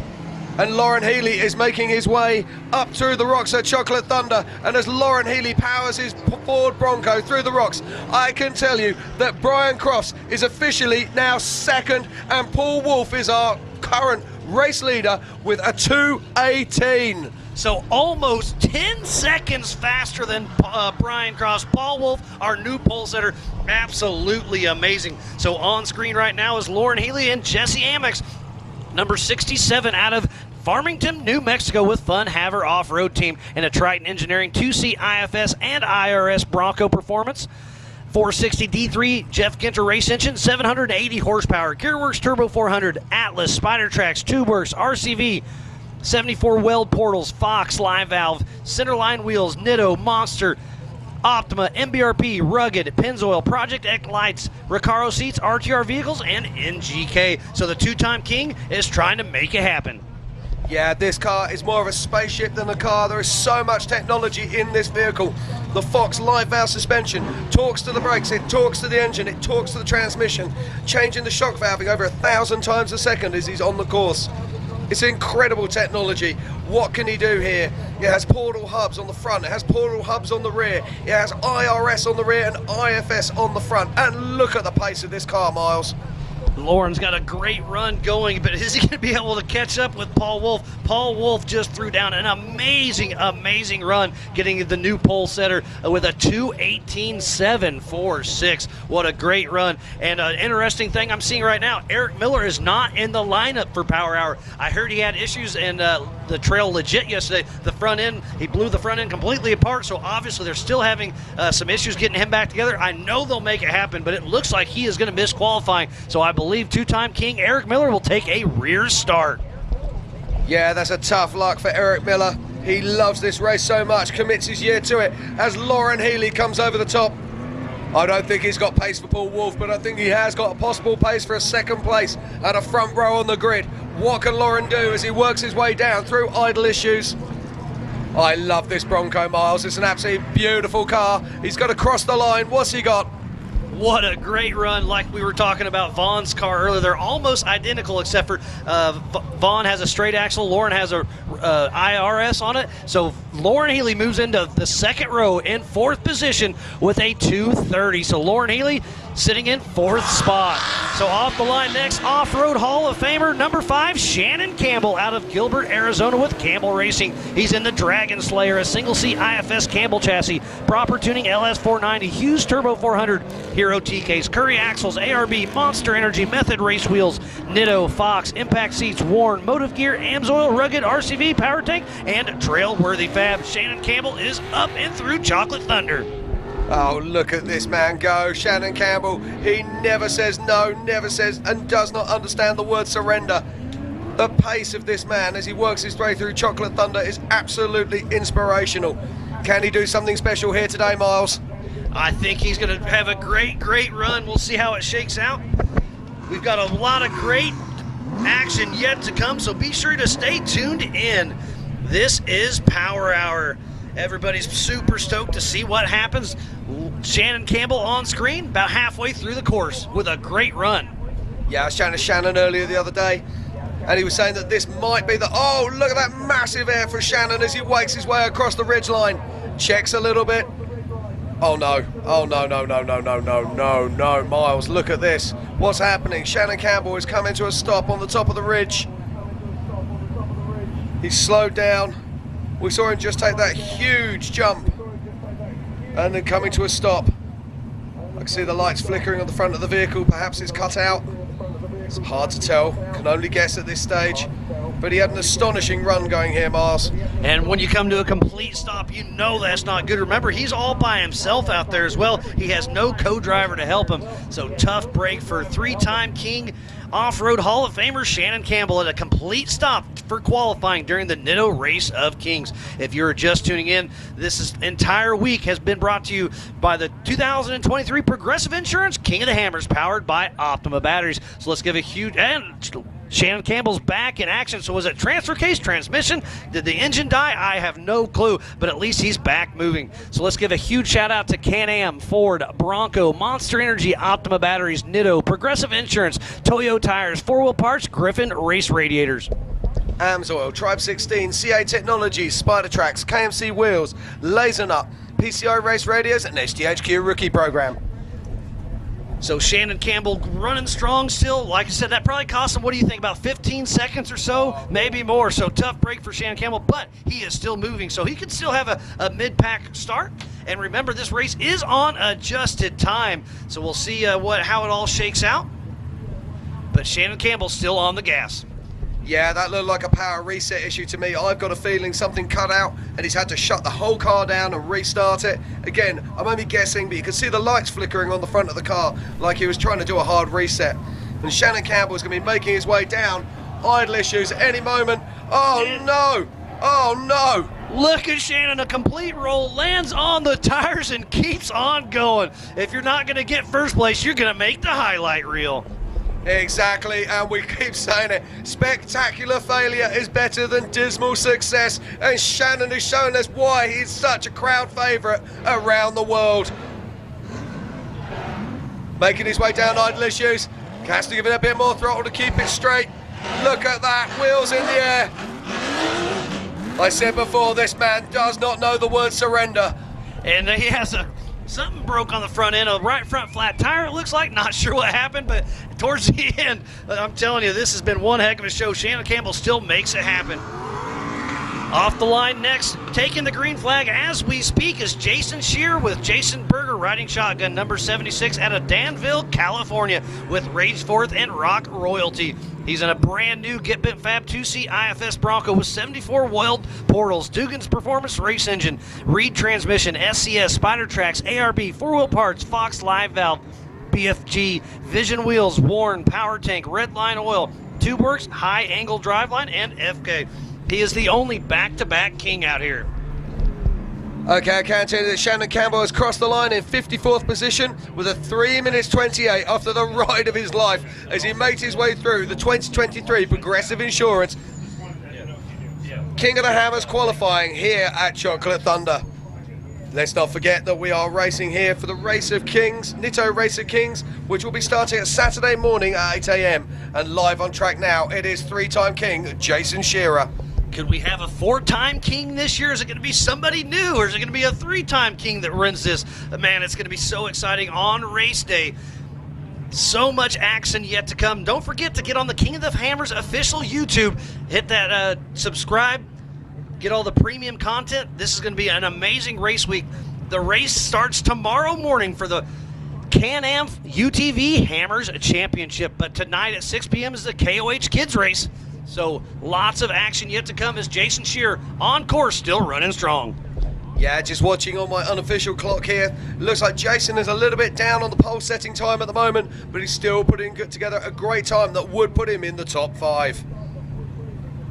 I love the technology. I love the drive of Jason Shearer.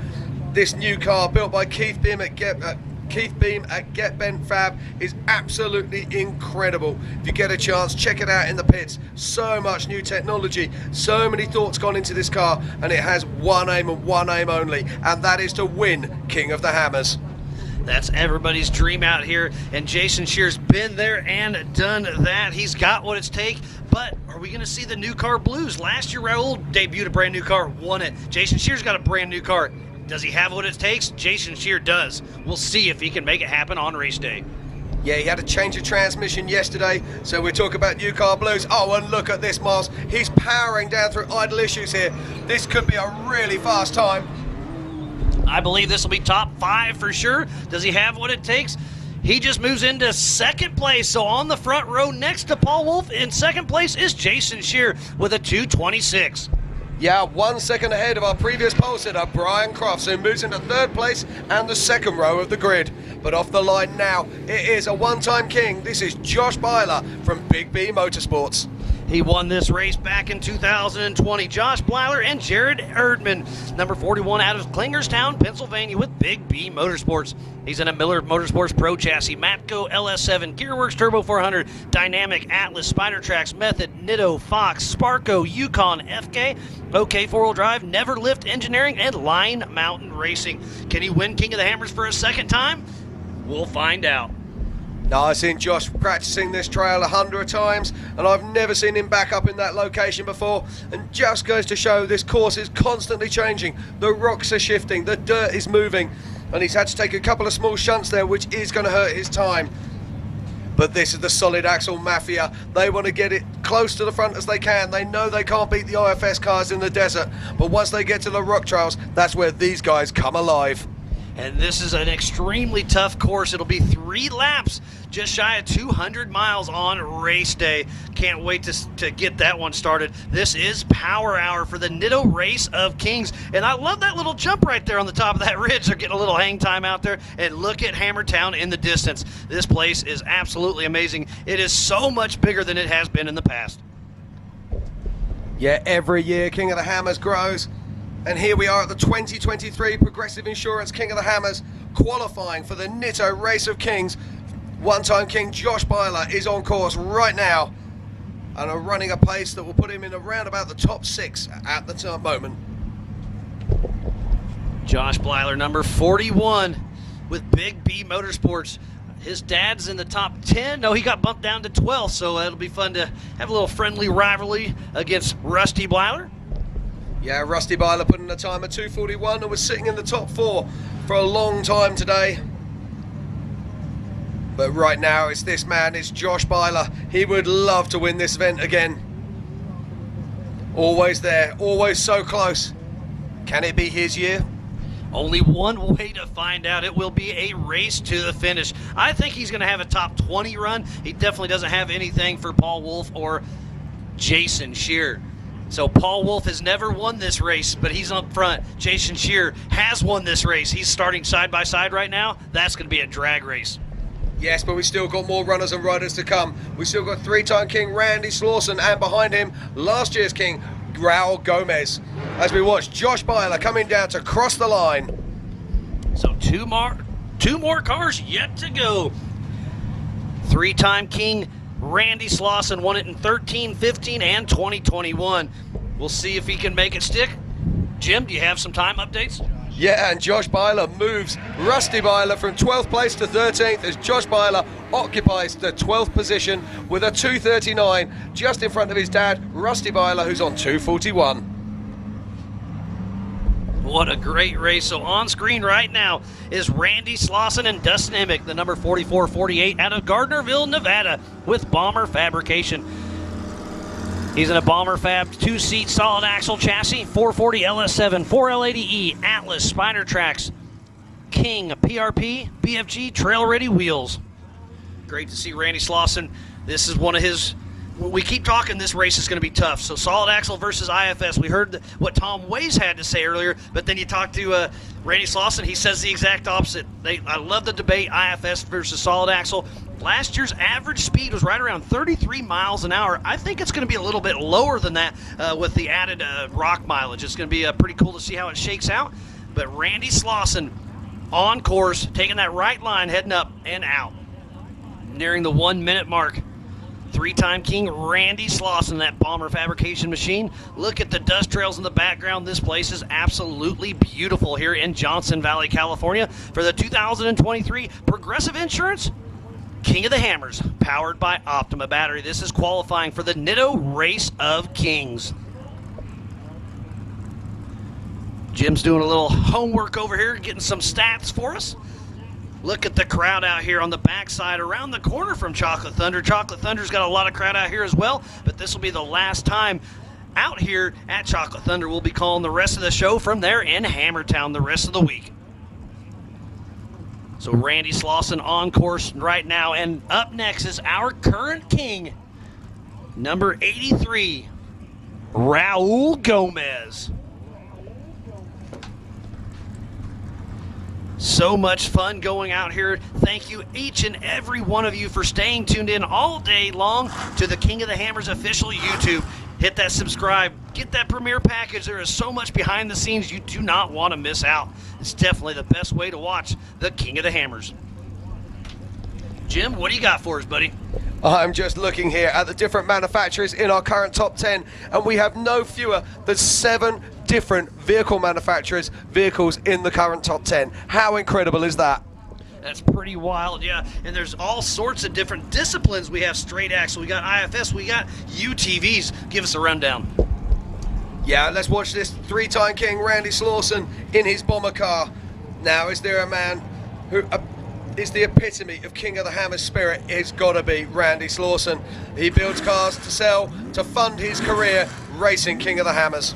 I was able to ride with him last year, and he took me for a rip. And Randy Slauson's fast to the desert, but in the rocks, he is a magician. It'll be interesting to see how he shakes up. Looks like I'm going to say a top 20 run for Randy Slauson. We'll wait for our timing. Remember, go to live.ultra4racing.com. Randy Slauson in that 27th position with a 252. So off the line now, our current king, Raul Gomez, number 83 out of Lotus, California with Gomez Brothers Racing. He debuted this car 1 year ago. It's a UFO single-seater Dugan's engine, ATO Turbo 400, UFO, SCS-TK, Spider Tracks, TubeWorks, RCV, Nitto, Method, King, and FK. As he makes his way up through Chocolate Thunder, making it work, has a good run going. Yeah, and our current king punishing those rocks as he makes his way up through Chocolate Thunder, putting that great big Dugan's engine to work. Look at this, great stuff here from Raul Gomez. He's already seen his brothers run today, and his son Darian.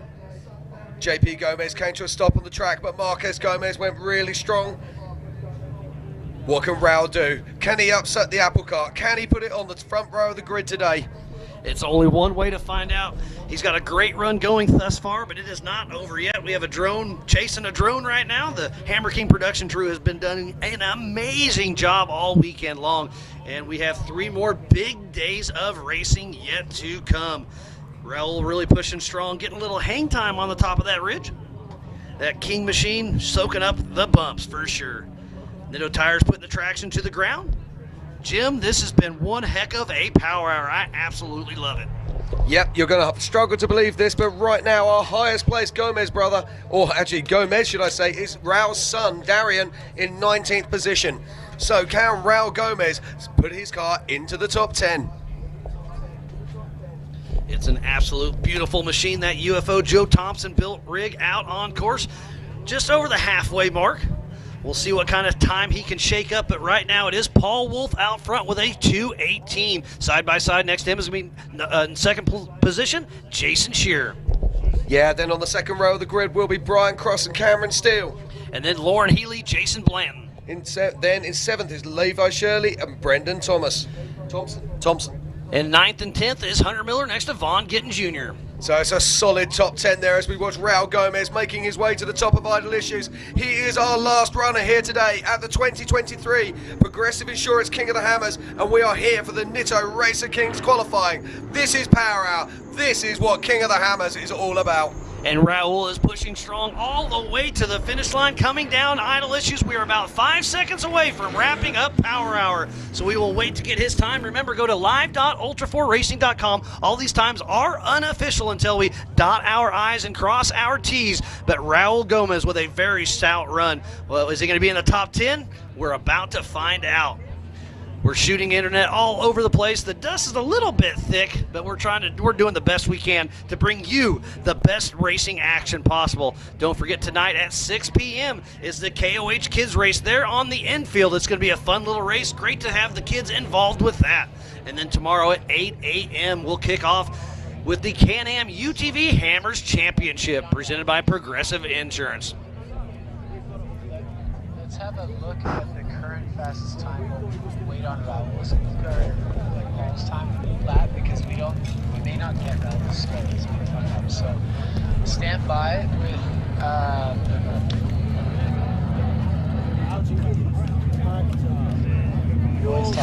So we have Paul Wolf's run from just a little bit ago. Current fastest day with that 2:18. Paul Wolf takes off like a rocket ship up here at Chocolate Thunder. Yeah, just look at the way he controls that UFO single seat car. Absolutely amazing. Pinpoint accuracy on the rocks as always. The trademark of Paul Wolf's driving. Huge jump there as he makes his way across the ridgeline. Almost out of control, but he just hangs on to it so well. He's such a talented young man behind the wheel. Talk about being on the ragged edge. He has given all he's got, comes in hot, clips that rock. That's the same rock that Shannon Campbell just hit and rolled on. But Paul Wolf is doing a great job. Paul Wolf up front for now. We'll see how it all shakes out. Lots of fun today. This is the current unofficial top 10. We'll see what happens going on. We do have to do we have to check Raul's time. We don't quite have that. We're going to do our best to get it updated.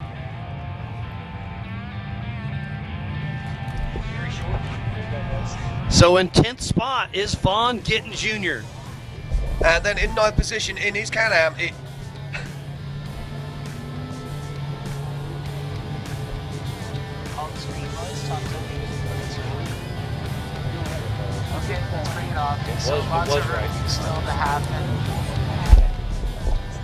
Okay, so we're just waiting here for the correct top 10 to be proven to us.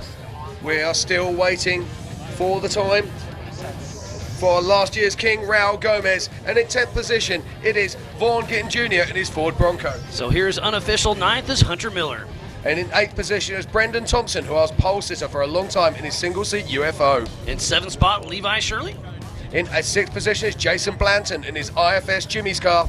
In 5th spot is Lauren Healy in that Bronco. In 4th position is Cameron Steele in the Laser Nut. In 3rd spot is Brian Cross in that Campbell Enterprise single-seat IFS car. And in 2nd is Jason Shearer in that brand new Get Ben Fab car. Awesome to see. And the fastest man of the day unofficially is Paul Wolf in that UFO, the number 1018. So much great stuff going on today. Don't forget to check out the kids race at 6 p.m. tonight. We're going to review a few things. We'll throw it to some highlights, and we will see you tonight for the kids KOH race. And then tomorrow morning is the Can-Am UTV Hammers Championship. So be sure to tune in. Go to kingofthehammers.com and check out everything. We will see you tonight.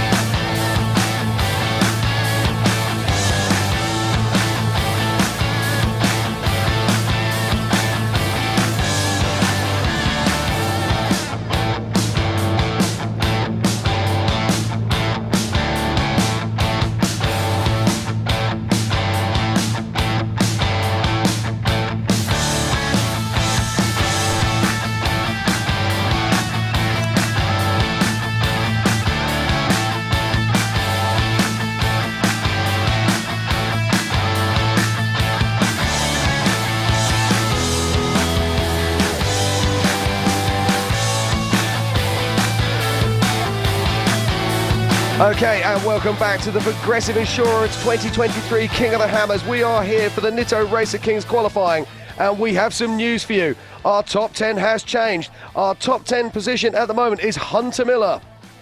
In 9th spot is Brendan Thompson.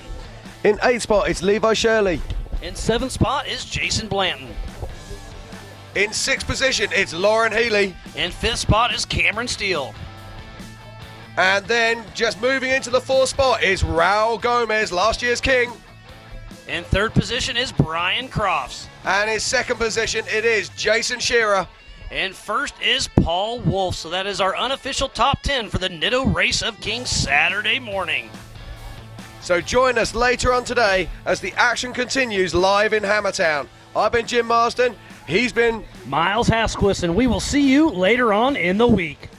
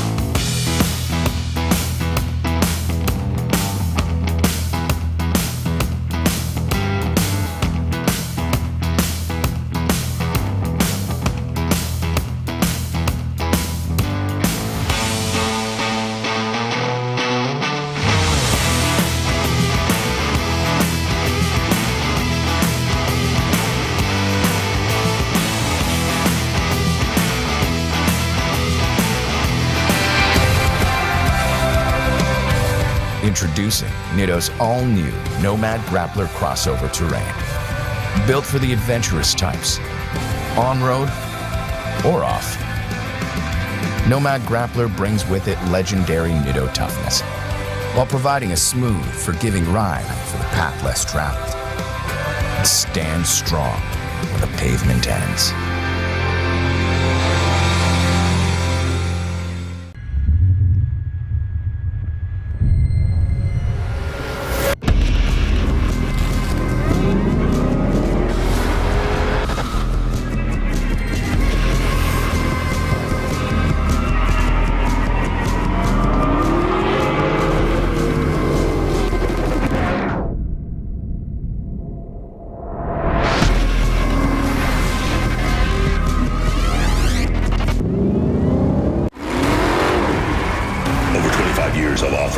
Dominance. Proprietary patented race technology. Proudly made in the USA. Unparalleled customer service and support. The choice of champions. King Shocks.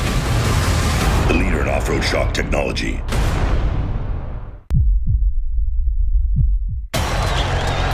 All right, Chase, number 23, it's 2023. This championship's yours. Let's show these guys what's up. Easy, boys. It's not over yet. Big dog still gotta eat. Whatever you say, big dog. Seriously? These fools think I'm Pride? They know the deal.